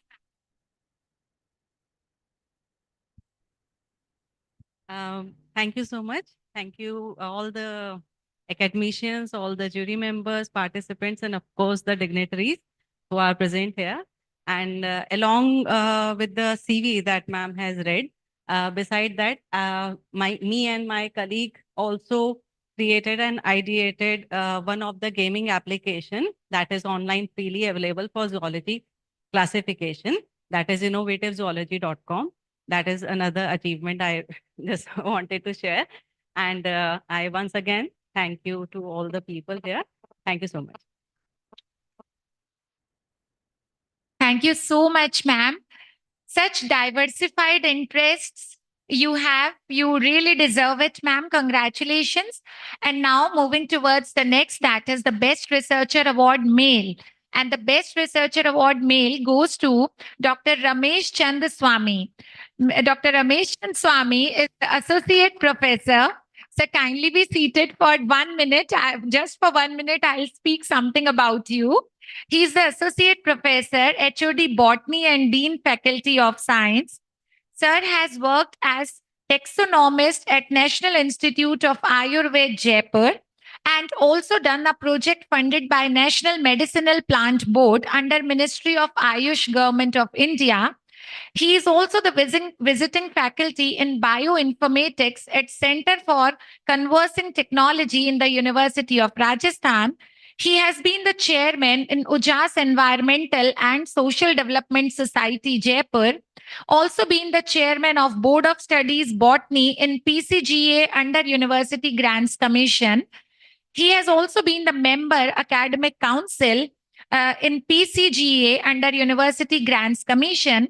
He is the reviewer of Journal of Ayurveda, Government of India. He is also the reviewer of World Journal of Pharmaceutical Science and Technology. He has been the Joint Secretary, Pitambar Welfare Education. He is the Associate Professor and Dean Faculty of Science at Parishkar College for Global Excellence. He is the Coordinator of Research and Development Cell at PCGA. And he has received the Best Scientist Award by IRA Consulting and Research Association, Pune.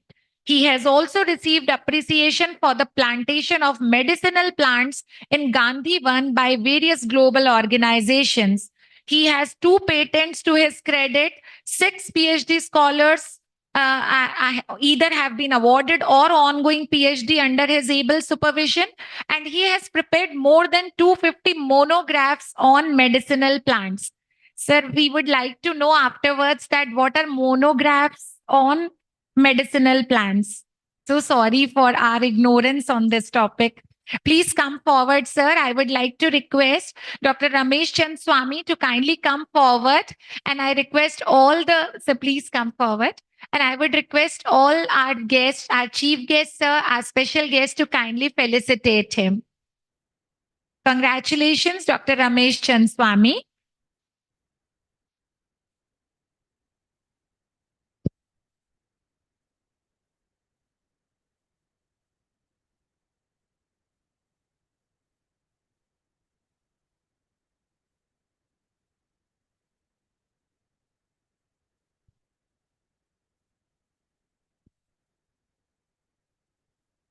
Sir, if you would like to speak a few words.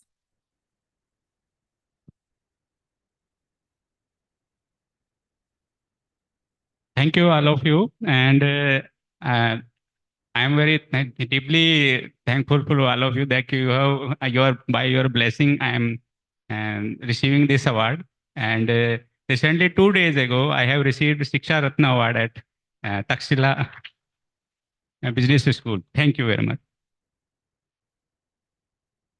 Thank you so much, and congratulations for this award and the previous award you are talking about. Thank you. So now I would like to tell you something about our chief guest for today's program. Our chief guest, Professor Arvind Kumar Agrawal, is the Vice Chancellor at Nirvan University, Jaipur. Sir is a great academician and also equally acclaimed administrator. Sir has been in Department of Sociology, University of Rajasthan for a long number of periods. He's the only sociologist in India to be awarded coveted German Academic Exchange Fellowship. Sir, in his career of 4 decades, Sir has been the vice chancellor of 3 universities. Sir is a great academician, a very humble person, a very efficient administrator, and currently, as I told you, Sir is working as a vice chancellor at Nirvan University, and the university is very popular for its research activities. So many candidates are pursuing their PhD in the university, and Sir's able direction and supervision, the university is growing every day in multifold. We are so fortunate that we have Professor Arvind Kumar Agrawal, sir, with us today. Sir, I would request you to kindly come forward for your chief guest address. Professor Arvind Kumar Agrawal, sir. Sir आपके आने तक आपके लिए कहती हूँ कि इंतजार में थकी आंखों को करार मिल गया, जैसे रेगिस्तान में कोई फुहार मिल गया. आपके आने से ऐसा लगा जैसे कृष्ण को सुदामा का प्यार मिल गया. Sir, please I welcome you sir. Thank you for your very kind words. Honorable friends at DAS, Professor Bhagirath Singh, my learned friend, Professor Manoj Pandit, Professor Modi, esteemed principals, Dr. Yadav, Professor Yadav, Professor Jat, my dear friend, Professor Mehta, Professor Mamta, and all participants. I feel amply rewarded for my long relationship with Professor Modi that he has invited me as chief guest. So this is a reward I'm reaping of my friendship with him for almost now I don't know how many years, because in academics I have spent 46 years. And in Rajasthan University I worked for 32 years. And thereafter, 2010 onwards, I have been out of Rajasthan University. Now coming to the theme of your wonderful international conference, innovation. I've been hearing all learned contributors, online, offline, both. My learned friend, Professor Bhagirath Singh, very succinctly put it, the curiosity as the cause of, as the initiating point of innovation. But I personally feel that curiosity is the first point, but thereafter comes the analytical mind. And then comes the development of the concept. And the most important thing is whether the innovation is turning a problem into a solution. No innovation can be worthwhile if it is not offering us a solution. For example, you must have heard that's an old adage that necessity is the mother of invention. Peter Drucker, one of the doyens of management, there are a lot of management professors around me, but I have been delving into various disciplines as part of my interest. Peter Drucker gave 7 sources of innovation. There are 4 sources which are from inside and 3 sources from outside. Now, first of all, what is innovation? Innovation is something which breaks us from the routine, which takes us forward, which gives us some meaningful, useful process, product, idea, or a mechanism. Now, this could be, now there are two ways of finding innovation. One is, I hope you know the meaning of serendipity, discovery by chance. For example, if you recall the story of Alexander Fleming, who was experimenting with a certain colony of bacteria. There are a lot of scientists here. I am a sociologist. So he developed a solution of culture. And then he forgot and he left it for a few days. And thereafter, he noticed that some fungi had developed in that test tube. Now the curiosity took him over. And he looked into that fungi and picked it up from the pipette by the help of a pipette on a slide and tried to look at the microscope. And then he found, lo and behold, what was it? He found that that particular fungi, which was named penicillium, was fast eating the bacteria colony. And that's how we got the antibiotic. And mind you, ever since in last century, somewhere 1937 or 1937 or so, he had developed it. We have not made any that big a breakthrough in terms of virus. We could get antibiotics because of that serendipity. Or Roentgen, if you recall how he discovered X-ray. But what is innovation? Innovation is not just a new discovery. It's altogether breaking from the mold of routine. For example, I'm reminded of an old story. There was a king who hated dirt and dust. So those days, when there were no roads, no highways, no shoes even. So he would want, wherever he would go, the entire area should be covered so that his feet do not touch the dust. So somebody came and told him, sir, why do you do it, lordship? You cover your feet with something, and that's how shoe was invented. Similarly, if you recall, first came the Paytm or whatever, UPI. But then people realized that if you just scan the QR code, the person who is dealing with the customers, he doesn't have time to notice who has paid and who has not paid. So they innovated, tweaked, and we got a speaking device.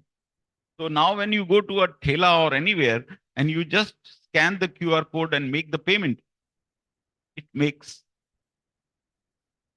the information. 230 rupees received on Paytm. So now the shop vendor can continue doing his work. He'll listen to it and he would know that his money has been given, has been credited. So these are little innovations which can make life easier, which can help us. Now, how do we see? We have been talking about innovation, but the point is, how do we go about it? See, the problem with us is we have talked about our culture.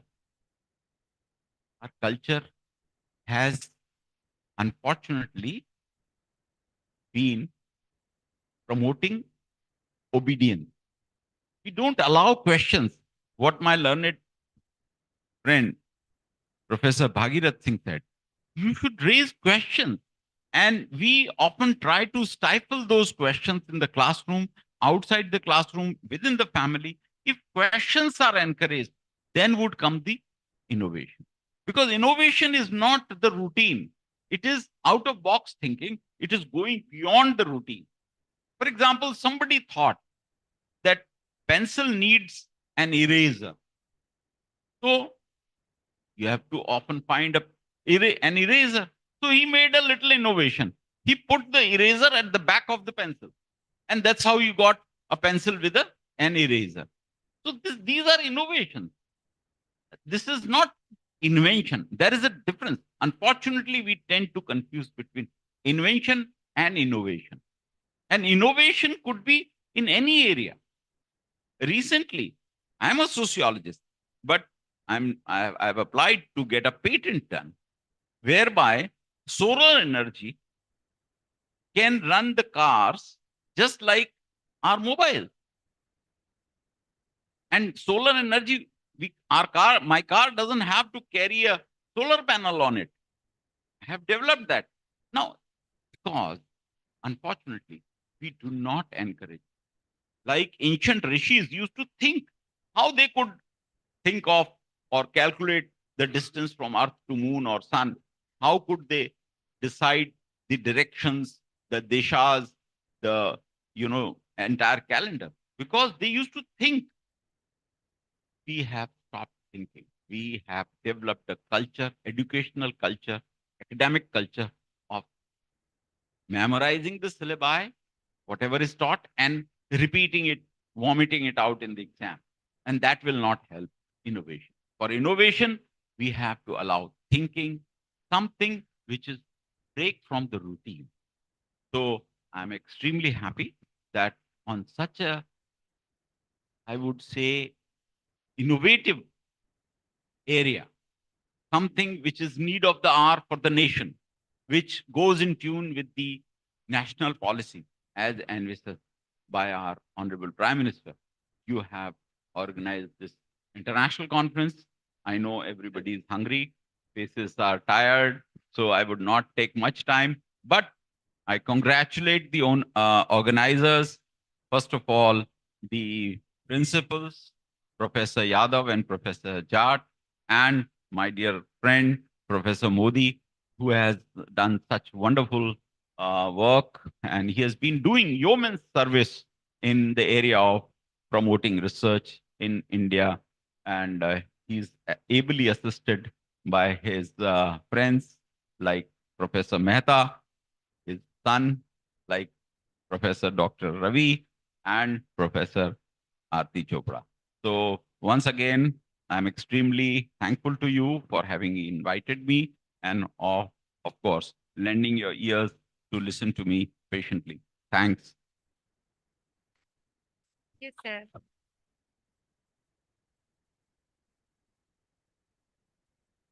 Thank you so much, sir.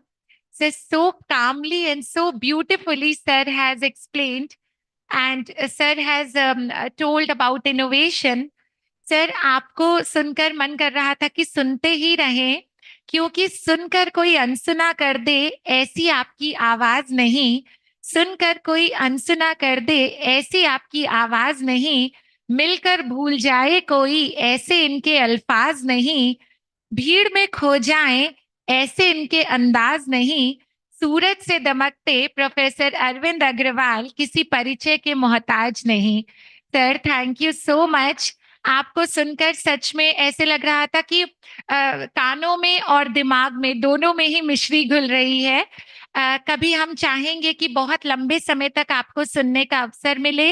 मैं आपसे हाथ जोड़कर धन्यवाद देती हूँ आपको कि इतनी दूर से आप right from Jaipur to Chimanpura आप हमारे आमंत्रण को स्वीकार करके पधारे हैं। Thank you so much for being our chief guest today. Thank you so much once again. Now, I would like to invite the co-patron and the vice principal of BBT Government College, Kanpura, Professor Kavita Jain. She's the co-patron of this organizing conference, for this conference, to speak a few words about the conference. Thank you, ma'am. सर्वप्रथम सरस्वती और पद्म श्री परम पूज्य हमारे संत शिरोमणि बाबा नारायण दास जी महाराज के चरणों में नमन। सम्मानित मंच, it has been a great honor for our college to hear from such great academicians. Thank you all our esteemed guests. Thank you so much, sir. इस अंतर्राष्ट्रीय संगोष्ठी में ऑफलाइन और ऑनलाइन जुड़े हुए हमारे सभी प्रतिभागी, इस कॉन्फ्रेंस के हमारे को कन्वीनर इंस्प्रा के सभी कर्मचारी और अधिकारीगण, आज महाविद्यालय परिवार इस अंतरराष्ट्रीय कॉन्फ्रेंस को के समापन की ओर अग्रसर है। आज हमारा द्वितीय दिवस और ये वैलेडिक्टरी फंक्शन, तो महाविद्यालय परिवार बड़ा ही गौरवान्वित महसूस कर रहा है और प्रसन्नता का विषय है कि हम सभी ने मिलकर इस आयोजन के लिए जो मेहनत और प्रयास किए हैं, उनको आप सभी के सहयोग से एक अच्छा सा रंग मिला है। जैसा कि कॉन्फ्रेंस का सब्जेक्ट सर भागीरथ सर ने भी कहा था कि recent global innovations, challenges and trends in multidisciplinary research. तो इस कॉन्फ्रेंस को हमने समय की धारा के साथ बहते हुए जो हाइब्रिड मोड पर ऑर्गेनाइज किया, ये वर्तमान समय के डिमांड इनोवेशन तो था ही, और हमारे कॉलेज के लिए जो कि ग्रामीण अंचल में स्थित एक महाविद्यालय है, इसके लिए एक चैलेंज भी था। बट मुझे खुशी है हमारे परिवार ने इंस्पिरा के साथ मिलकर इस चैलेंज को बखूबी निभाया है। तो आप सभी का और इसमें भरपूर सहयोग रहा है, बिकॉज आप लोगों के बिना इस कॉन्फ्रेंस में कुछ भी नहीं हम कर पाते थे। तो सभी का बहुत बहुत धन्यवाद तहे दिल से। और सबसे बड़ी बात, इसको हाइब्रिड मोड पर करने से हमने न ही देश अपितु विदेश से भी अच्छे अच्छे वक्ताओं को सुन पाना, ये शायद आज से 10 साल पहले हम में से किसी ने भी नहीं सोचा था कि ऐसा कभी संभव होगा इस महाविद्यालय में, जो हमने कर दिखाया है। तो इस पर जोरदार तालियां तो बनती ही हैं। अंत में ज्यादा समय नहीं लूंगी। जैसा कि मैं दुनिया में सभी लोग कहते हैं कि कोई भी काम इम्पॉसिबल नहीं होता। अगर हम इसे गौर से देखें तो मुझे लगा कि इसमें खुद ही लिखा है आई एम पॉसिबल, और वो सब संभव हम लोग सभी मिलकर कर पाए हैं। जो सभी लोगों ने इसमें हौसला और मेहनत किया है, उसके साथ ही हम सभी बधाई के पात्र हैं।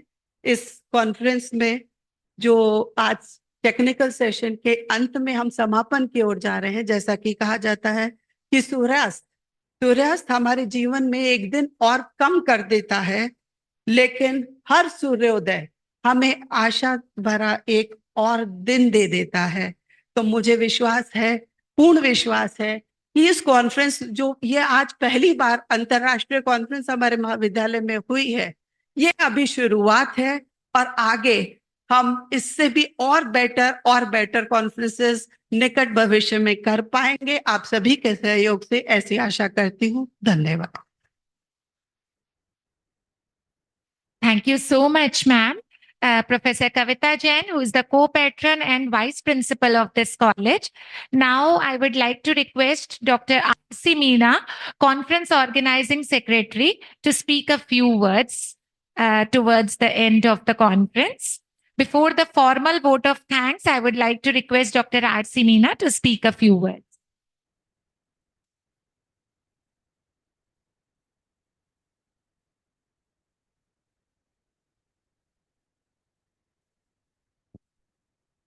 हेलो, मंच पर आसीन चीफ गेस्ट अग्रवाल साहब, विशिष्ट अतिथि भागीरथ सिंह बिजानिया साहब, विशिष्ट अतिथि M.K. पंडित साहब, इंस्पिरा के हमारे मोदी साहब, BBD government college principal HD Yadav साहब, BND गवर्नमेंट कॉलेज जाट साहब, मैं इनका बहुत बहुत आभारी हूँ, धन्यवाद हूँ। क्योंकि बिजानिया साहब को मैंने अभी 3 रोज पहले ही फोन अचानक किया था, जब बिजानिया जी ने कहा कि मैं दिल्ली हूँ, लेकिन वो व्यस्तम समय से निकाल के यहाँ पर आए। मेरी एक छोटी सी रिक्वेस्ट, और मेरे गुरुजन है सारे यहाँ बैठे हुए, मैं ज़्यादा इनके सामने क्या कहूँगा, सभी इन्होंने कह चुके, लेकिन फिर भी इतना सा है, इनोवेशन में जब जब कोई चीज़ की आवश्यकता होती है तो इनोवेशन अपना आप ही होने लग जाता है।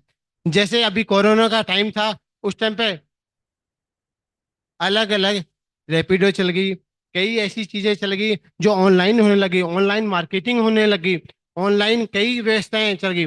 अभी आपने देखा ड्रोन सिस्टम है, ड्रोन से समय समय पर बीजों का बीजारोपण किया जाता है, किसानों को सुविधाएं भी दी जाती है। तो ये अलग अलग नए नए अभी सभी क्षेत्रों में नए नए इनोवेशंस हुए हैं।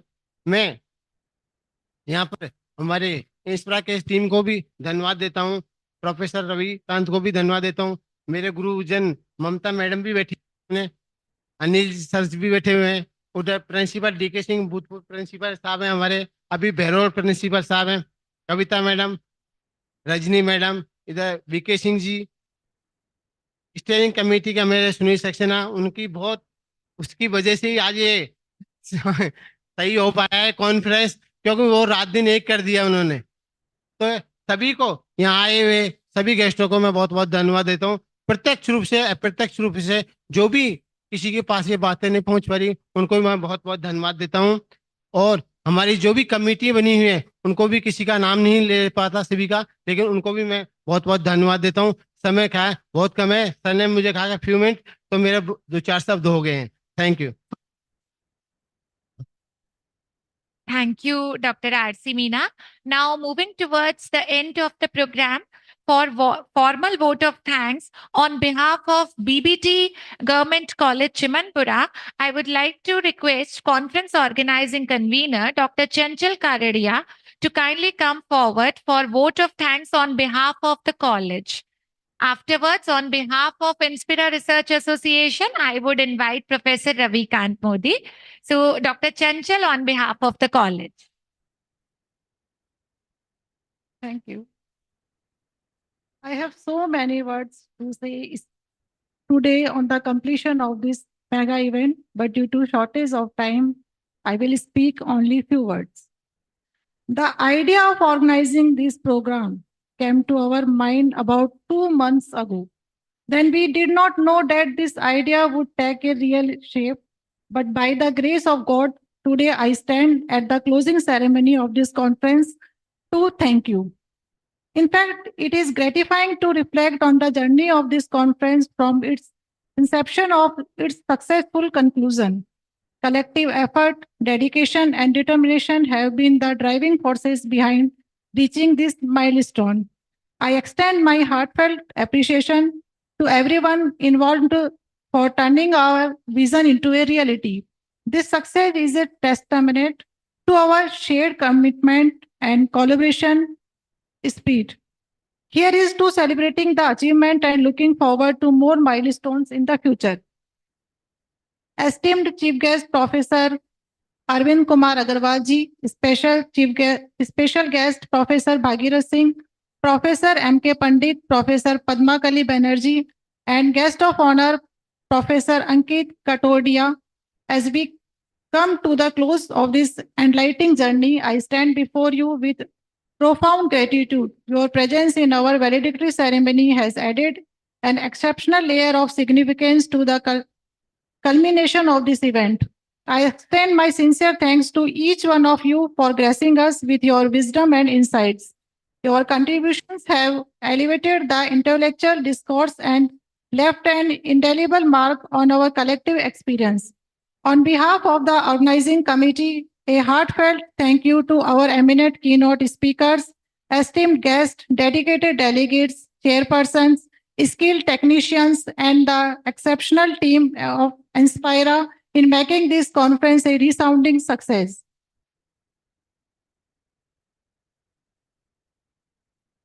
Your collective contributions and active involvement have been pivotal in making this event a resounding success. Your expertise, insights, and enthusiasm have truly enriched the conference. We are grateful for your valuable presence and look forward to future collaborations. Your contributions have enriched the discourse and fostered valuable connections. Thank you for sharing your expertise, insights, and enthusiasm. A sincere thank you to each member of the organizing committee, especially team of registration and certificate distribution for your unwavering support and dedication. I cannot forget to thank the steering committee members, Dr. Sunil Saxena and Dr. V.K. Singh, and the organizing secretary, Dr. R.C. Meena, for their prompt cooperation in organizing this conference. You all always stood with me in organizing this seminar.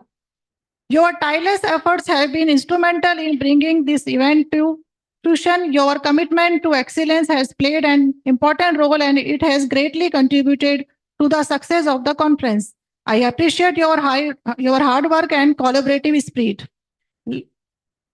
Last but not least, I extend my humble appreciation to our college principal for fostering a positive administrative attitude towards his conference. Your support and encouragement have played a vital role in making this event a success. Thank you for your leadership and commitment to academic excellence. जैसा कि ma'am ने कहा कि हर सूर्यास्त के बाद एक नई सुबह होती है और सूर्यास्त को देखने का हर इंसान का एक अपना अपना नजरिया होता है। एक दिन कम हो गया, कुछ लोग इस नजरिए से देखते हैं और मैं हमेशा ढलती शाम में या जब अंधेरा पड़ता है तो इस नजरिए से देखती हूँ कि कल एक नई सुबह होगी, कल एक नया आइडिया मेरे दिमाग में आएगा और उस आइडिया को लेकर मैं अपनी आंख खोलूंगी और कुछ एक नया करके दिखाऊंगी। तो आज जब इसका हम कंप्लीशन कर रहे हैं इस वैलिडिक्टरी फंक्शन के साथ, तो हो सकता है कि कल जब मैं उठूं तो एक नया आइडिया मेरे दिमाग में हो और उसको करने के लिए मैं फिर से उठूं। करीब 2 महीने की, जैसे कि मैंने आपको बताया, करीब 2 महीने की मेहनत के साथ आज इसको मैं सफल कर पाई हूँ, गॉड की ब्लेसिंग से और आप सबके सहयोग से। तो थैंक यू। मैं बहुत इमोशनल भी हूँ आज, तो thank you very much all of you.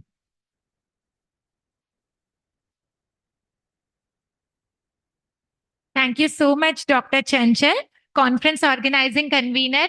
Now, before I invite Professor Ravikant Modi for the formal vote of thanks on behalf of Inspira Research Association, उनसे पहले हमारे पिता तुल्य इस पूरे कॉन्फ्रेंस के आधार स्तंभ, हमारे सिर पर जिनका हाथ है, जो हमें इतना ऑटोनॉमी देते हैं और जिनके डायरेक्शन में हम इतना काम कर पाते हैं, प्रोफेसर एस मोदी सर, कल समय के अभाव को देखते हुए उन्होंने अपनी स्पीच फॉगो कर दी कि नहीं, आज मैं नहीं बोलूंगा क्योंकि समय का अभाव है।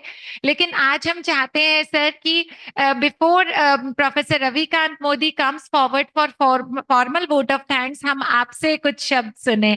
सो we would request professor S Modi, हमारे पिता तुल्य, जिनके कारण हम इतना कार्य कर पाते हैं, मैं उनसे अनुरोध करूंगी कि कुछ शब्द कहें।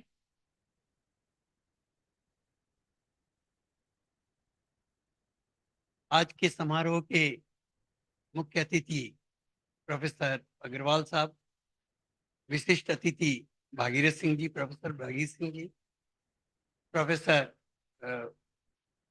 के पंडित साहब,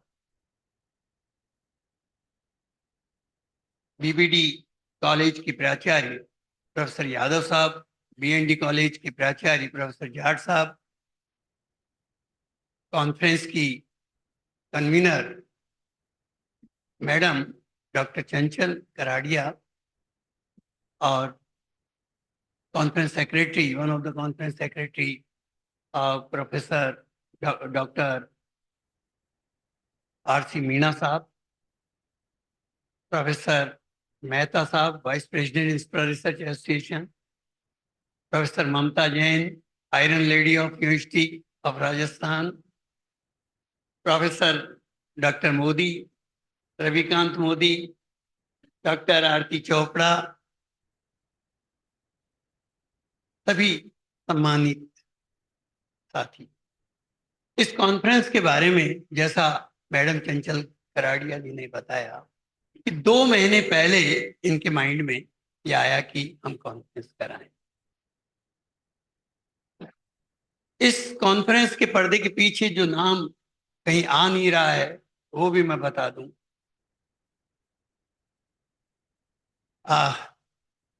डॉक्टर सुनील सक्सेना,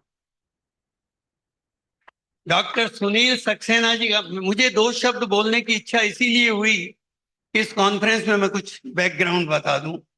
डॉक्टर सुनील सक्सेना जी ने बताया कि हमारे प्रिंसिपल साहब की इच्छा है कि यहाँ कॉन्फ्रेंस कराएं, इंटरनेशनल कॉन्फ्रेंस हो, शानदार कॉन्फ्रेंस हो, और उनकी परमिशन लेकर उनकी इच्छा को करने के लिए 2-3 बार डॉक्टर सक्सेना साहब और मैडम कराड़िया हमसे मिली और उन्होंने कहा कि ये कार्यक्रम आप कराइए।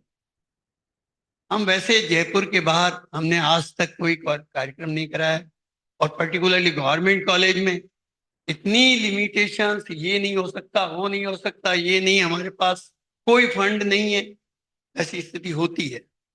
इन सब चीजों को भी मैंने ध्यान में रखते हुए मेरी इच्छा हुई कि हम एक बार हिम्मत करें और गवर्नमेंट कॉलेज में काफी साथी हैं, मिलते रहते हैं, कहते हैं इस प्रोग्राम को करवाएं। हिम्मत हमने की ऐसा नहीं है, हिम्मत हमें दिलाई गई और वो एक व्यक्ति है जो है डॉक्टर सुनील सक्सेना जी।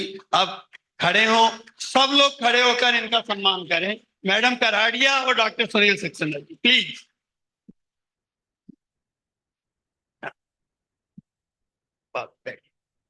बिल्कुल साइलेंट काम किया है इन लोगों ने और टीम वर्क है साहब, केवल एक या दो नहीं कर सकते, इन्होंने अपनी टीम बनाई और सभी टीम, क्या आप रजिस्ट्रेशन डेस्क पर देखिए, चाहे फूड कोर्ट में देखिए, चाहे यहाँ स्टेज अरेंजमेंट में देखिए, चाहे प्रिंसिपल साहब के मार्गदर्शन में इन लोगों ने इतना जोरदार काम किया है कि मेरे पास कोई शब्द नहीं है इनको बधाई देने के लिए, इस कॉलेज को बधाई देने के लिए।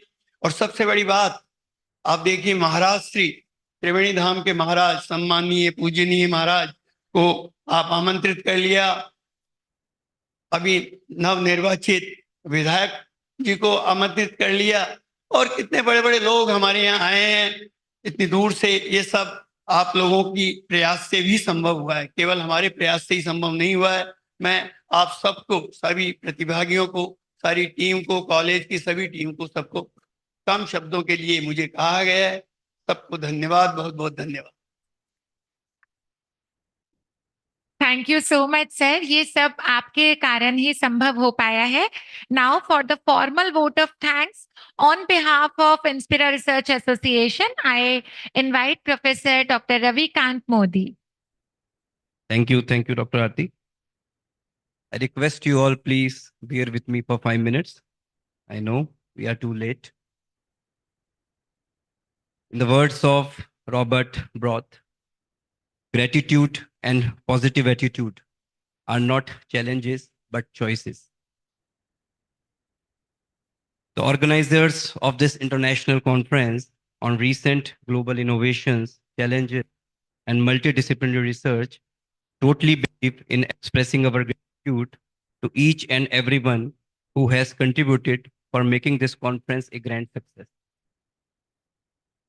I, Professor Ravikant Modi, take privilege to propose the formal vote of thanks in the capacity of Conference Organizing Secretary and General Secretary of Inspira Research Association at the end of 2 days long academic event being jointly organized by BBD Government College Chimanpura and Inspira Research Association Jaipur. Currently, the world's economy is undergoing swift transformation as a result of geopolitical developments, shifts in consumer habits, and evolving trade patterns. It's crucial for organizations to maintain flexibility in order to successfully move through these changing conditions. Working collaboratively and forming strategic alliances with global partners are now key for success in an interconnected global arena.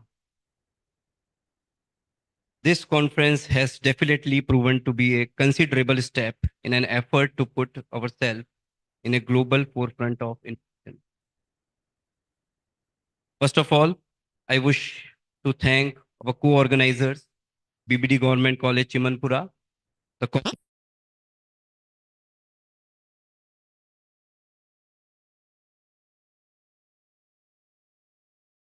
बस तो खत्म की जाए. Mic is working. So I wish to thank BBD Government College Chimanpura for their efforts, for their support to Inspira Research Association throughout the throughout the past 2 months. They are working very immensely with Inspira Research Association. I wish to thank the patron Professor S.D. Yadav, Principal BBD Government College, co-patrons Professor Kavita Jain, and Shri N.S. Nakela for the whole management committee of this college. I also wish to thank Dr. Chanchal Karadia, Associate Professor, BBD Government College, Conference Organizing Convener, for working relentlessly and coordinating with us on every stage of planning and execution to make this event happen.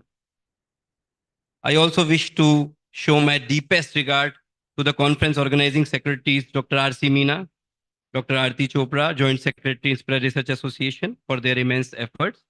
And I am also grateful to the steering committee, consisted of Dr. V.K. Singh and Dr. Sunil Saxena, Associate Professors of BBD Government College, for their continuous efforts and commitment. I am deeply grateful to the advisory committee, local advisory committee, technical committee, editorial committee, and all the organizing committee members for their effective contribution to make the conference a grand success. I'm also grateful to the President, Inspire Research Association, former professor, Department of APST, University of Rajasthan, and most importantly, my father, Professor S.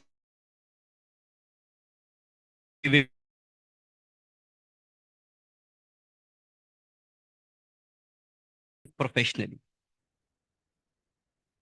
I wish to show our great in-depthness towards our honorable chief guest for the inaugural, Sri Kuldeep Dhankar, MLA, Jaipur, who has spared his valuable time from his busy schedule and benefited us immensely with his pearls of wisdom.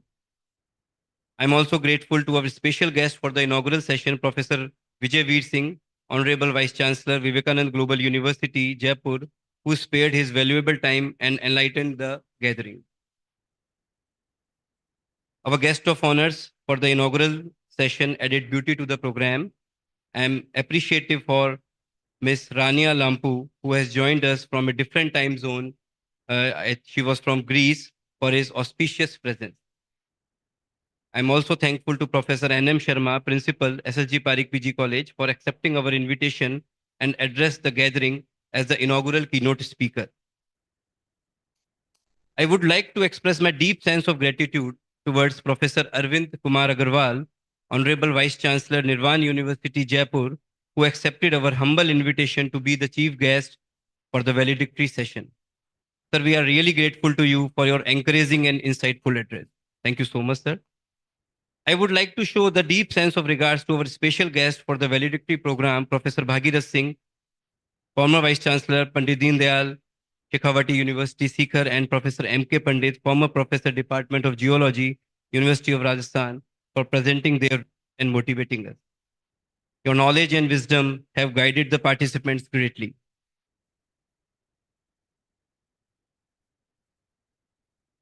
I would like to mention the chairperson of all 4 technical sessions, Professor N.D. Mathur, Professor Ravi Sharma, Professor Anil Mehta, Professor Sunita Meena, Professor Mamta Jain, for their great insights. Our intellectual keynote speakers, Professor Nada, Dr. Rajkumar Vyas, Dr. Vijay Krishna Bhattacharya, Professor Anita Jhajaria. I wish to thank all the keynote speakers for their immensely significant presentations.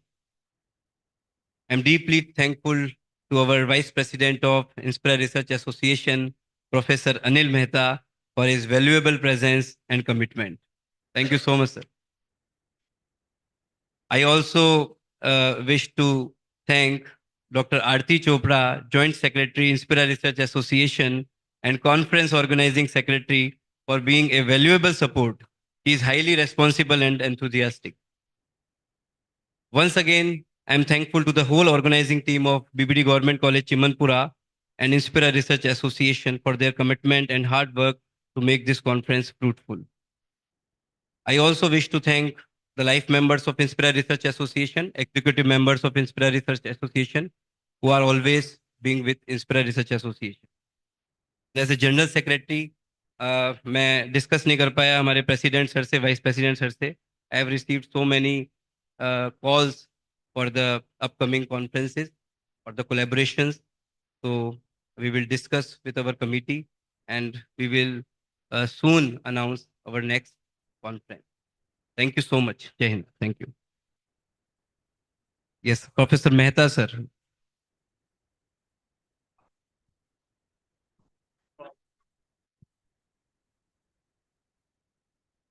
Indeed, it's a long, long vote of thanks by both the organizers. But one thing I would like to just tell you that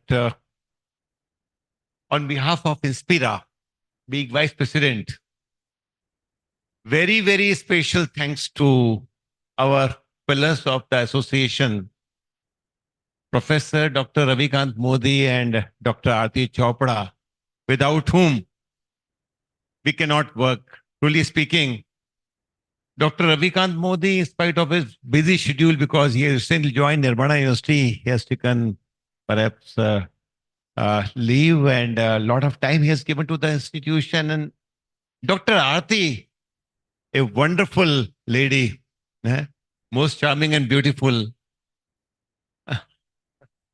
And she is so dedicated, so committed that in spite of her lot of family responsibilities, she could spare a lot of time for the Inspira. So I request all of you that for this successful conference, we should give a standing ovation to Principal Yadav, Professor Ravikant Modi, and Dr. Aarti Chopra for this conference. Please, Thank you so much. Thank you, sir. Over to Aarti. So thank you so much for this much acknowledgement you always give to us. So kindly raise for the national anthem. So thank you so much once again for national anthem, please. Jana Gana मन अधिनायक जय हे भारत भाग्य विधाता पंजाब सिंध गुजरात मराठा द्राविड उत्कल गंगा विंध्य हिमाचल यमुना गंगा उज्जल जलधि तरंगा तव शुभ नामे जागे तव शुभ आशीष मांगे गाहे तव जय गाथा जन गण मंगल नायक जय हे भारत भाग्य विधाता जय हे जय हे जय हे जय जय जय जय हे